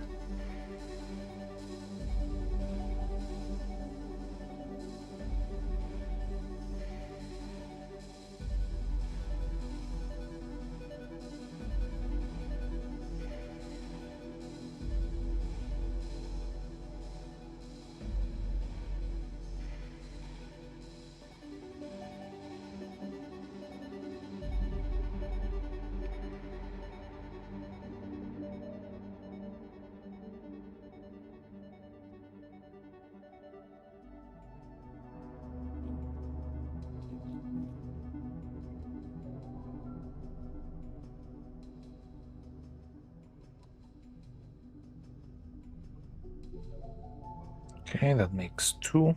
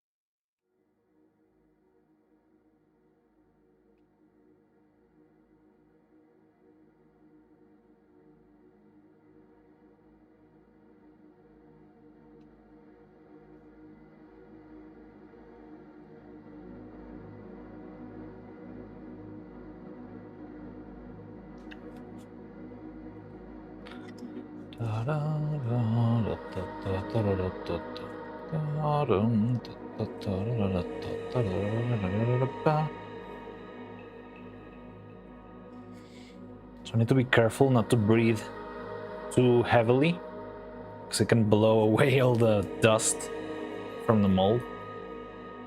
I mean, once I made the layer, it sticks, but when I got something, like when I recently grabbed material onto the brush, I need to be careful with how I move it around and stuff.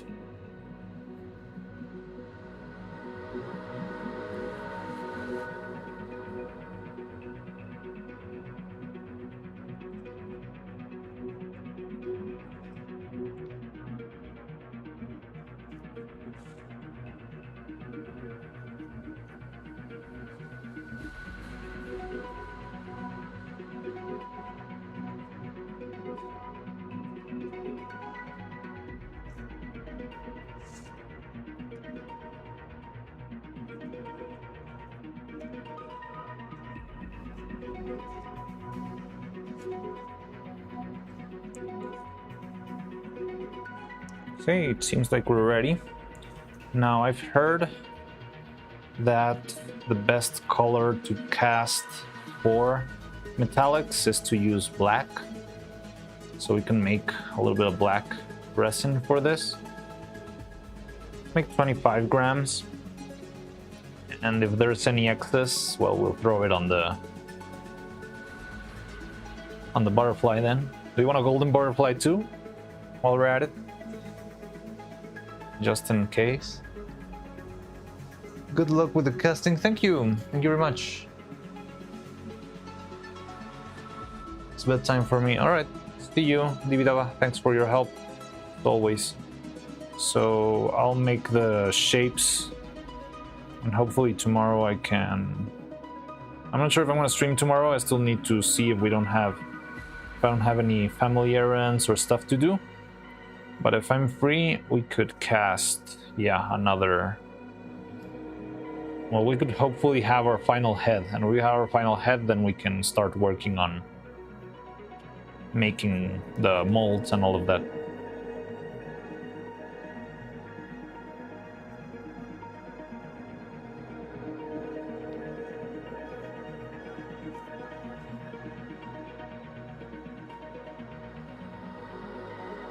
Oh god. Okay, this mold is a little bit too smooth for the golden powder, but it's okay.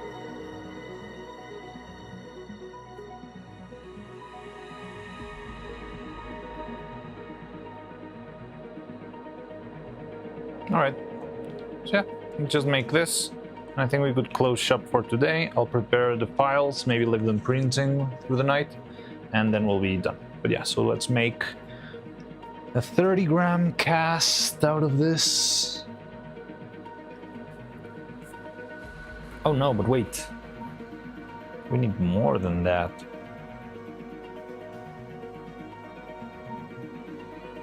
No, we don't. So it was 10, 20. So yeah, about a 40. Where's my scale? Scale. Right.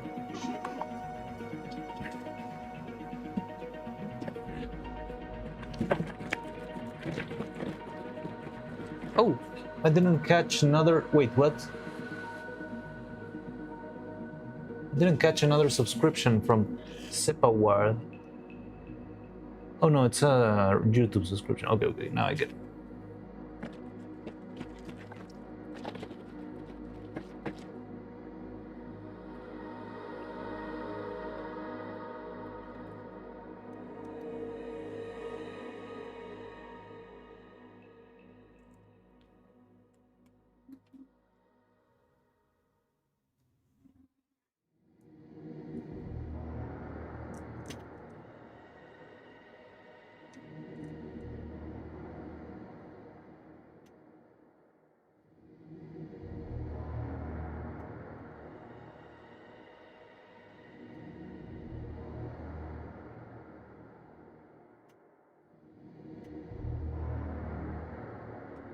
Okay.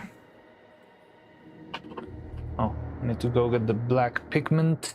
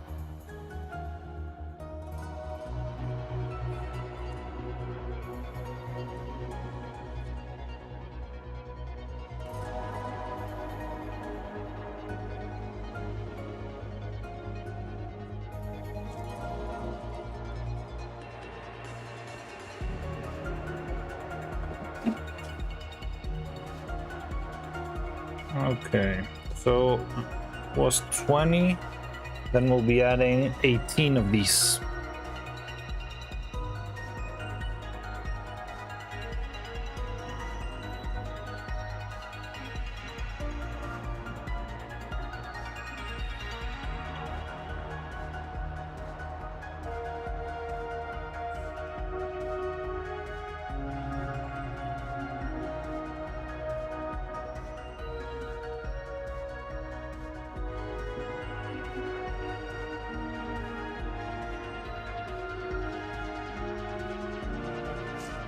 Okay.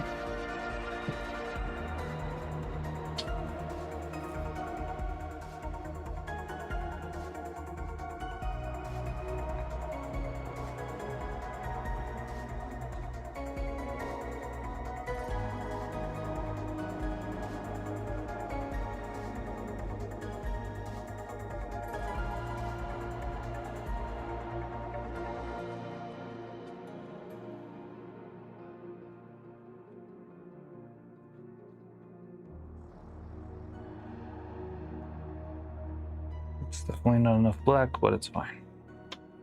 It's gonna go gray once it widens.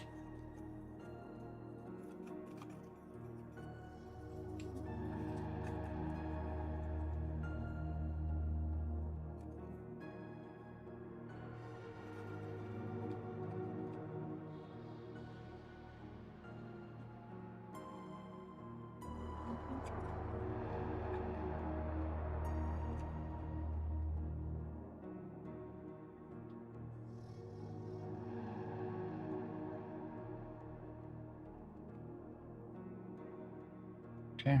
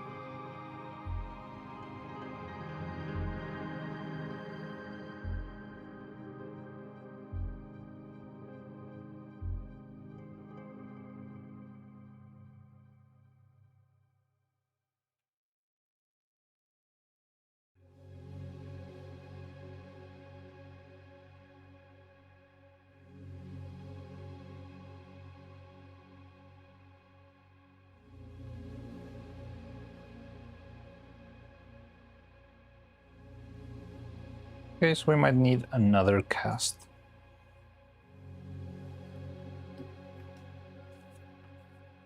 For the rest.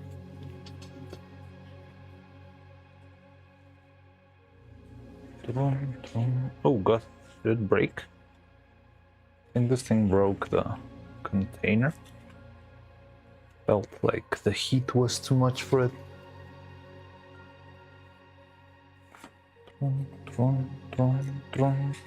No, it's fine.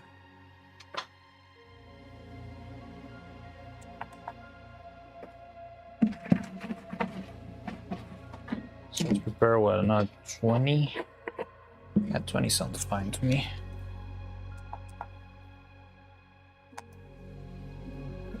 Oh, it's fine. So...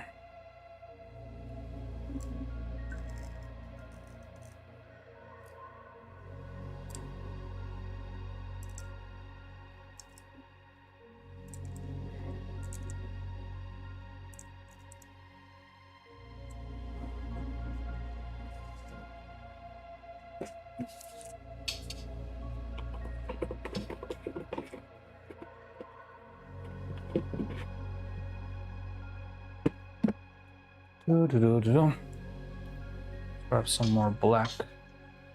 Hopefully this time it will be enough. It's definitely not very well mixed. That's fine. Drum.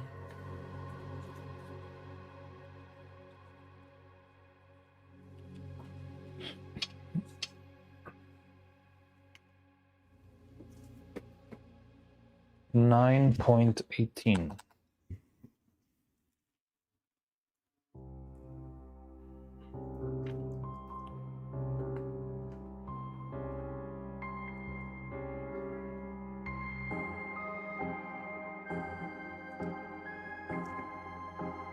Okay.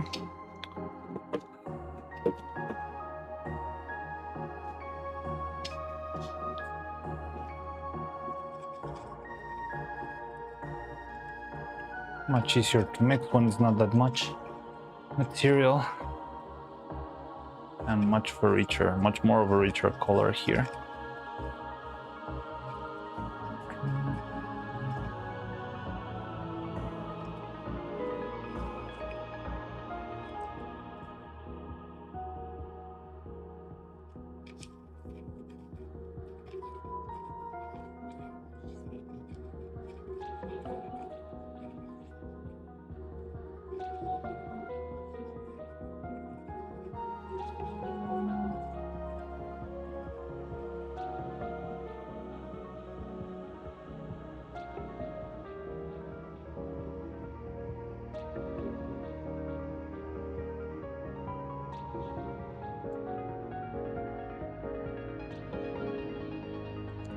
So right about 20 grams.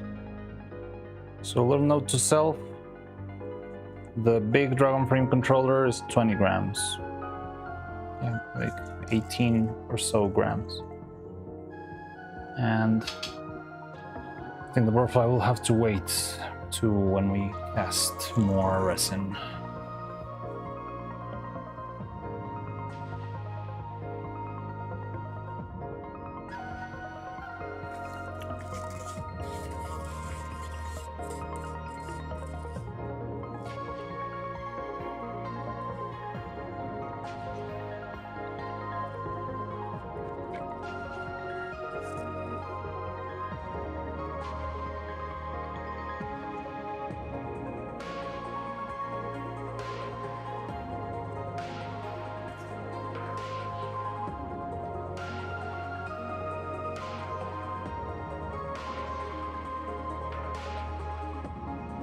Okay.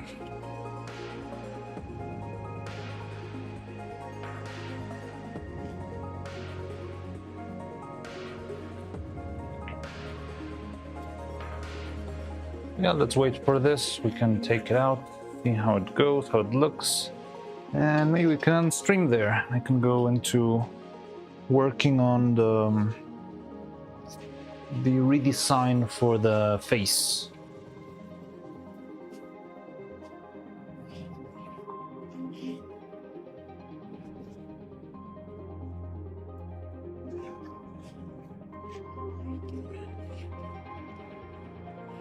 Yeah, let's see if we can see how this thing's turned out before that.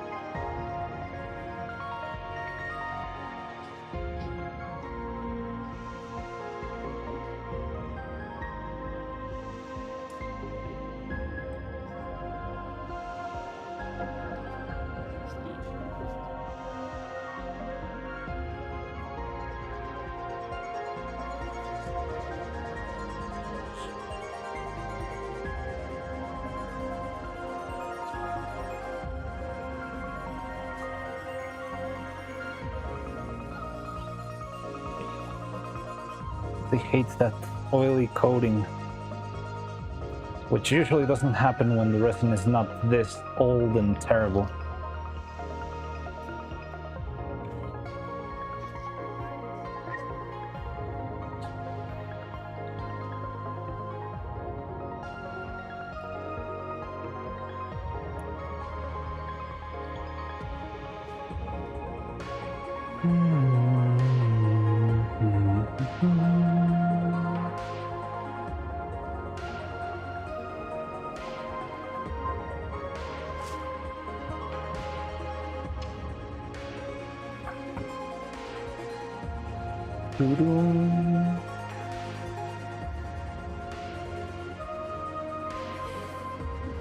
Oh, there's a spill? No, it's not a spill. What even is this?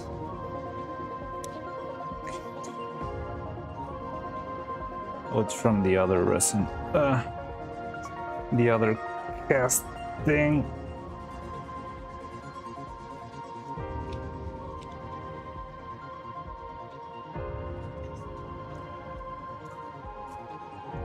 I just changed this. Whatever. Anyway.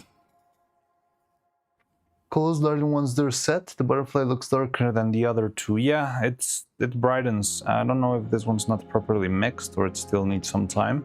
Yeah, you remember they were kind of black and they turned gray. The resin itself, for some reason, I don't know exactly why, but it turns from transparent off-white into transparent kind of yellow into a very bright white color.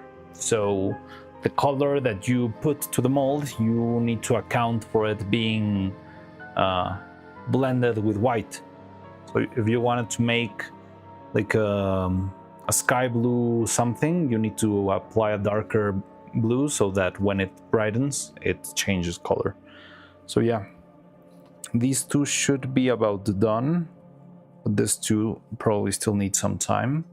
Well, let's give them some time to all of them, so just to make sure everything's fine. And yeah,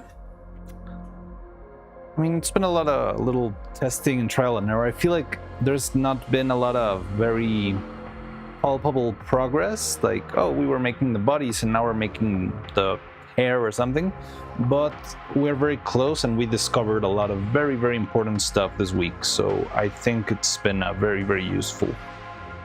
Sorry, but I can't watch my TV, hates me, doesn't want me to watch. Too bad. Haven't been watching for a while. Don't worry. I understand. Sorry for the technical difficulties, but yeah, hopefully we'll be back soon. And you can chat though. All right. Oh, maybe you cannot see this, so let me else send you.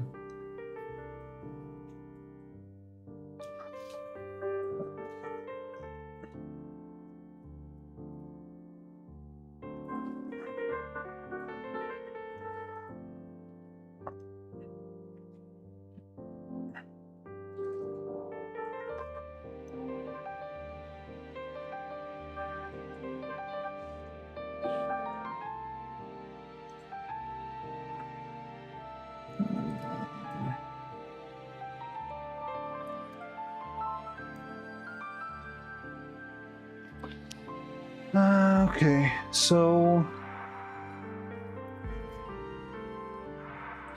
what was I talking about? So yeah, we can wait a little bit to see if this thing starts to oily.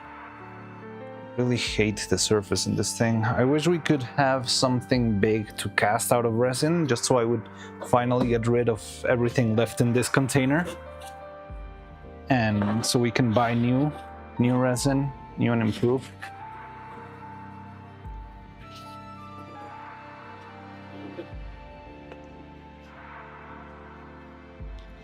But yeah, probably we're gonna be, there's still a lot of resin here. I thought it wouldn't last, and it ended up lasting way more than what I expected. I don't know why the corners of the thing are not properly hardening, or they just seem darker. Yeah, so what time is it? 7. Let's wait till the 55 minutes, minute 55, and then we can open these things. I never checked on this face how tight or how loose the magnets were. They're still pretty loose if you ask me. Okay, interesting. I could work on that too.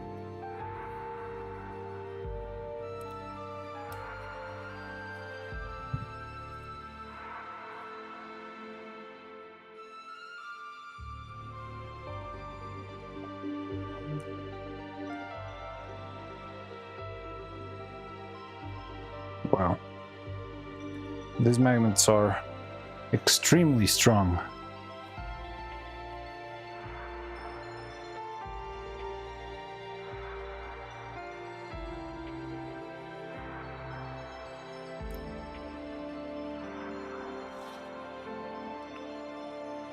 I'm not sure if it's the fact that they're strong or they're very lightweight and that's why they end up flying.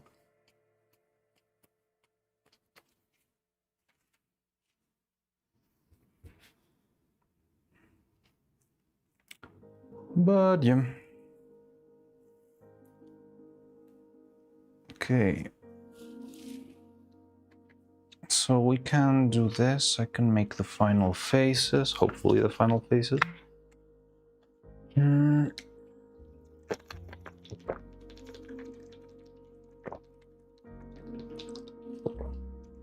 Then I'll probably start working on the molds. I'm gonna have to design different molds. Their eyes are different now, right? So maybe I need to design it in such a way that the eyes do match their original designs. Because Neuro's eyes are a little bit more wider open. Wider, yeah, they're open more widely. Wide.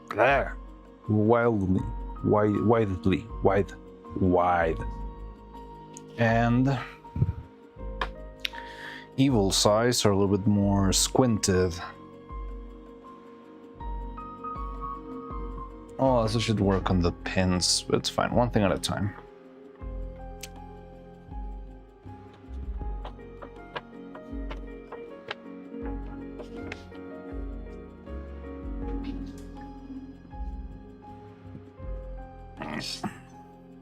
So I don't know why there's black spots. Maybe it's the pigment that stayed very concentrated on the bottom. Oh, so it's not the fact that it's not reacted, it's the fact that there's a little bit more pigment in those corners. So it should be kind of rounder too. The eyes or the face? I think Evil's face is kind of rounder. We are unfortunately not going to be able to do that because I'm not going to redesign the model.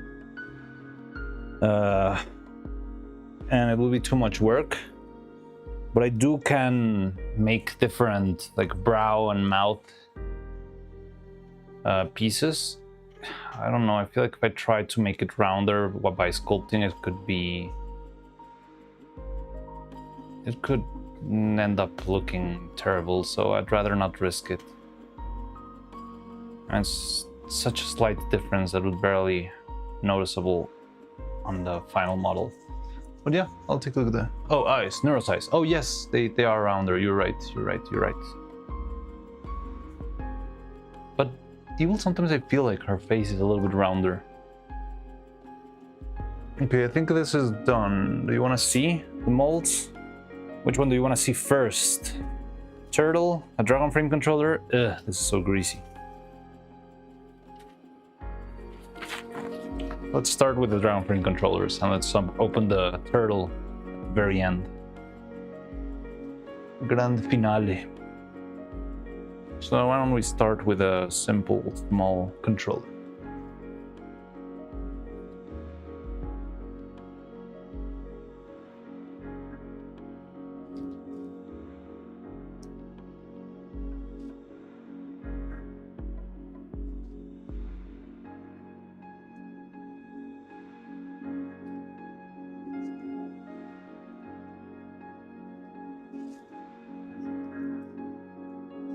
Ta-da!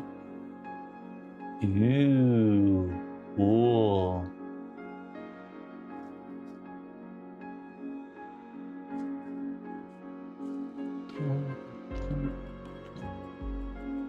Yeah, controller. It's a dragon frame controller, the one that my sprites got on his chest. Have you never seen this? I'll show you. It's what I use for animation. This is the best friend of every stop motion animator. It's almost part of your body.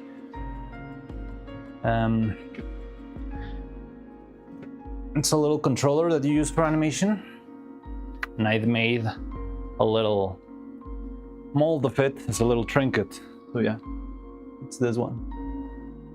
I just changed the Dragon Frame logo for Mariano's workshop. Yes, it's pretty cool.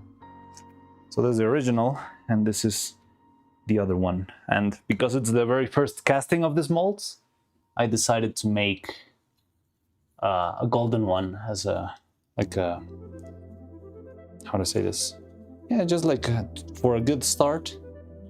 Let's start with a fancy golden controller. Looks like a gold bar from the front. Yeah, kinda. Honestly, the biggest difference between Evil and Neuro's face aside the color is that the iris shape is reversed. Really? Isn't her face a little bit rounder? Maybe I just made that up in my mind. Okay. Let's open number 2. This one should be the same as the other one. Nothing special, really.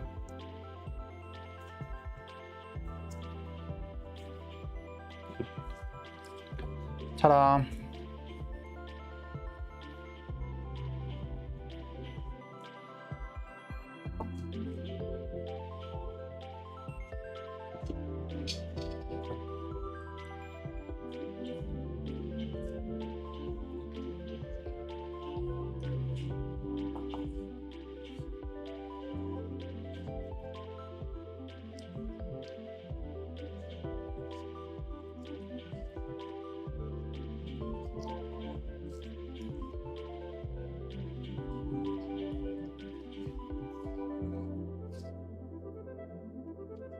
The bigger one. Ooh. I like this one. You can see the details a lot better. Also because it's black, I think. Like it's a darker color, so the inside details are much easier to read than in the other one that are a little bit of a lighter gray. So yeah, maybe it is important to have it be as dark as possible. That way the details will pop out a bit more.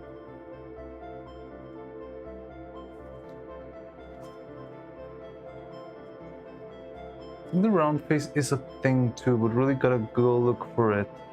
The arrow shape also creates more shadow area on evil sides, making the darkness more prevalent. Contrast Nero's bright blue. Yeah, that's right. I mean, I got both of the concept arts right here. I got this one, and evil is over there. Give me a sec. Maybe it's because of the hair, because evil's hair is a little bit more messy, and I'm not sure if that could make it feel like her face is a little bit rounder. Yeah, maybe it's the hair that makes it feel like it's rounder, because you can see these two strands stand a little bit closer. It's a little bit more closed down than this one's. Especially this one on Neuro, it's a little bit open, a little bit more wide, whatever. And you can see more of the side of the face. And with these two, both of them cover the sides of the faces, and maybe that's what makes it feel like her face is rounder. But maybe it just isn't, it's just the shape of the hair that gives that out.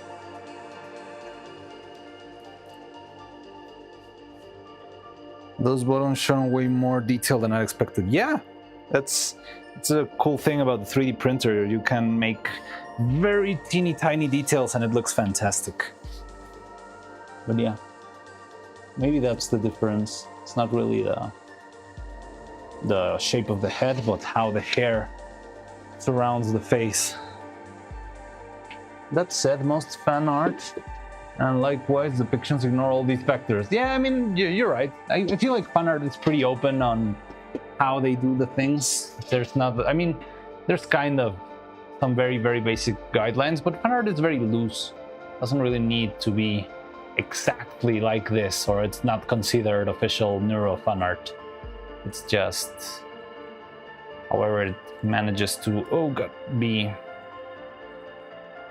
portrayed is fine, as long as it is Neuro in spirit. Ooh, fancy corporate turtle. Look at that. Monopoly turtle.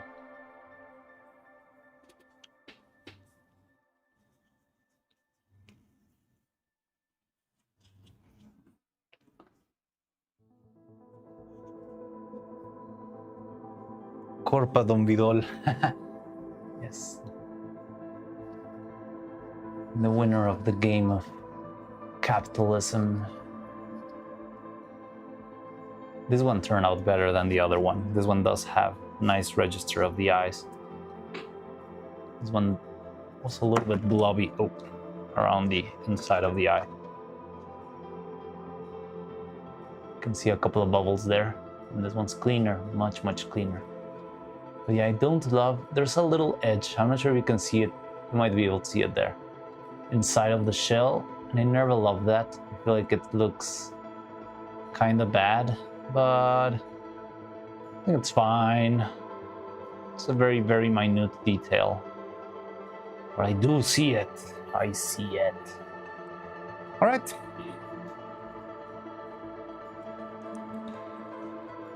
Well, that was fun. Now we have our 4 collector's items of the very first casting of these molds. I want to mark them so I remember when I made these.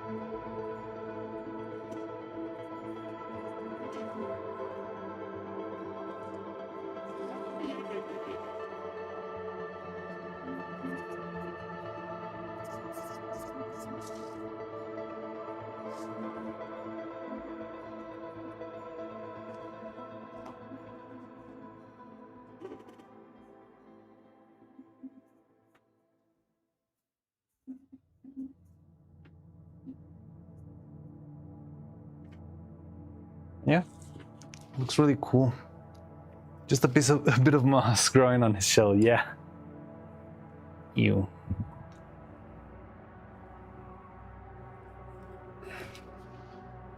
Yeah, it looked cool. It looks good.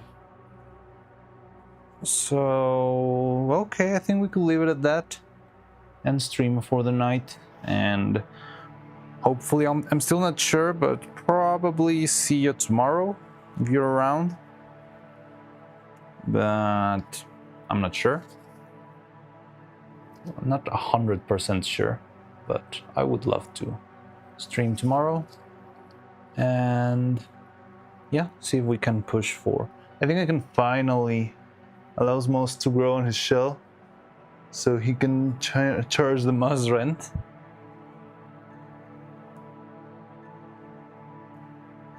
Did Krelly get moss on him? It's Krelly mold.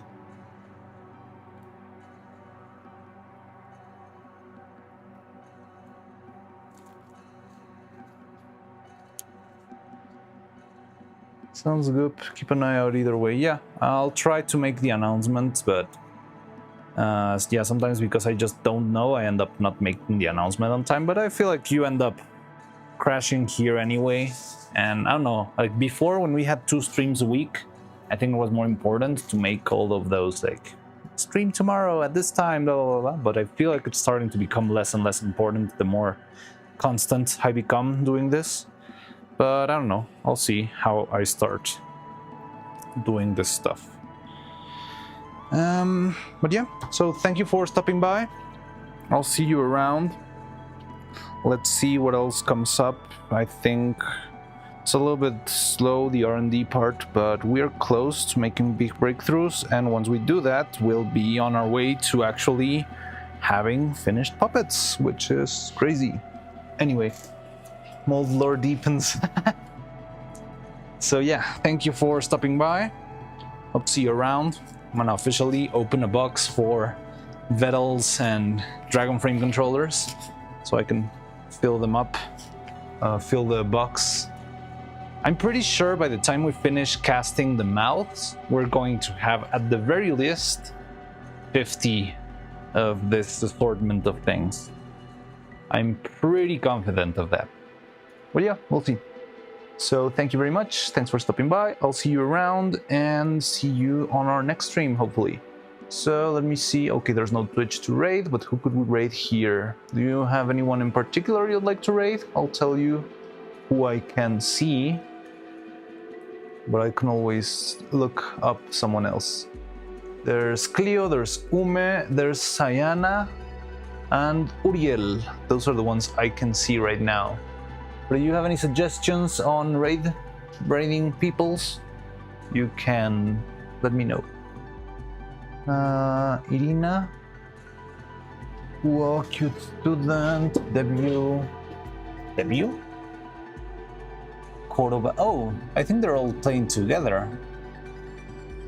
Sayana, Kirin, they're all playing the same thing. Katabasis? I'm guessing they're playing together. And Uriel is playing Arc Knights, I will remember, Beat Age 13, and Total War Warhammer 3 with Cleo. So yeah, Sayana, Ume, Irina, I think they're all together. Who's got more viewers?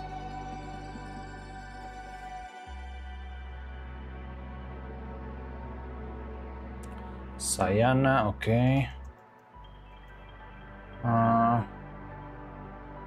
I know. Oh, they're watching The View. That's what is happening. Okay, Ume sounds like a good option. And who else? Who's the other one? Irina.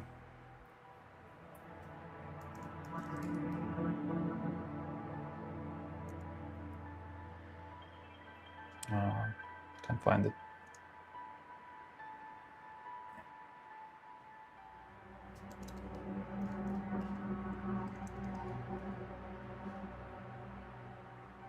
Okay, so let's do Ume. All right. So everything's set, ready for the raid. Thank you everyone for stopping by. I'll see you, I guess, on the raid, and hopefully tomorrow if we stream tomorrow. See ya. Bye bye.